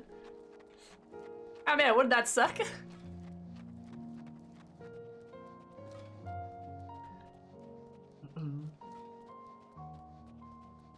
What does see dead bots patrol the streets while on the school bus? Oh my God. Like, imagine being like, oh man, thank God, they finally stopped Fandaniel and the Tower of Babel. Maybe we can get back to rebuilding Garlemald or something. Is that the apocalypse? Wait a minute! Hold up! And then... blonde maniac wielding a scythe. I wonder what Juicy's up to. Probably being juicy somewhere. At least it can't get any worse.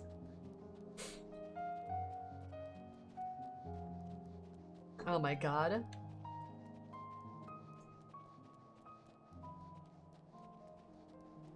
What's a good shock jock DJ name for a Garlean? Oh my God. You just have, good morning, Garlemald. Is your DJ, Xenos. The Warrior of Light's on the moon right now. And it's not really a good place to fight them, so I took up a part-time gig becoming a radio host.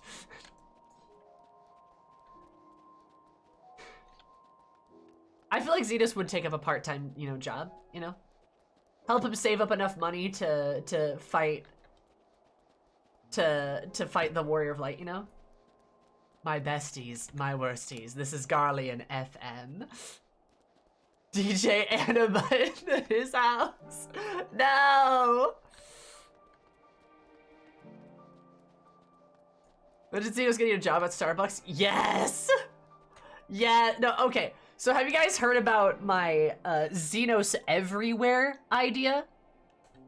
Me and Paige were talking about it. The Xenos Everywhere system. Where Xenos just appears everywhere, much like Majima in Yakuza. You go to get your coffee, Xenos is the barista. You go to queue into a dungeon, Xenos is in the dungeon. Xenos is in your party.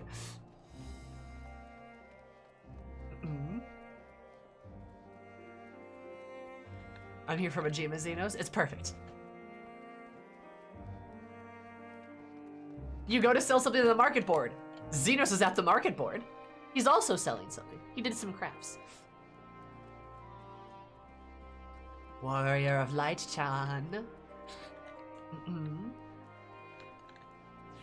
But yeah, like, yeah, no, it'd be great. Like, you enter, the final boss's Tatasha is lying dead on the floor and Xenos is standing there like, hello, Warrior of Light. Time for you to fight me. But Xenos also only has level 15 Reaper skills, just like how you only have level 15 skills. So you guys just sit there and hit each other with like your 1 and your 2 in your combo, and that's it. That's the whole fight. And he's like, wow, I should have picked a higher level dungeon to ambush you in. Xenos selling his botany mats. Oh yeah, for sure.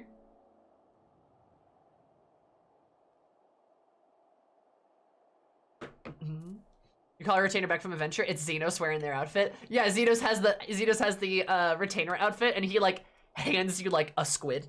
He's like, that's what I found. Now you must fight me. Xenos always sells his mats for way too high. I don't understand why they're not selling. Wait, why is somebody selling the same thing for cheaper? That's ridiculous. Immediately set up another adventure. He's like, wait, no. Slap him with the squid. Just bat. Owie.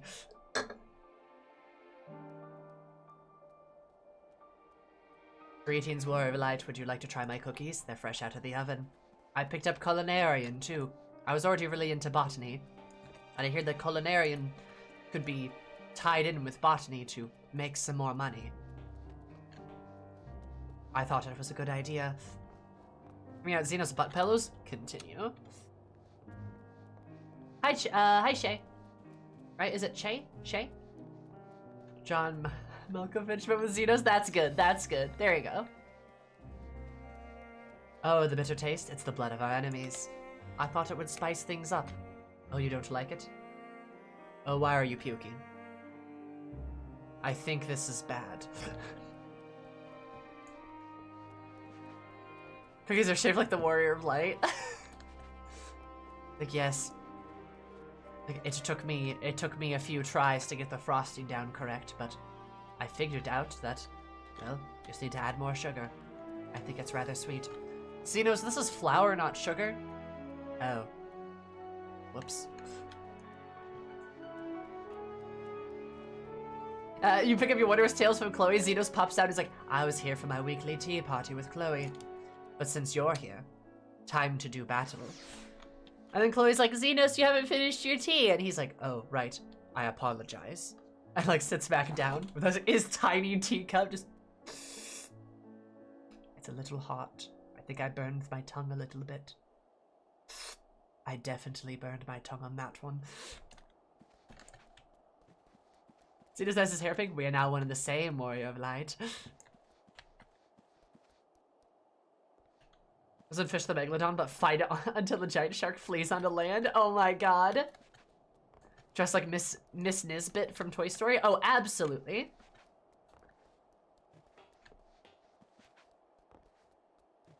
One moment, Warrior of Light. Chloe said I'd finish my team before I can fight.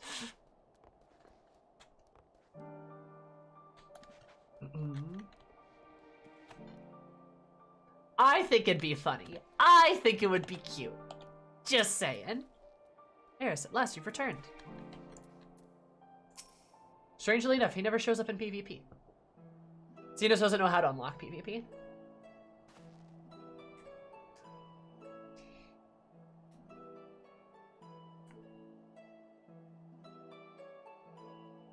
Good to see you all again. No worse for your lunar adventure, I hope.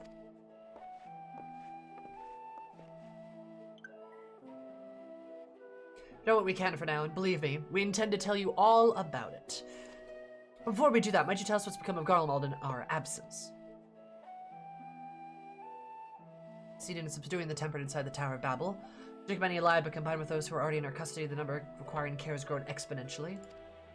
The inclement conditions have been made difficult, if not impossible, to treat them all here, so we petitioned the aid of the allied nations. Some are understandably hesitant to proffer assistance, particularly those who are but recently subject of imperial occupation. That said, several others have agreed to grant them refuge for treatment. With the assistance of your fellow scions, we endeavor to see them safely transported and subsequently cured of all their tempering. Will all the tempered be relocated? No, not all. We have sufficient shelter to attend to those whose treatment has begun. Enough healers have volunteered to remain until their patients have recovered. Julius is one such patient, though he is not yet fit to receive visitors. Truth be told, it was a miracle he and those in his company were not harmed in the chaos. If not for Alpha and Alizé's timely assistance, I dare say none of them would be with us today.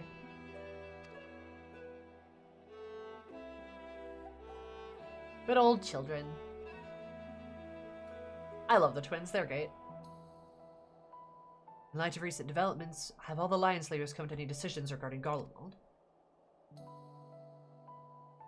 Given the tremendous ramifications of what has happened here, it will take time to determine what must be done. In the meantime, they intend to work with the Eastern Alliance to keep a close watch over the provinces.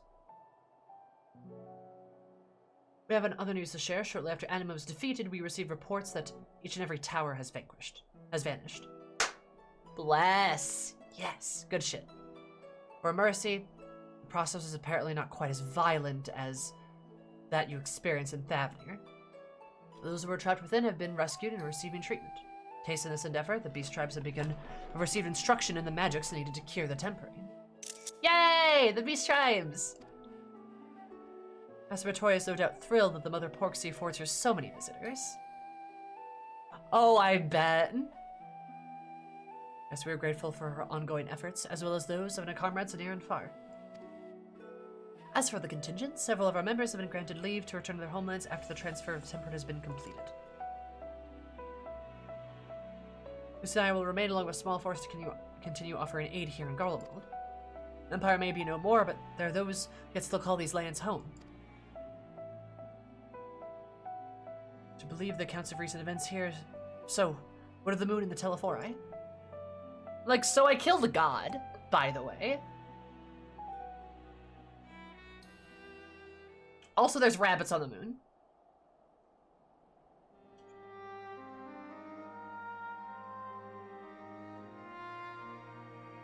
The final days, gods, I pray your victory would mark the end of our troubles. So much we do not know. The Alliance leaders must be told. Would you be willing to contact them in our stead? Yes, of course. I will send word forthwith. Also, release your fellow Scions from their present duties, that they may return to Charlian. Energies are better spent finding means to avert the coming apocalypse. Speaking of your fellow Scions, you will be happy to know that Mistress Kryl, though still on the mend, has been moved to the Baldessian Annex and given into Tataru's care.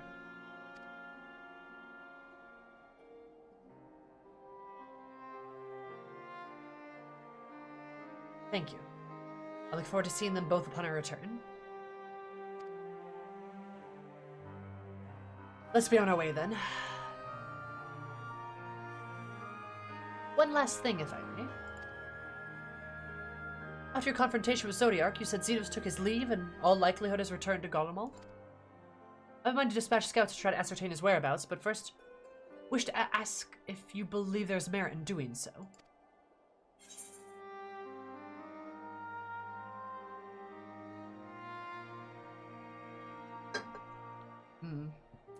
Yeah. If they found him, they would not likely live to tell the tale. Admirable, but futile endeavor. Eris would say that. I'm like, he's not gonna be like cutting a swath through here. Ah, you're the only foe he considers worthy.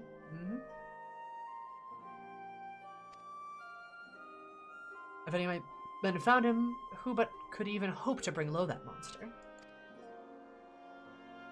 Pray forget I entertain the notion. On the subject of Xenos, the 10th Legion has made an official proclamation. They denounced the Crown Prince and condemn his role in the Empire's downfall.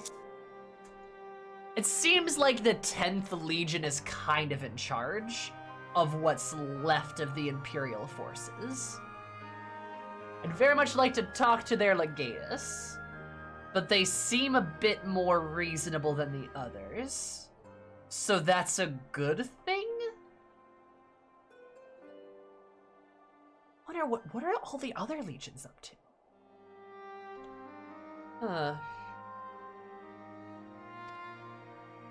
His very title is becoming a source of shame among his former subjects, and its continued use only serves to hinder relations with foreign nations.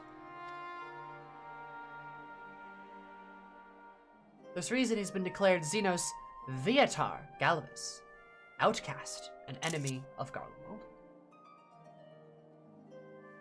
To be fair, Xenos hasn't been using the yay in his name, dude. But yeah, okay.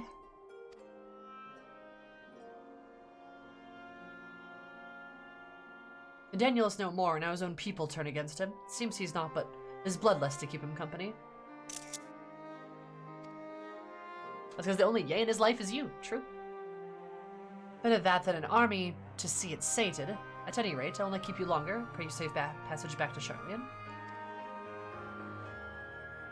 Waka, you looking for me? No, not Waka!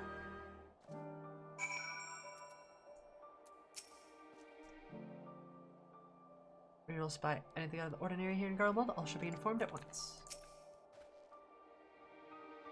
countrymen have recovered falls me to tell them what's become of Xenos and the Empire. Or is it no kindness in withholding the truth, but it will wound them.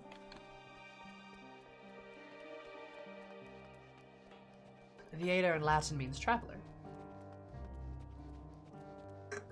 Yeah, it's like visitor, isn't it? Something like that? Or not him, maybe eject. Oh my god.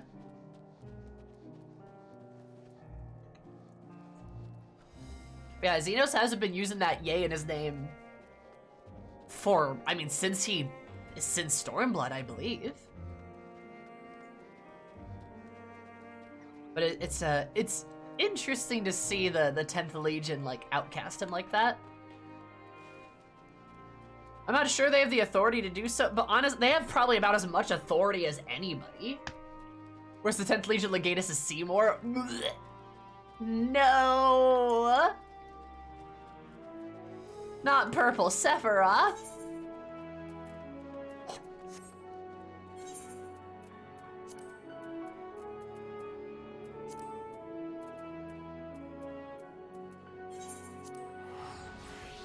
Titus Van Belsar. No!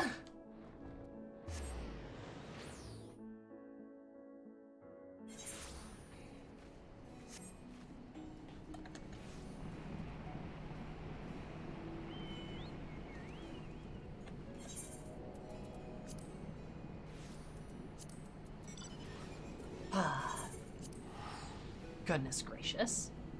Well, regardless, I am happy. Things are proceeding well, it seems. The towers are all gone, that's very good.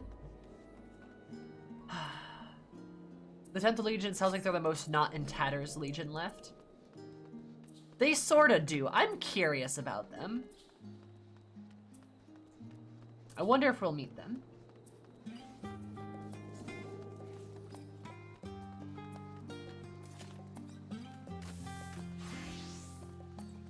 10th Legion Legatus is Auron. Well, shit, I think we lose.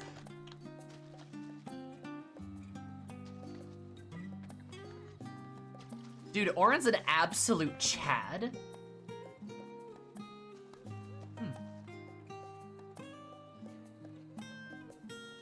You guys are doing like a perfect sit. Can you sit like...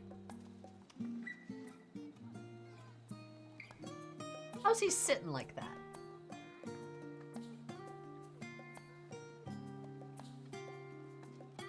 That's like a chair sit. Wait a second. Wait a second. How is he sitting like that?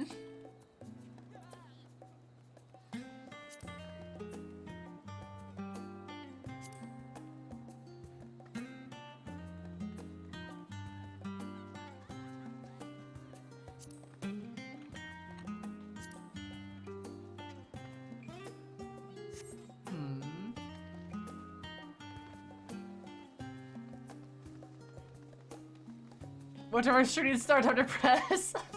Sage, literally though. That's a glitch. Well, he looks very nice.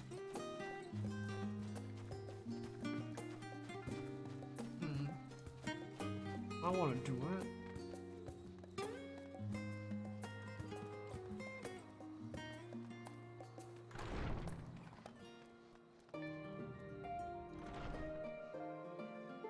Man, I remember when everyone was around this guy. You can tell how far behind in the MSQ I am.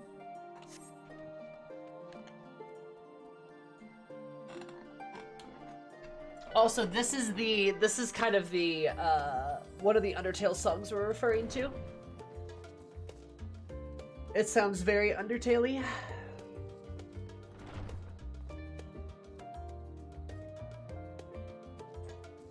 Game is dead in real time. Oh my god, no. At least now you can see him. Yeah, that's nice, actually.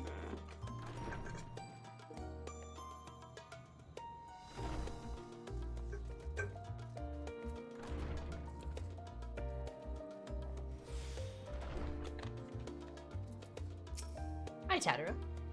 Oh, it's so good to see you. And, for the chill lanes, I take it? As I know that everything's been kept up in order since you were away, I've brought a few useful knickknacks with me from back home. As soon as they arrived, I received word that Kryl is in poor health and you on the moon. You meant to give me a fright, you succeeded.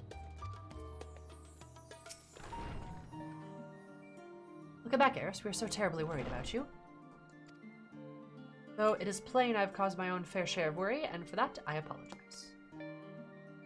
Call me to the day you entered the Tower of Babel. Your pleas were faint but desperate. I knew at once she required a vessel to carry out her will. Afterwards, felt like a dream. Barely remembered my body flowing through the life stream towards Galamal. In consciousness, was all aches and frostbite, exhausted from the aether, so exhausted. In fact, I could only laugh, and it was for a moment that I understood Raha's weariness from the Tower of Zot. Aw. But I could laugh at like a lifetime like this.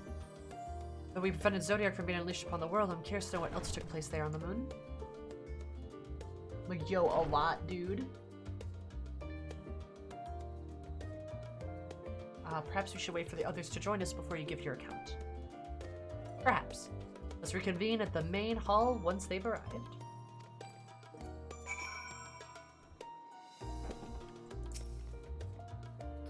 Plus, I've recovered enough to get out of bed. Even if I hadn't, I could not well miss you account of your exploits on the moon.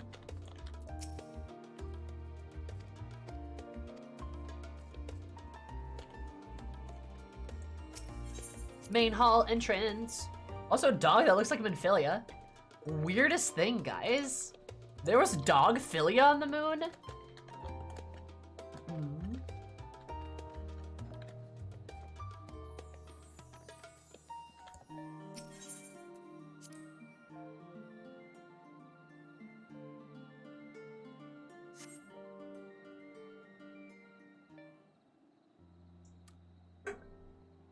Sup, team?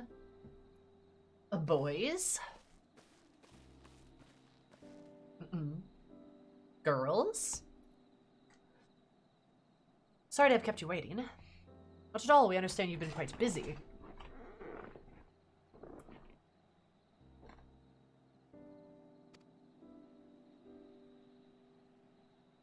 Will Ariane be joining us?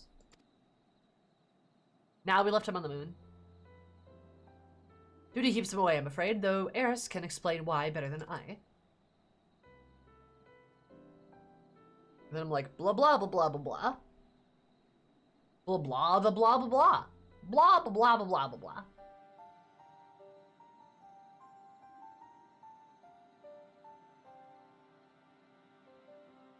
Final days, as befell Amarant. We've escaped via the moon? What of the source and its reflections? I have no intention of standing by while the world falls to ruin. So how do we stop this? Unfortunately, we have no answers present. Celestial currents have grown stagnant, which is the case in the time of Amarant. Excuse me. The solution would be to alter the flow of aether through the entirety of the star. And just accomplish this by summoning Zodiark, sacrificing half the star's population, doing, which should not go without saying that such a sacrifice cannot be repeated. Which leaves us with the daunting task of identifying the underlying catalyst for the final days, a feat which even the Amaridians could not accomplish. Fortunately, we found no clues in Mare Latorium. There's still much we don't know about the catastrophe itself, let alone what may have caused it. Final days were marked by the corruption of the Amataridians' creation magics, but we command no such power, which invites the question, what havoc is in store for us? That's a good point, because I've been thinking about that. So the Amataridians' final days were their final days because their creation magics ran wild. We don't have that power. We don't have the power to just create nightmares out of nothing. So what does the final days look like for us? Like, how does that happen? You know, like, I've been thinking about that. Like, does like people's aether just go crazy? Does things get created anyway? Do people just die? Do people get tempered? Like, I feel like there's a lot of things that could happen. But like, if our aether runs wild, do we just like explode? The Amatridians, it was like, we create nightmares, but we can't do that. So then what happens?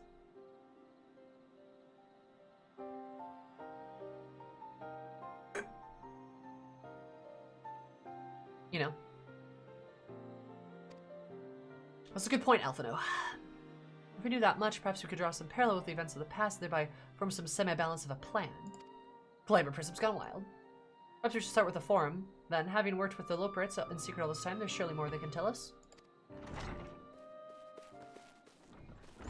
Forgive the interruptions, but I have urgent news. The Forum is holding a public assembly at the plaza outside, some sort of announcement. What is Father up to now? There's only one way to find out.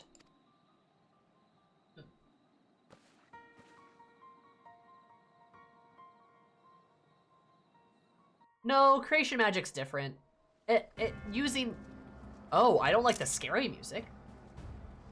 Utilizing, like, different types of aether is not creation magic. It's like the act of creating. What the fuck? What? Huh? Why are y'all so spooky? Why are they all so spooky? Soka, why are we using the Asian music?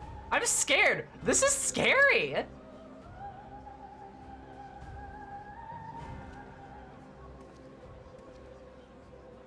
Order, order, I say.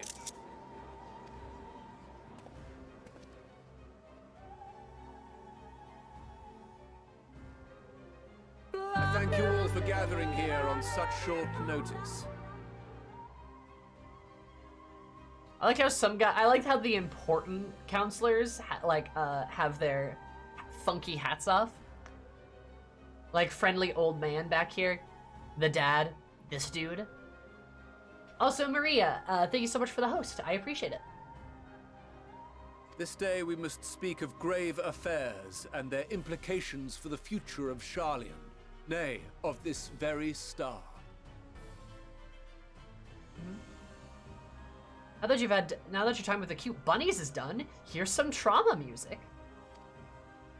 Said affairs concern all citizens, and so we have called for a public assembly.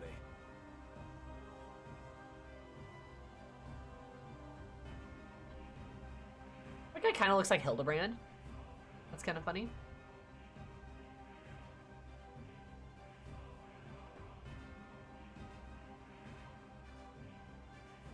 Huh. Sorry, that...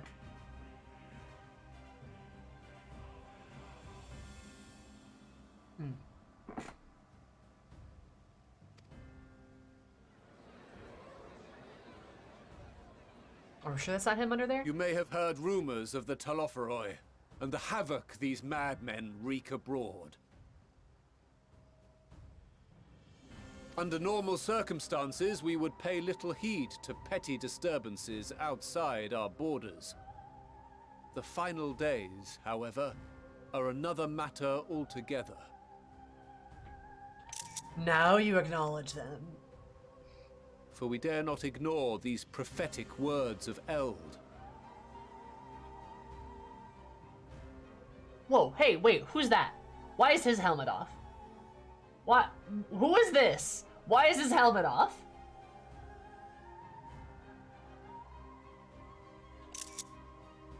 Whom's the fuck is this?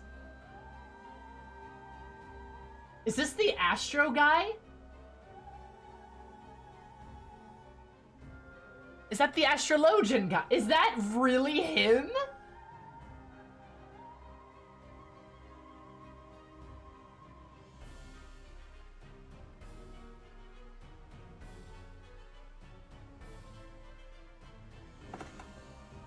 Is that who he is? Oh, that bitch!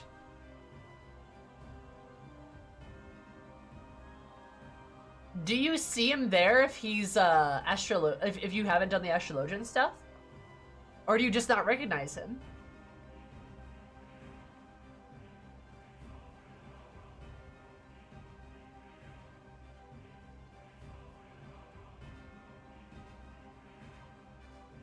Yeah, no, I'm pretty sure that's the guy. Huh. The Endbearers will come, ushering chaos and calamity. The final days descend and devour the very star.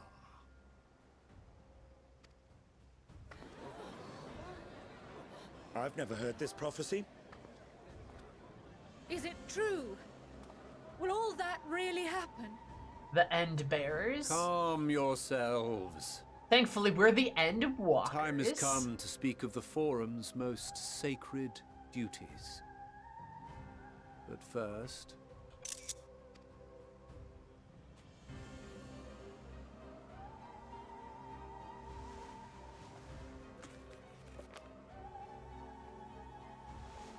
Give voice to the voiceless.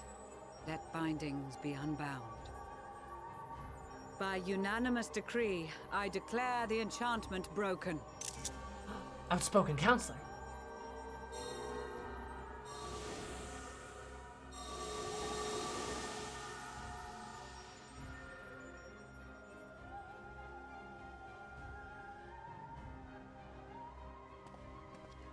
Master Leveilleur, if you would. And Bear was the job of the royal killer to carry Xenos' juiciness, true. Very well. Hey, it's fucking asshole, man. Man who is a big jerk and mean. 270 years ago, our forebears began an expedition in the Dravanian hinterlands, in search of a route to access the ethereal sea. This much is public knowledge. Their findings, however, would become the Forum's most closely guarded secret. What those researchers discovered in the hinterlands was not a passage unto the ethereal sea, but the very heart of our star, and Hydaelyn herself. Remember when I guessed that earlier? Good shit. She spoke to them of a calamity that would extinguish all life, and of a means by which we might be spared.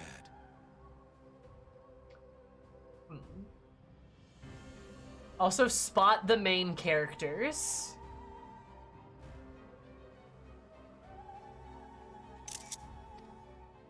The moon. 'Tis in truth a gargantuan vessel built to serve as sanctuary for her children and deliver them from this doom. Much like Nunkref's hope in ages past, it will bear the people of a world in the throes of death to a new home. Yeah, blah, blah, blah, blah, blah. Needless to say, this will be no small undertaking.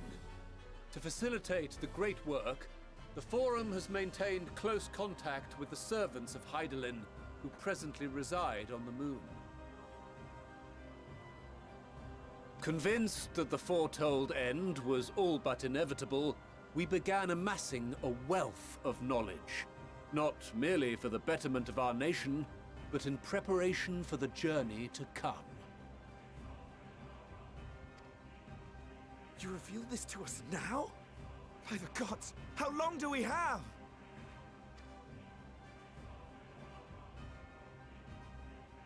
While we cannot say with certainty, we believe the hour to be nigh.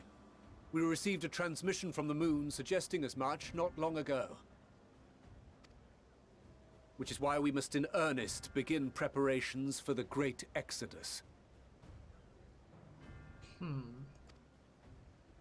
For his impressive contributions and the leadership he demonstrated during our withdrawal from Dravania, we have elected Master Leveilleur to oversee this initiative.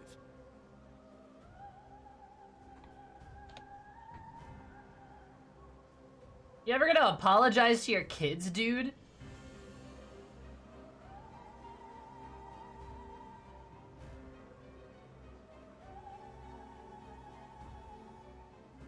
God, what a fucking dick. I immediately raised the lookwards for contact with Charlian. That's fair.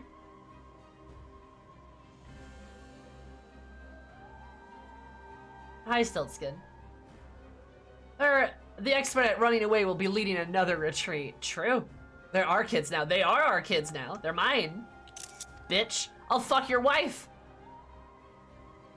Just to solidify it.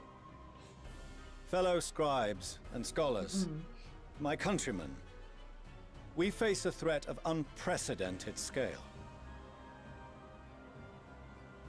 We must challenge the trials before us with composure and conviction if we are to find salvation. The wisdom of Charlian has ever been a shining beacon in the darkness, and so it shall continue to be. Shut the fuck up.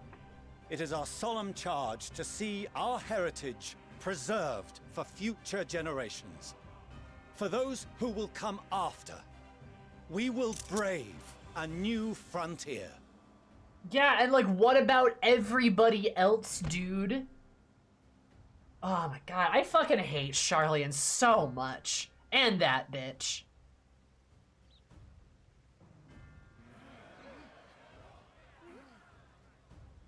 Administrative edicts will be relayed to all major institutions ere long. In the meantime, carry on with your duties. With that, I hereby call this assembly to a close.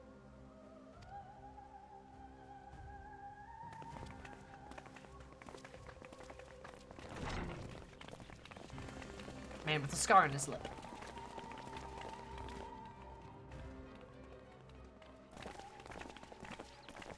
Butt. Legs. Cryo. Butt. Cackerel. Stinky. Kids. Children. Do you remember what Mother told us when we visited home?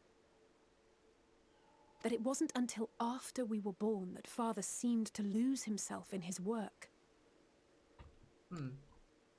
If that great work of his was the evacuation of this star, then... Still a dick to you? Yes. It wasn't for his benefit. Whatever. Would you mind waiting here a moment? I wish to speak with Father before we leave.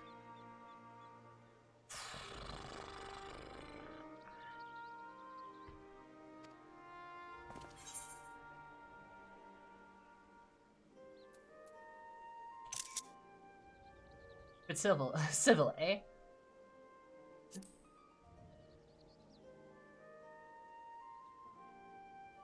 I may look daggers at him, but I will neither speak nor draw them. Okay, okay. If it's all the same to you, I have a few choice words to share with Father as well.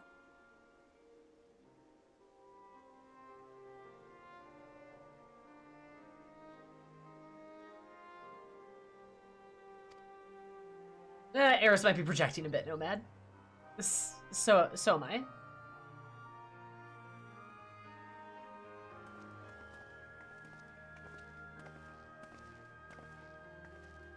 So, come to call us cowards and bid us join your fruitless battle against the inevitable. Nay, we do not object to the Forum's proposal. On the contrary, those who wish to flee have every right to do so. Urianger is cooperating with your associates on the moon to ensure that all is ready should evacuation be our only recourse. Then whatever your business, I suggest you be brief. God, he's such an asshole! Though we cannot boast the boundless wisdom of Charlian, we have first-hand knowledge of foreign cultures, and have conversed with no small number of peoples. These experiences have taught us fundamental truths that cannot be recorded in any tome, nor charted on any map. Fuck yeah, the beating heart Alphino. of this planet is its people, many of whom would give anything, even their lives, to protect the lands they love. You tell him! Yes! Many may choose to join you in the end. But what of those unwilling or unable, for whom escape will never be an option? What would you have them do? And I love zooming out to show like the rest of the gang, right? Because like everybody over here is gonna go down swinging. We're gonna do our absolute best to prevent this, and they're just gonna run away. Oh, I'm so ready for this shit. To ignore the plight of those one might conceivably save is not wisdom, Father. It is indolence. Throw his dad's words at him again! Do it! Do it! Yes! Fuck him up! Stab your dad! This is why we choose to fight. And then it pans to the gang! Because we're the ones that we might conceivably save! Yay! God, that's such a good shot of like everybody behind Alphado. Like, yes, yes, yes!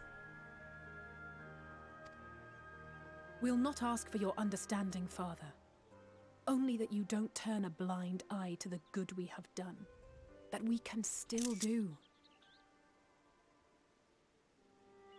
How did that jerk end up so different from his father? Good question. We're not children in need of protection. Hold fast to your principles and let the world burn if it please. But we believe there is still another way. Because there's always a better way. Always a better way. And if there is, we will find it. You see if we don't. Always a better way.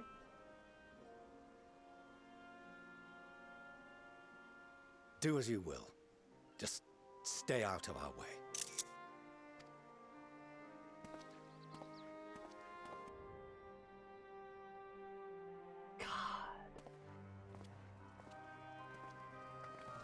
This is where Eris runs up and hugs both of them.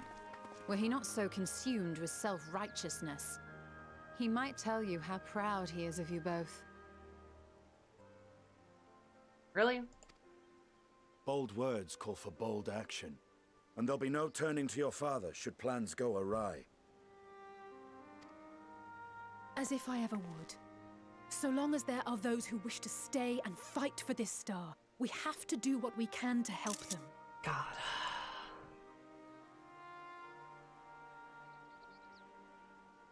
And if we're to do that, we'll need to be well rested. Take a nap. Wouldn't you agree? And having triumphed over what we once thought to be the source of all evil, I can think of no one in greater need of at least a dozen winks.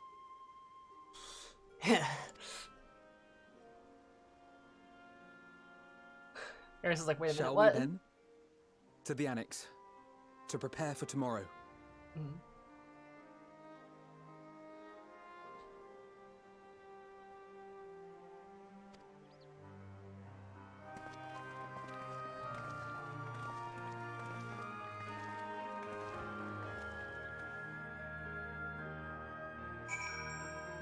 God, I love Alphado so much, dude.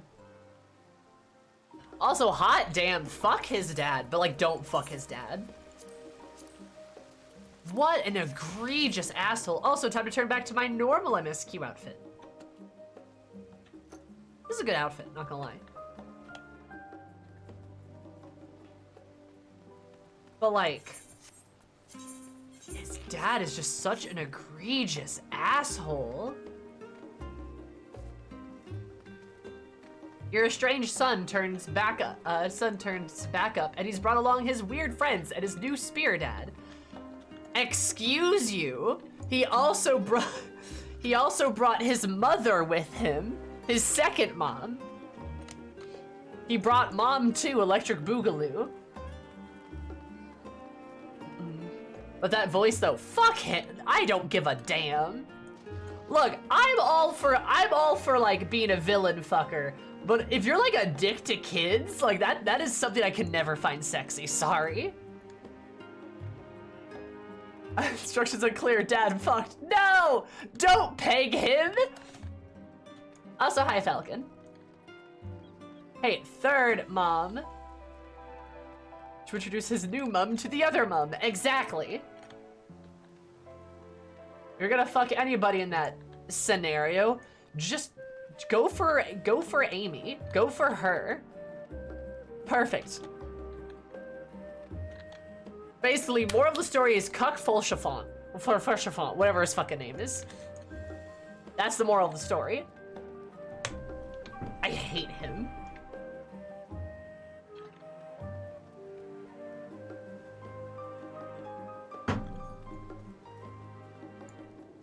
Dad runs off to play hero, dies doing something, his kids go and follow in his footsteps. Oh, for sure. Hashtag cuck Folchafont.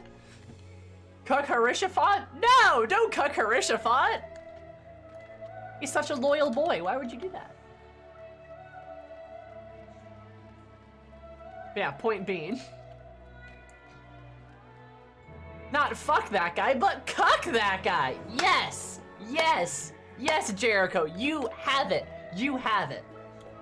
Remember, when in doubt, if a man is a shitty dad to his children, cuck him. That is the only recourse. Broke/woke, Lamau. True. Oh my god. Cuck, don't fuck. Just a picture of his face. Oh my god.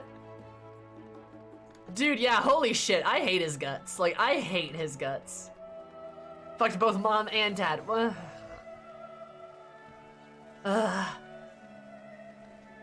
Amy is very attractive, yes.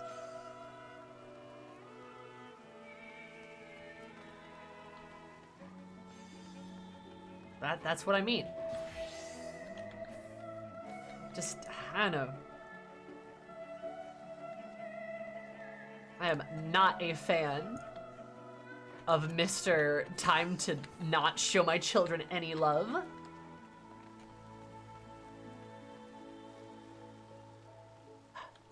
Wait, Sammy, what's up, Sal? Mad. Angie.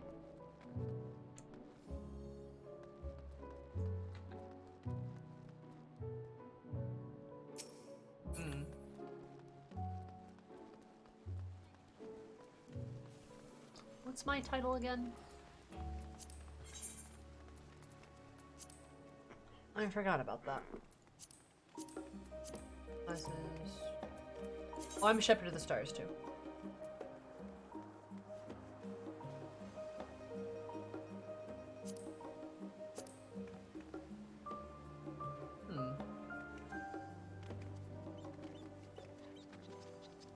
Oh, they can call you mommy? I mean, like I said, those are my children. I love them dearly.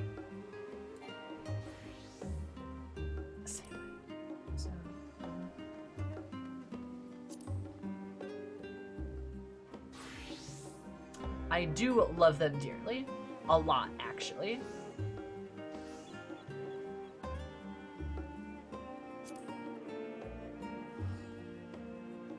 Do I need that again?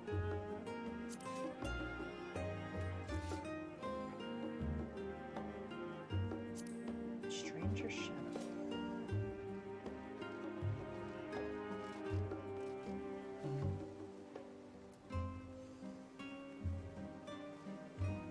Also, hey, Crystal DC hype. Hell yeah, Crystal best data center, honestly. What server are you on, Crystal?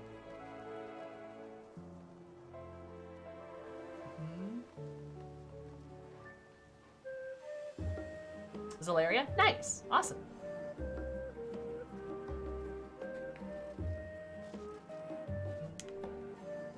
Stranger Shadow. The Boundless Dark. The Boundless Dark. I do the Boundless Dark. That's pretty good. There's my hope after seeing what prick of a dad there is. Same. Yeah, no, I completely agree. I'm glad she's a good mom. Who's a palm friend forever? I'm not surprised.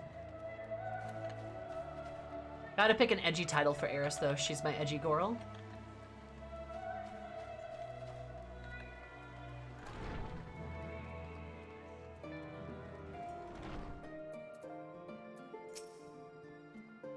before me in a rather momentous announcement today, so there's to be a great Exodius then, is there? Reminded by narrow escape from the Isle of Al, and the realization of running the mixture of relief and regret after, why me, I asked myself, why me? Why us, why now, the wonder. There's no use fighting over the cosmic morality or lack thereof. Well, we're here, we'll get through this together. And who knows, maybe my luck will rub off and grant everyone a narrow escape. There's no harm in praying as much. Open enough of my rambling, I'm sure exhausted. Your chamber awaits. I'm gonna go take a nappy.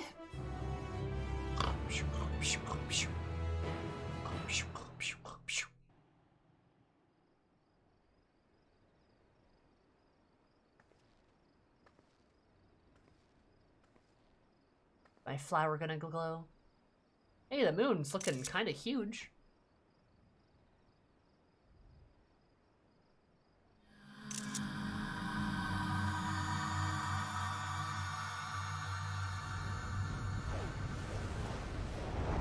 Hey, yo, what the fuck? Huh?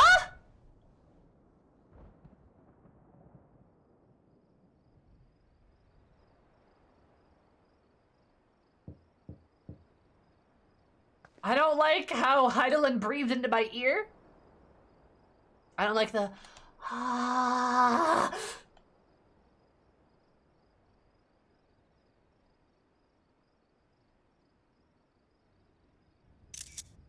Visitor came knocking at your door. Whoever could it be?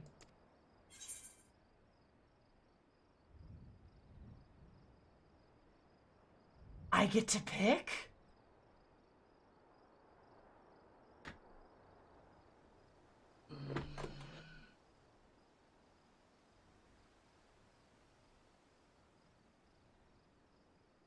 I get to pick. Who's your fave? Choose now. Then watch all the rest of the Unending Journey. Oh my god, how long does it take me to get Unending? Do I have to finish 6.0 to do Unending Journey?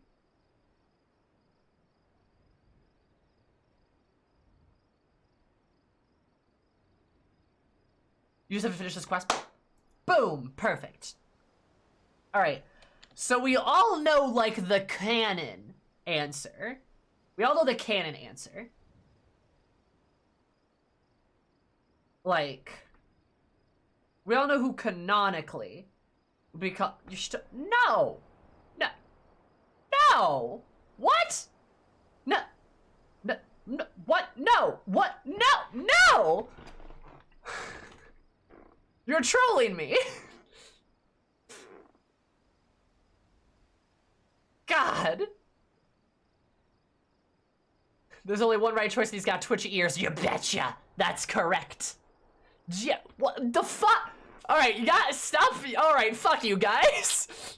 I was trying to do something fine, trying to do something participatory, but fuck you, never mind.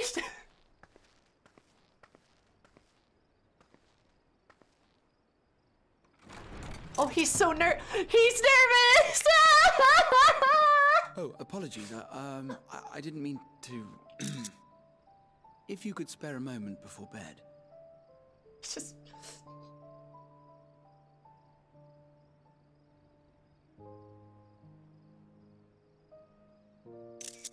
He's got big old eyes and his ears are back. Thank you. I fear this may be the last quiet night we have to talk for quite some time.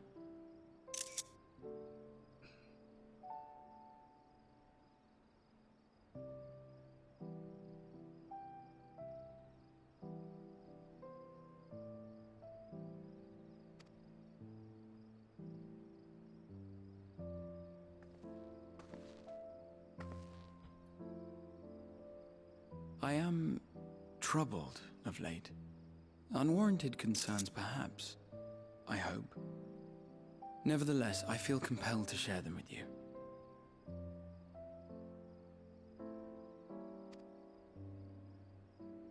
Though you have bested your enemies thus far, Xenos and even Zodiac, your victories have come at a considerable cost to yourself. Silly cowboy. No one is without their limits, and you are no exception. I worry the added weight of the final days will prove more than you can bear.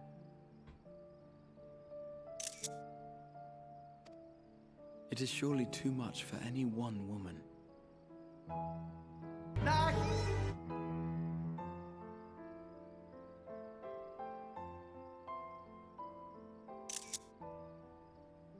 just want to pick him up.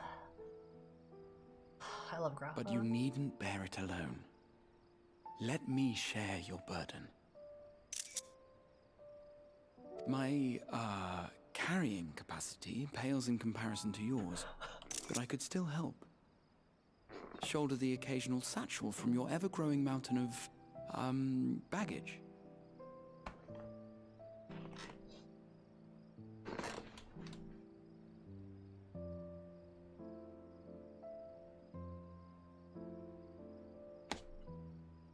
Bitch, I'm gonna cry. You have already done so much to help relieve me of mine own encumbrances. 'Tis only fair that I repay you in kind. Really shadowy here. Of course, it needn't be only troubles we share. Oh, really? Like what? Moments of joy may seem few and far between now, but there will come a time when we look back fondly on this journey. The inquiry at the Forum, our march through the snows of Garlemald, our impromptu dinner in this very room. All of it.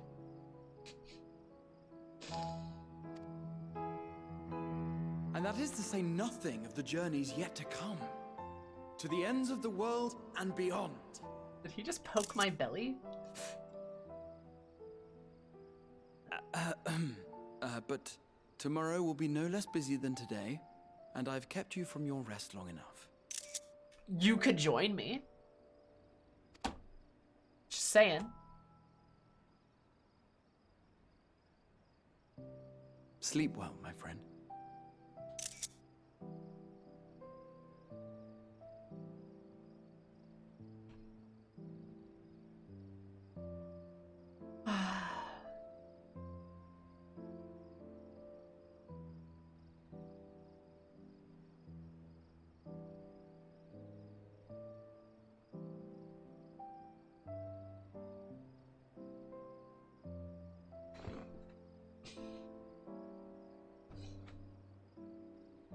I want Catboy.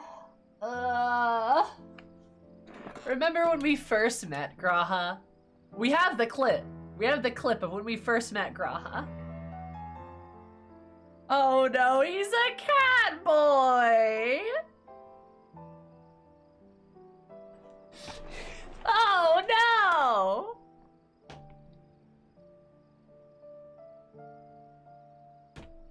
And here we are.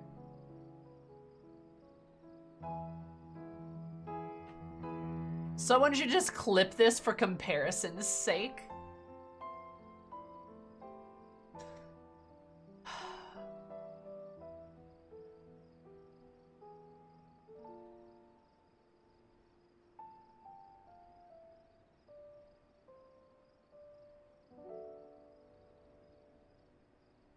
Come a long way, dude. We've come a long way. We've grown a lot, too.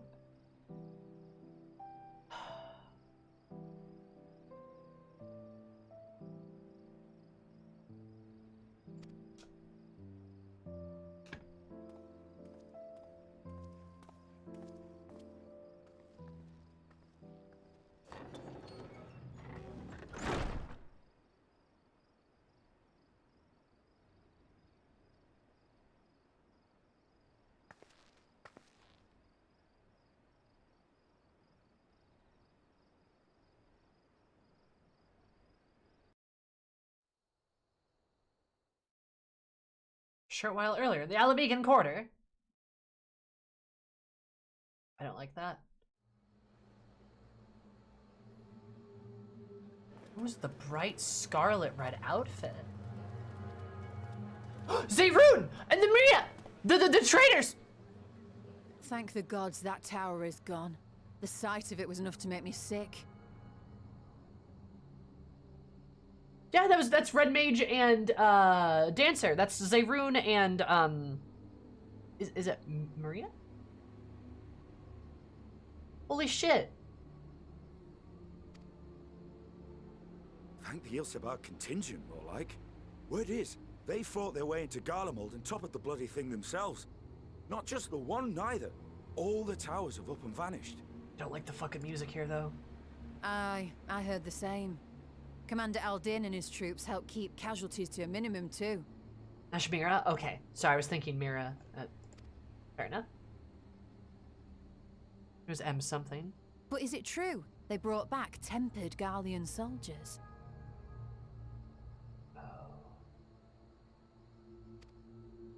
As Commander Aldin tells it, they've a treatment for that now. But don't you worry. Cured or not, they've no plans to bring them into the city proper. I see. Well, that's a relief then. Unless this is how the final days happens. A tempering. I know we've brothers and sisters among the lot, but I can't say I'm eager to welcome them home.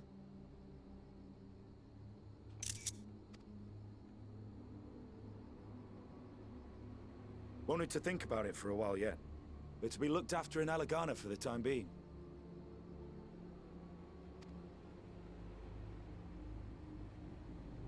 Was that Julius?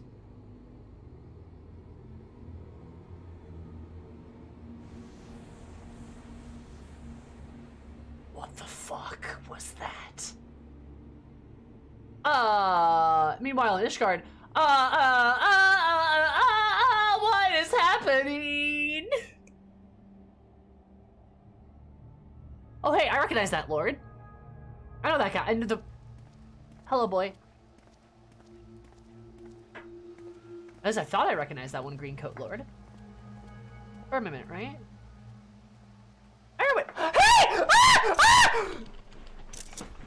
Another day, a mission of paramount importance.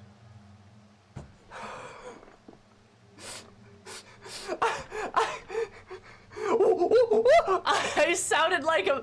I sounded like an orangutan.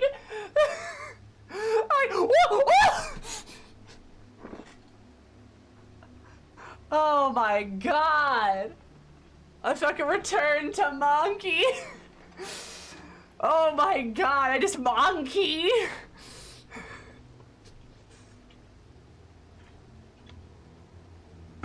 It wasn't Aaronville that I was howling at. You think it was Aaronville? No, it was Sid and his daughter. My daughter, too. I have another child. This has nothing to do with Aaronville. Fuck him. I don't even care about him anymore. Not when Sittergoo's there. I love Sid.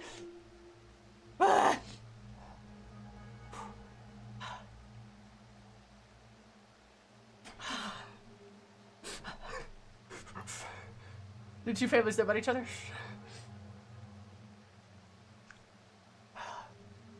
Fuck Ernville, you say. I mean, I will. Pardon you me. Love Ernville. Aaronville, very hot. But Sid. Well, what have we here?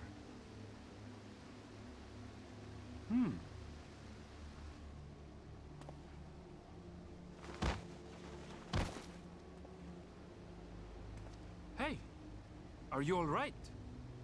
If they hurt Aaronville, I'll be very upset.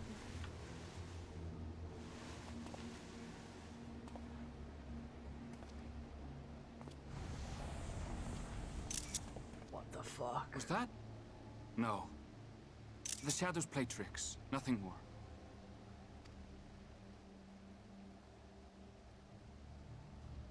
He's in my top 5, what do you mean? The towers are gone, and the Garlean threat is abated. And yet, why does it feel as though it's about to get much, much worse?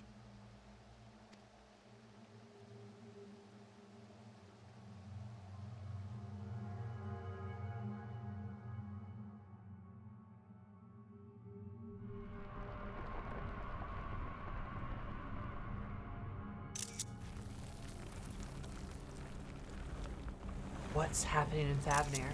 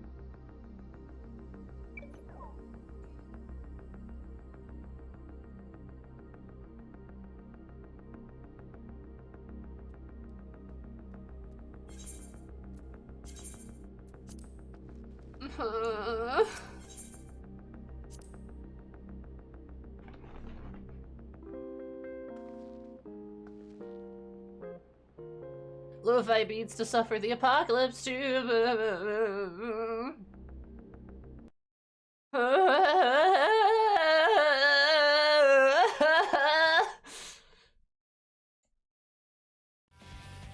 Now that I'm sufficiently filled with anxiety, it's time.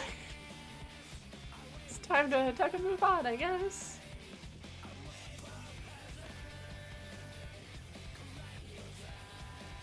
I'm scared. Graha is a sweet boy, and when we play again, we'll have to go do all the other NPCs. I'd love to do them right now, but I don't have time to. It's gonna take like an hour to do all of them. Next FF14 stream will be next week. I'm streaming again on Saturday, though. If anyone wants to catch me playing Yakuza, because I will be playing it then. Let me get a raid going here too. We can say hi to Tori. So I will be playing Yakuza on Saturday, I think at 1, I believe. But next week, we will indeed be playing, 1. Then next week, we will be playing more FF7, hopefully, and more FF14 as well. I'm really fucking scared where the story's going.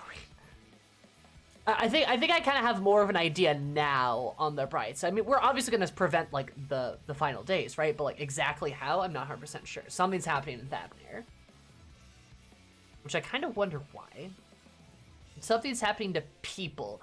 I'm kind of thinking that maybe their Aether is going to run wild and they're going to, like, be super tempered or something and turn into monsters. But I don't know. We'll have to wait and see. Either way, Yakuza will be Saturday. We'll be doing more main story stuff on Yakuza, but we're also going to be hitting a lot of side stories on Saturday too, since I've got like a good amount of time. And yeah, next week, I think we'll have a stream maybe Tuesday. I'll post my schedule on the Discord and on Twitter, so my socials are right there for you guys.